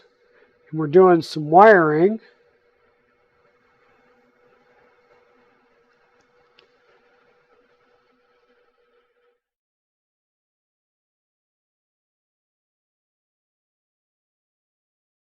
And I'll be honest with you, I may really look into this and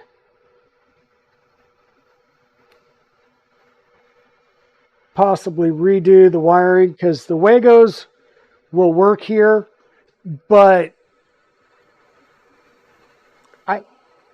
I may want to rerun or re-solder wires to that board and just make all new wires go across.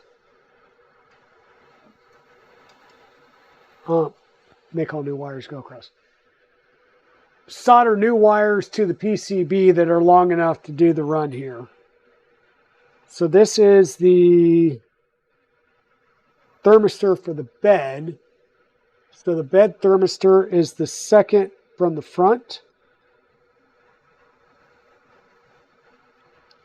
It goes right next to the Z Endstop. So that's installed now. We still have the extruder heater, the extruder thermistor. And I believe that's it. I think, well, and the LCD. That should be all we need to do, right? Oh, fans. Yeah, duh. We'll have to do fans too, but the fans are coming from mainly the tool head. So let's turn this around. I think we've got everything initially sorted. So we'll turn this around and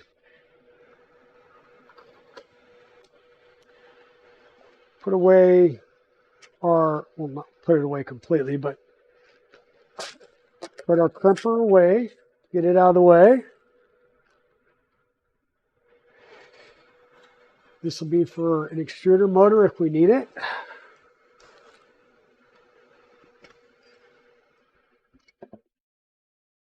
Lots of wires.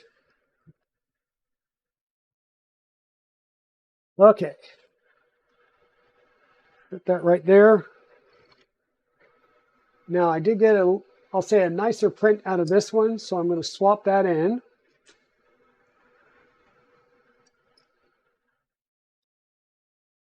Swap that in place of this one.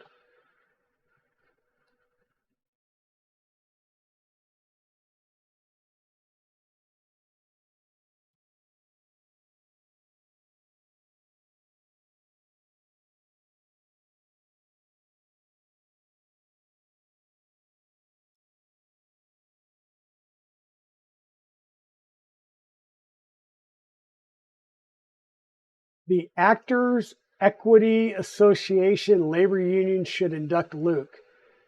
Why is that? Am I acting?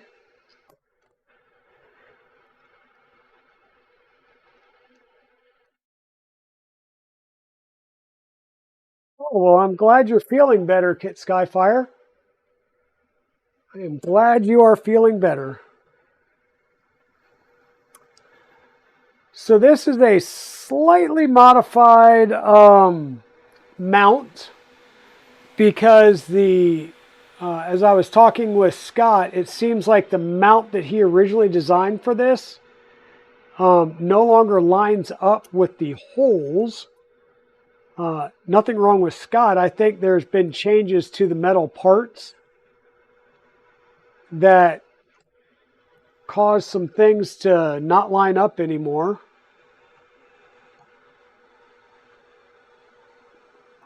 So we're making some changes, and I may eventually redesign this whole mounting setup or cut a whole new aluminum mounting bracket that just won't be anodized. But I should have material that I can cut a new mounting bracket out of on my CNC. So we got that installed there. That's nice.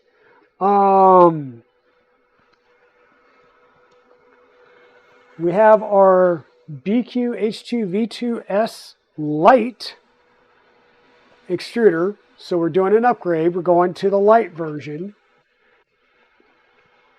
This is, I'll say, like our one deviation point here.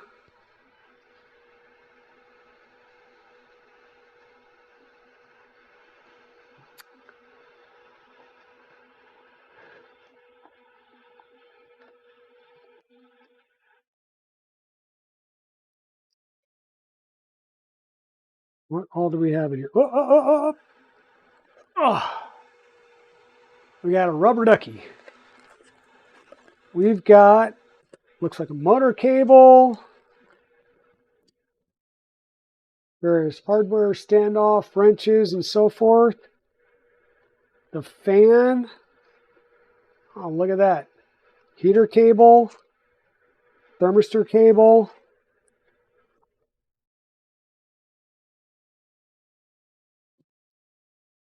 Bunch of other stuff. And some thermal grease. I have no idea what this is. Good thing they gave me instructions. They didn't. So I may have to go online and see if there's an instruction manual on how I'm supposed to set this up, because I have no idea what this little ribbon's for.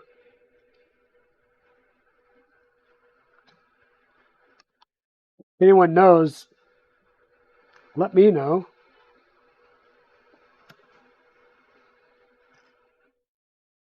So the nice thing, well, the Biqu light that we're using here has what at first glance is going to appear to be a like a volcano nozzle. And that's in there pretty good. But it's not a volcano nozzle. This is an M4 threaded nozzle, where a volcano would be a 6 mil thread. So you still have to go and get these from Biqu. but they basically allow you to run really hot, well, good hot temps. You've got a skeletonized extruder here, which is pretty nice. We'll need to make sure that when we mount this, belts probably need to be pushed towards the front over here when we mount it, so that it's out of the way of the skeletonization, so it doesn't get in and interfere with the extruder. But the nice thing here is you've got access to the wheel that you can use to manually move your filament in and out, and that rolls pretty nicely. And then you've got this lever. The lever, all the way forward, it's released all the tension. You can run your filament straight down through it, put it back. Now your gears are tensioned on your filament, so it makes inserting your filament really easy. You've got your heat brake, your titanium heat brake here, and this is just going to screw right on top of it. And we're going to have to pull up the website to see if we can get some install instructions on this.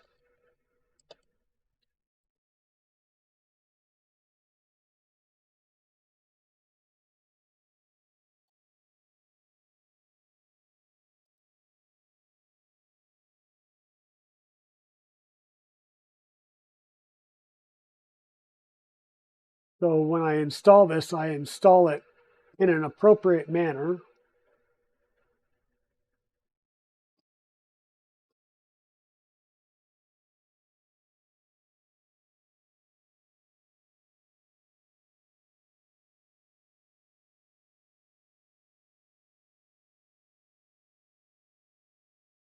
So nicely enough, they provide the, let me switch browser windows here, or actually, we'll just switch views over to this. Oh, there we go. So we scroll back up here.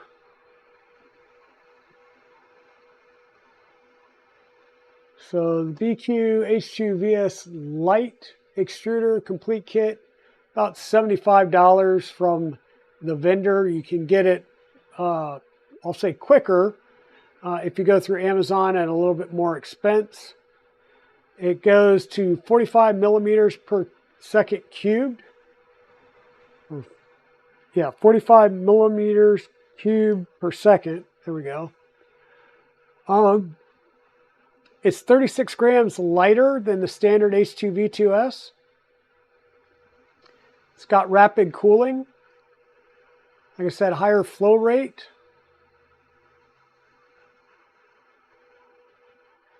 You've got the labor-saving lever. Like I said, that lever, you push it back and it pulls the, or removes the tension, bring it forward, and it retensions on the extrude, or on the, actually, yeah, pulling it forward releases all the tension, pushing it back adds the tension back. So it's kind of the reverse of what it says there. Quick detach heat brake. So undo a screw in the front and your heat brake and hot end pops out. 7:1 gear ratio gives you 7.5 kilogram of force. Yeah, just overall, it looks to be a really well machined setup here. They do provide all the specs to include your E-steps, 932 millimeters at 16 microsteps. So clipper rotation distance, so you have the information here to set up your stuff. Hey, welcome in, Major Gamer Geek. And what I'm looking for is, there we go, a manual. Yeah, that didn't help.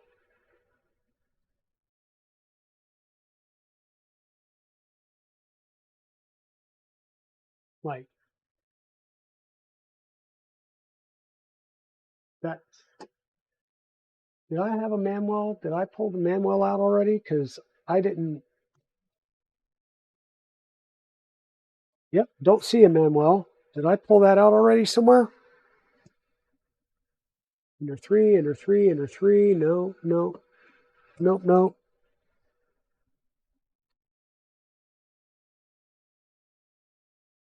feeling. It kind of feels like I've pulled the manual out, but if I did, I looked at it, and then I don't know what I did with it afterwards.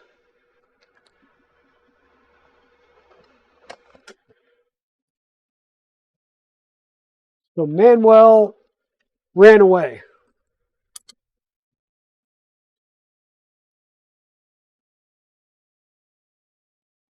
Well, that's not very nice of him.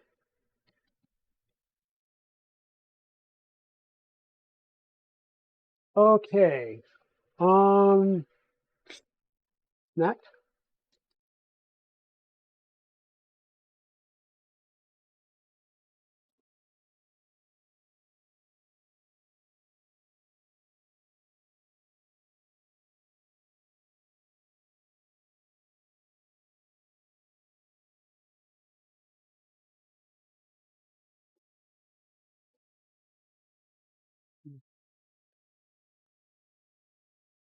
See if we can't make this a little bit bigger so that we can read it.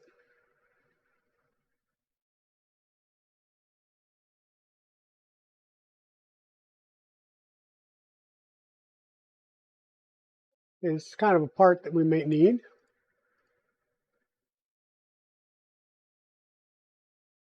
Recommended to install the fan towards the left, which we plan on doing.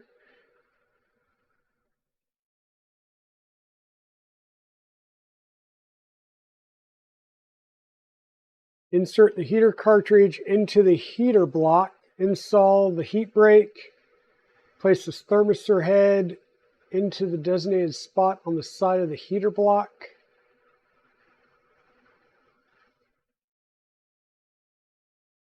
Preferably pack the spot full of thermal grease. Okay, standard thermal grease for PC cooling purposes should suffice. Clamp it down the wire with the included M2 screw and washer. Okay, then wrap the heater block with the included PTFE tape for at least 3 times for optimal thermal insulation. So that would be that strip of tape that we were trying to, or at least I was trying to figure out, what is this? So let's open some things up here. Put the parts out. Put cables right there. We got a fan, wrenches, another cable. Okay. And drop out our bits and bobs here. There's a really, really tiny screw for that thermistor. That's going to be fun to do. Okay. So we're going to come back to the browser view. So you can see what I'm doing here. I just basically dumped all of the gubbins onto the table here.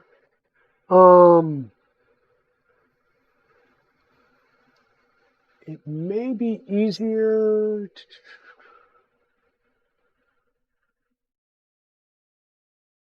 yeah, I'm going to go ahead and remove the set screw in here, or at least enough that I can pull the heat break out.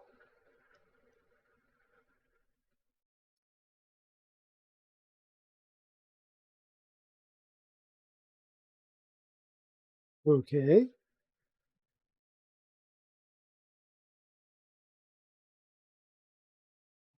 Screw is totally removed. Oh, there we go. There's the heat break. So, interesting heat break. It looks like, I'm not sure what that is in the middle, but it looks like some type of thermal paste. But what we're going to do is screw that in the top of the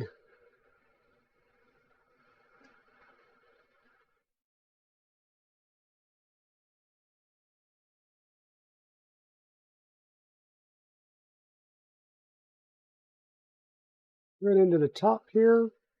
Why does that feel like it keeps?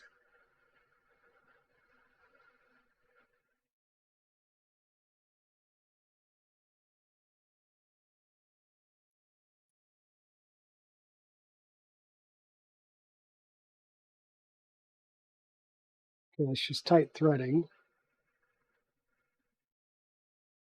We're going to rotate this all the way down until it seats against the nozzle. Now, what I don't like is because there's a gap there, right? I'm going to try and loosen up the nozzle and drop the heat brake and hopefully not bust it. Loosen up the nozzle, and I'm going to bring the heat brake all the way down against the top plate.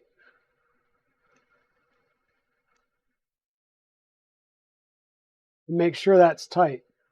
Then I'm going to tighten the nozzle up to the heat brake. And we're cold right now, but we're going to give it as much of a twist as we can to tighten it up against their cold. And then we'll have to hot tighten it once we get the everything back in there.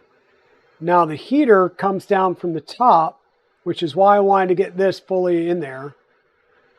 So let's find the heater.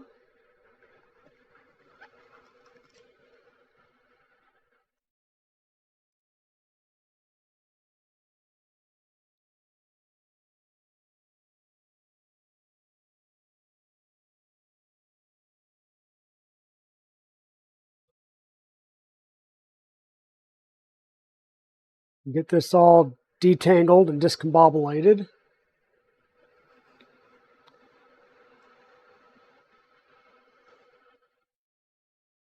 Okay. Now this is a 24 volt, 70 watt heater. Nice.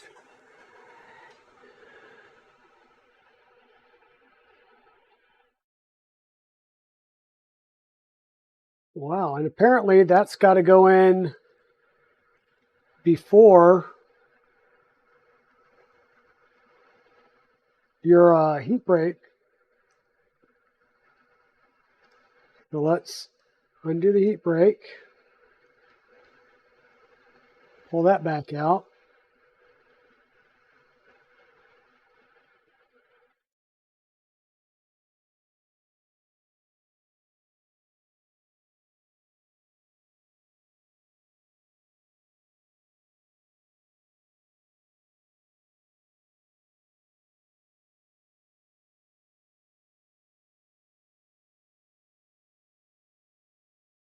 This will have to go in there, and then we can put the heat brake in. And it slides pretty good. We're going to put some thermal compound on it.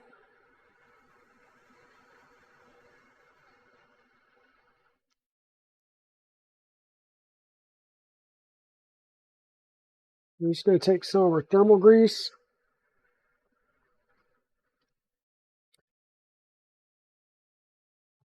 Let's go ahead and get our paper towel ready because we're going to need that, I know.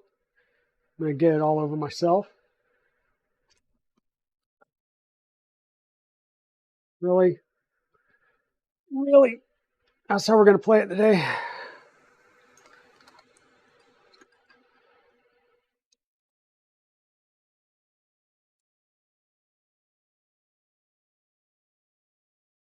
You should be able to just tear through one of the corners of your thermal grease packet. And it's not going to take a lot. You're just going to get a little bit on there and then spread it out. You just want it to help provide some contact between all the parts to get that grease fully. Seriously, that wasn't it?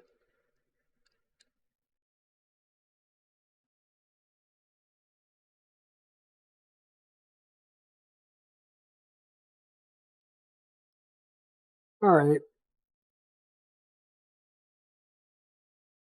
Apparently it wants me to use the scissors.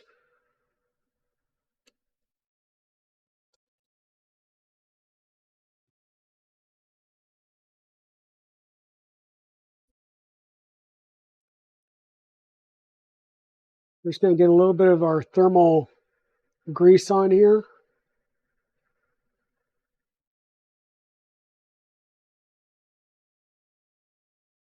Like I said, we're just going to get a little bit on there, and I'm going to rub it around with my finger. You can use something else if you don't want to get it all over yourself.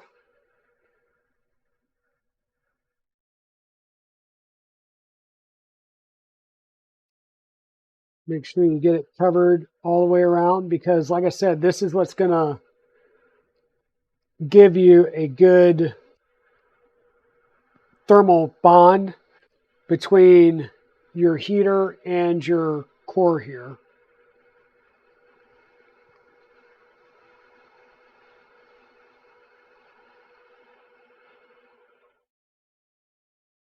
Okay. Then we're going to, where'd our heat break go? There it is. I'm going to slip my heat break back in there.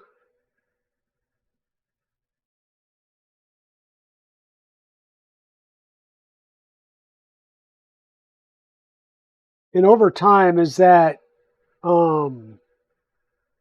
paste hardens, it will it'll hold that in place. But right now, what's going to happen when we tighten down our heat break here, it's actually going to just cover the edge of the hole and hold the heater core in. And that was the issue I was running into, was the heater core couldn't go all the way in because of the heat break being in the way.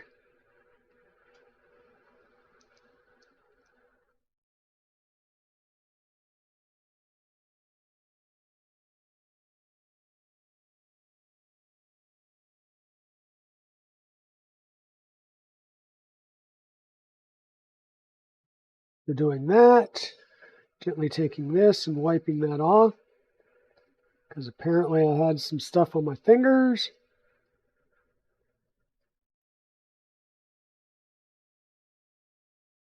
So just like that. Now what we need to do is get a little bit of paste in down here so that we can put in our thermistor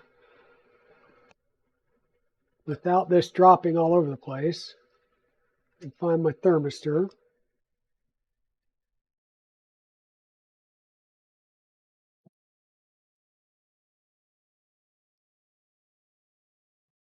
Because of the way this is going in, we're going to be, yep, it's going to tell me that we're using a glass bead thermistor.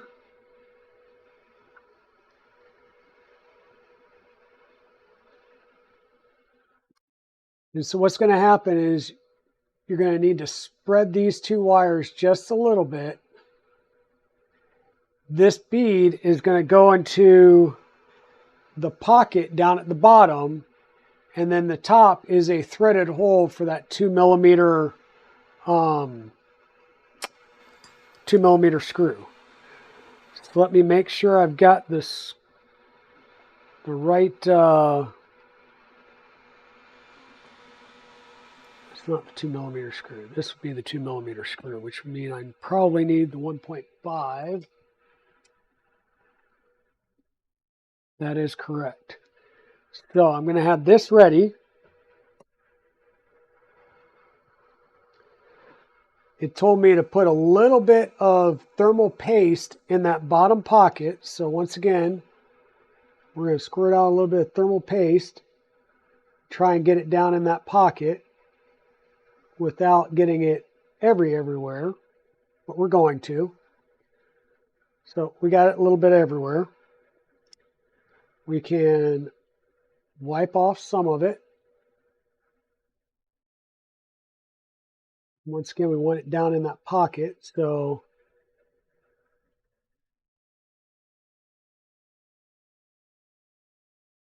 dab it in there. Then we're going to take the glass bead. You want to be careful. I'm going to bend it ever so slightly so I can get it down in that pocket.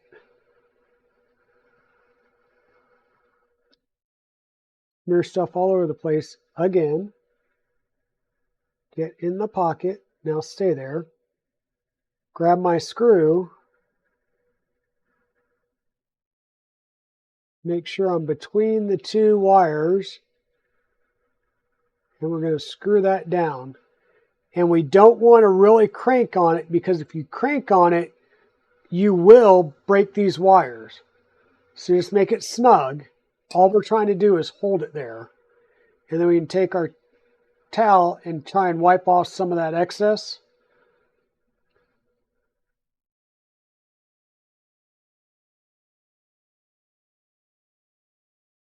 And thermal paste will get everywhere. That's a fact of life. Now, it's said to take the tape and wrap it around our whole hot end here, and that's going to keep everything insulated. And at least 3 times for optimal thermal insulation. So we'll just peel this like fabric PTFE tape off the backing.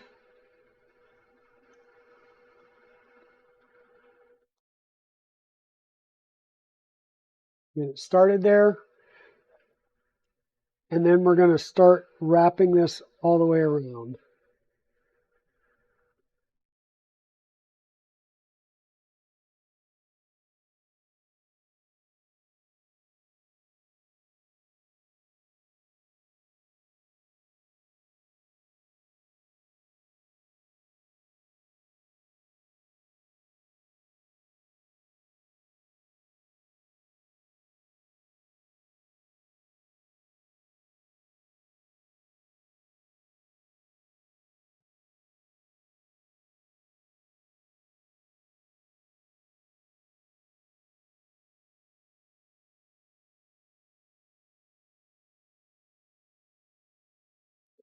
Bring the wires over here so it's easier to watch as I wrap.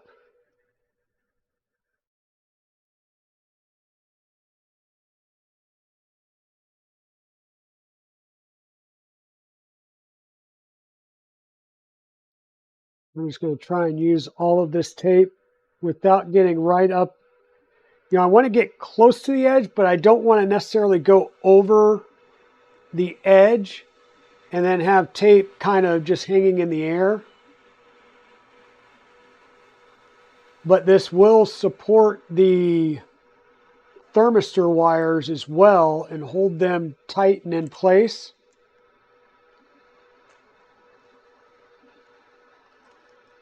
So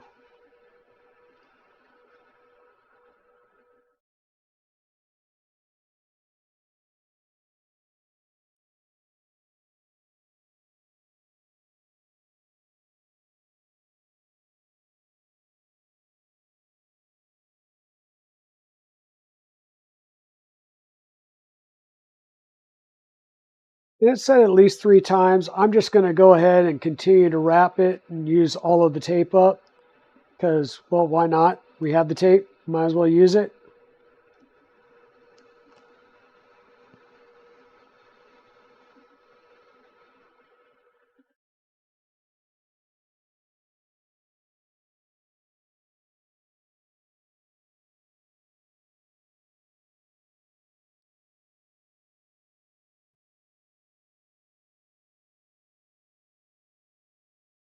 And there we go. Fully wrapped, nicely wrapped. We've got our heat breakdown flush against the heater block. Our nozzle, I'm going to bring that up right up against that heat break as well. And then that's nice and good and solid. Now this goes back into our extruder assembly.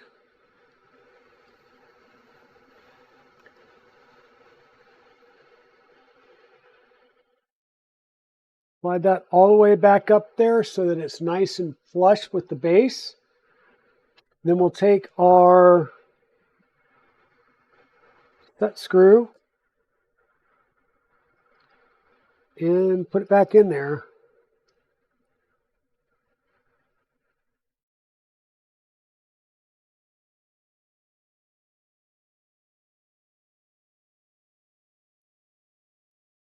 And just like that, we've got our hot end, and I'm bringing this out to this side because I know we're going to have a fan over here, and we'll be able to bring it up however we need to.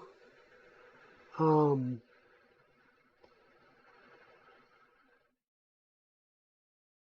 to think, because all of our, it's going to mount like this, all of our wiring can come over here.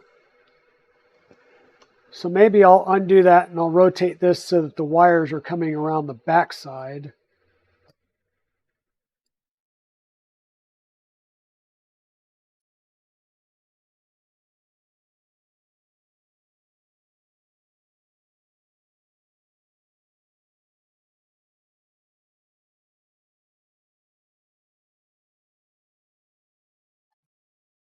There we go. So our wires will come off over on the right here. Looks like we're going to need to drop our bed.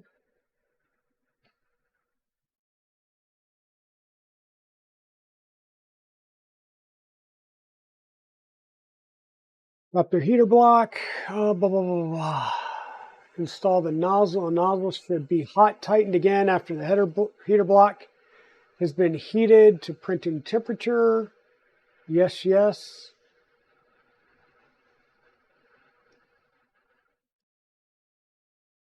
And that is pretty much the install instructions. The rest of it's a blown out view.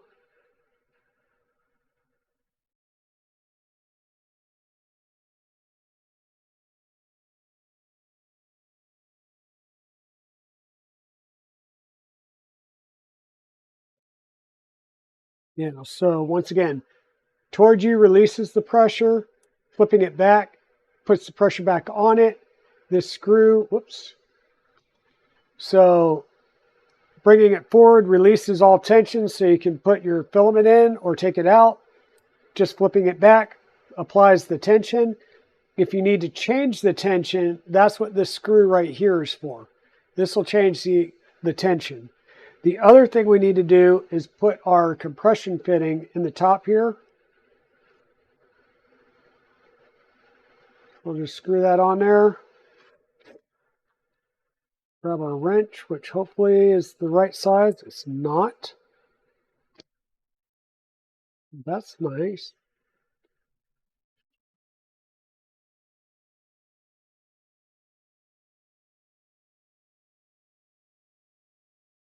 Do a little ugga-dugga there. And that's on there. So once again, I'm going to take and push the belts forward as I slide this in here. We'll have one from the top, one from the bottom, and one from the back that will mount this. We use our M3x8s.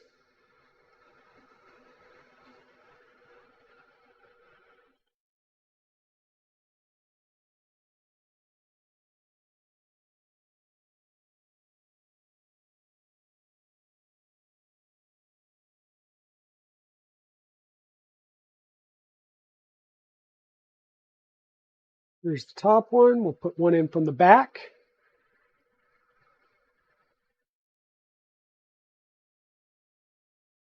And then there will be one that comes in from the bottom. And the one that comes in from the bottom we'll have to hold off on for just a minute because I'm going to have to reorientate some things to get to it. I'll have to drop this down so I can get to the bottom. Excuse me. I'm going to have to drop the bed down even more so I can get to the bottom.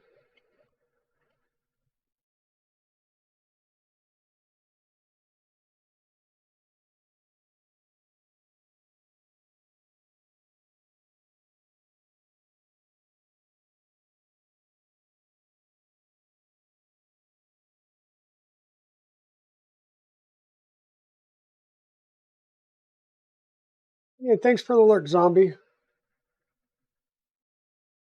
Hey, Shaudel 3D, how are you doing?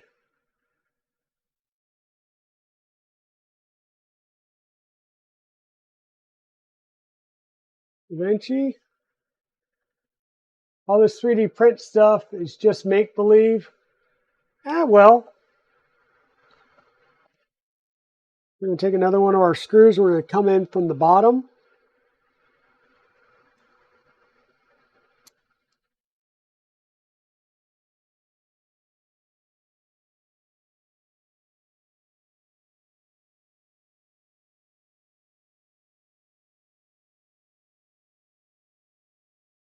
And that gives us top, bottom, and back. So we're pretty good as far as tightness goes there. We are going to have to add our fan, which once again, our fan will need M3 countersunk screws, and that'll countersink into these 4 spots there. Uh-oh. And it looks like this piece right here is supposed to go into that back spot, and it's not going to make it there because we've already got a piece there.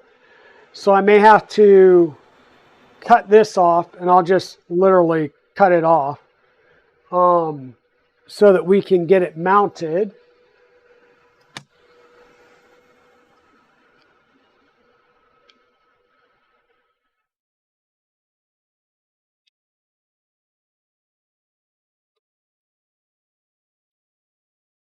Just like that, just cut that off. And this should now be able to fit in there. We'll be able to put in our 4 screws. We've got room for our cable to get through there, I think. Move our cables around a little bit. Okay, so yeah, this will mount up here, 4 screws.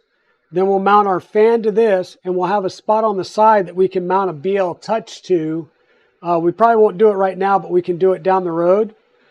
We'll just have to definitely make sure that we set some parameters so we don't bash it up against the lead screw there. Yeah. Let me see if I can't move this back a little bit more without compromising the actual vent itself.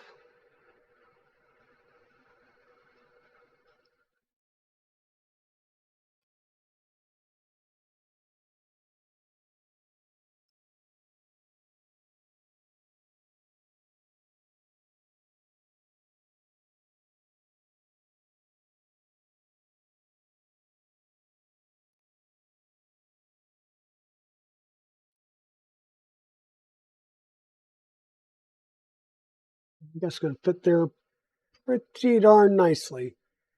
Now, do I have M3x8 countersunk screws?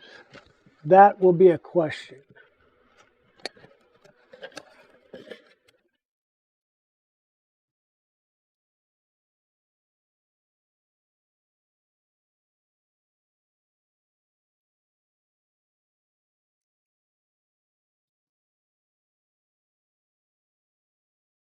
Answer to that question is yes.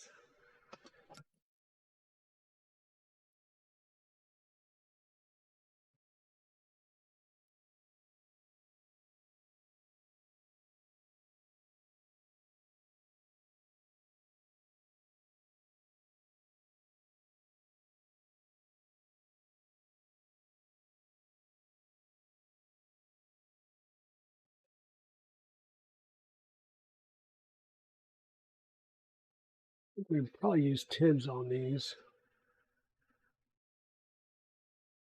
But you have to use countersunk screws on these because if you don't, the fan won't be able to mount. So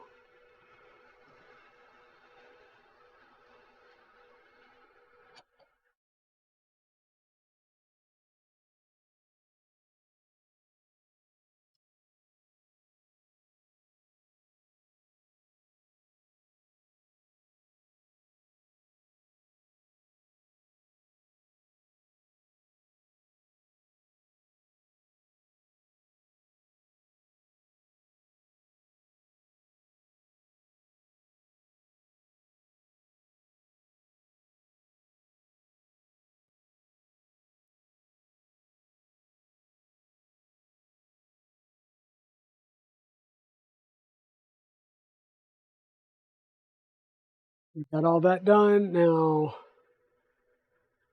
this is probably going to hit to the fan, so it'll probably only go that far, but that should give us plenty of release tension still.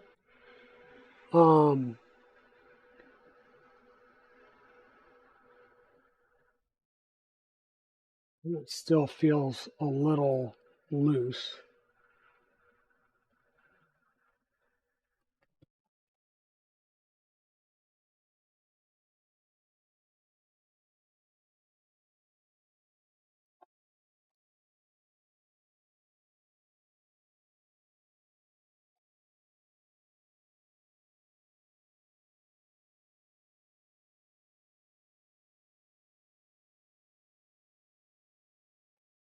I don't know why that feels all jiggly wiggly. Let's pop this off real fast and see if we can just tighten the plastic mount a little bit more.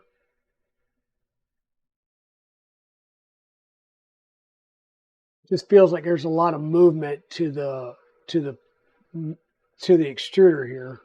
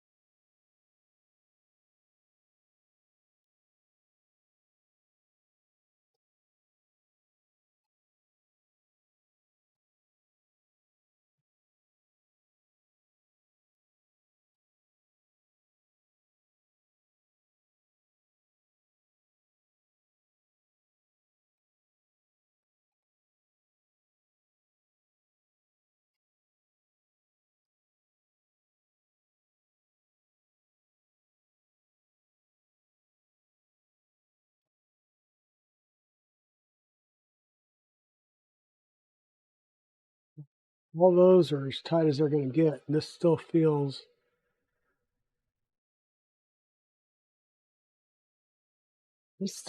a little wobbly.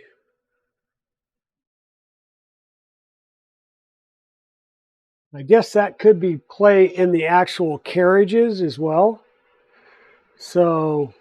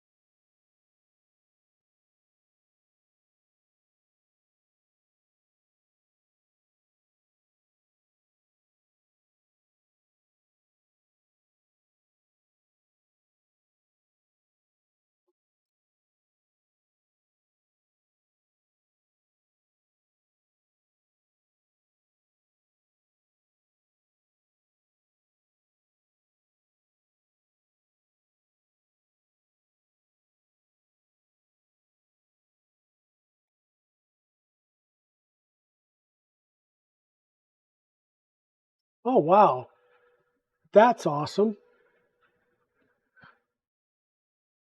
I just sheared a bolt head off. Well, what the hell? I just sheared a bolt head off.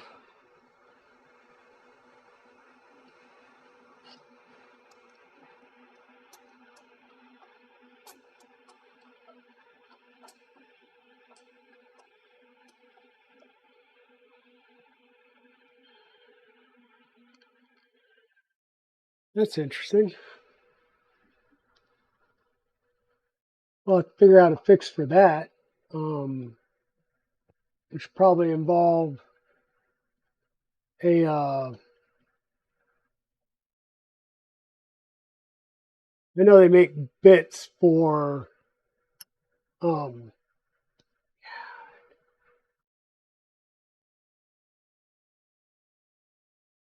I think that's just play in the actual truck.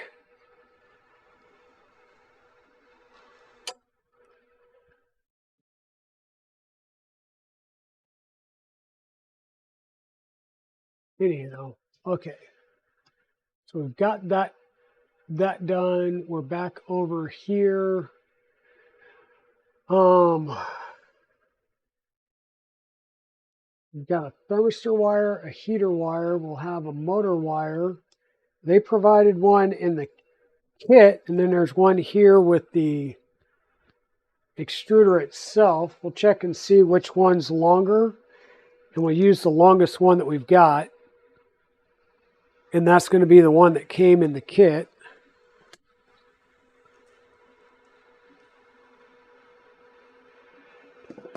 Because it's got JST connectors at each end. And even that's not going to be long enough, I don't think.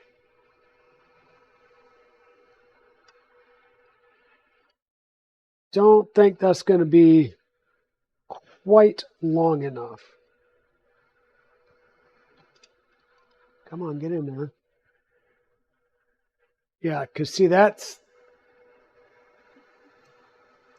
I'm going to have to see if I've got even longer ones, because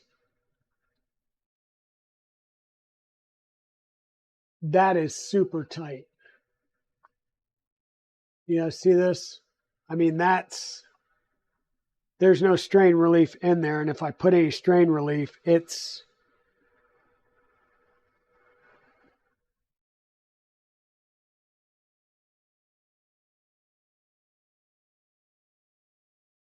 Yeah, I'm going to need a longer cable than that.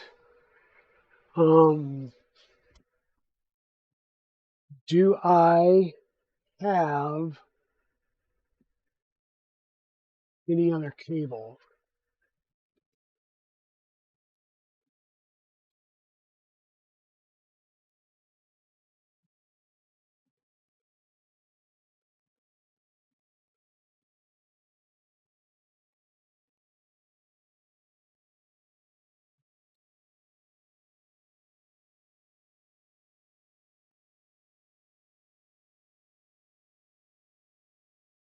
Ooh.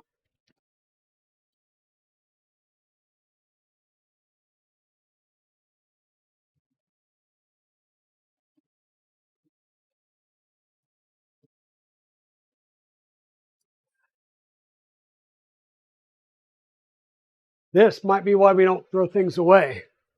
If memory serves me right, I may still have the motor wires and extension for the Ender 5. And if I've got those, then that should, or the Ender 5 Plus, then that should give me plenty of length for just about anything.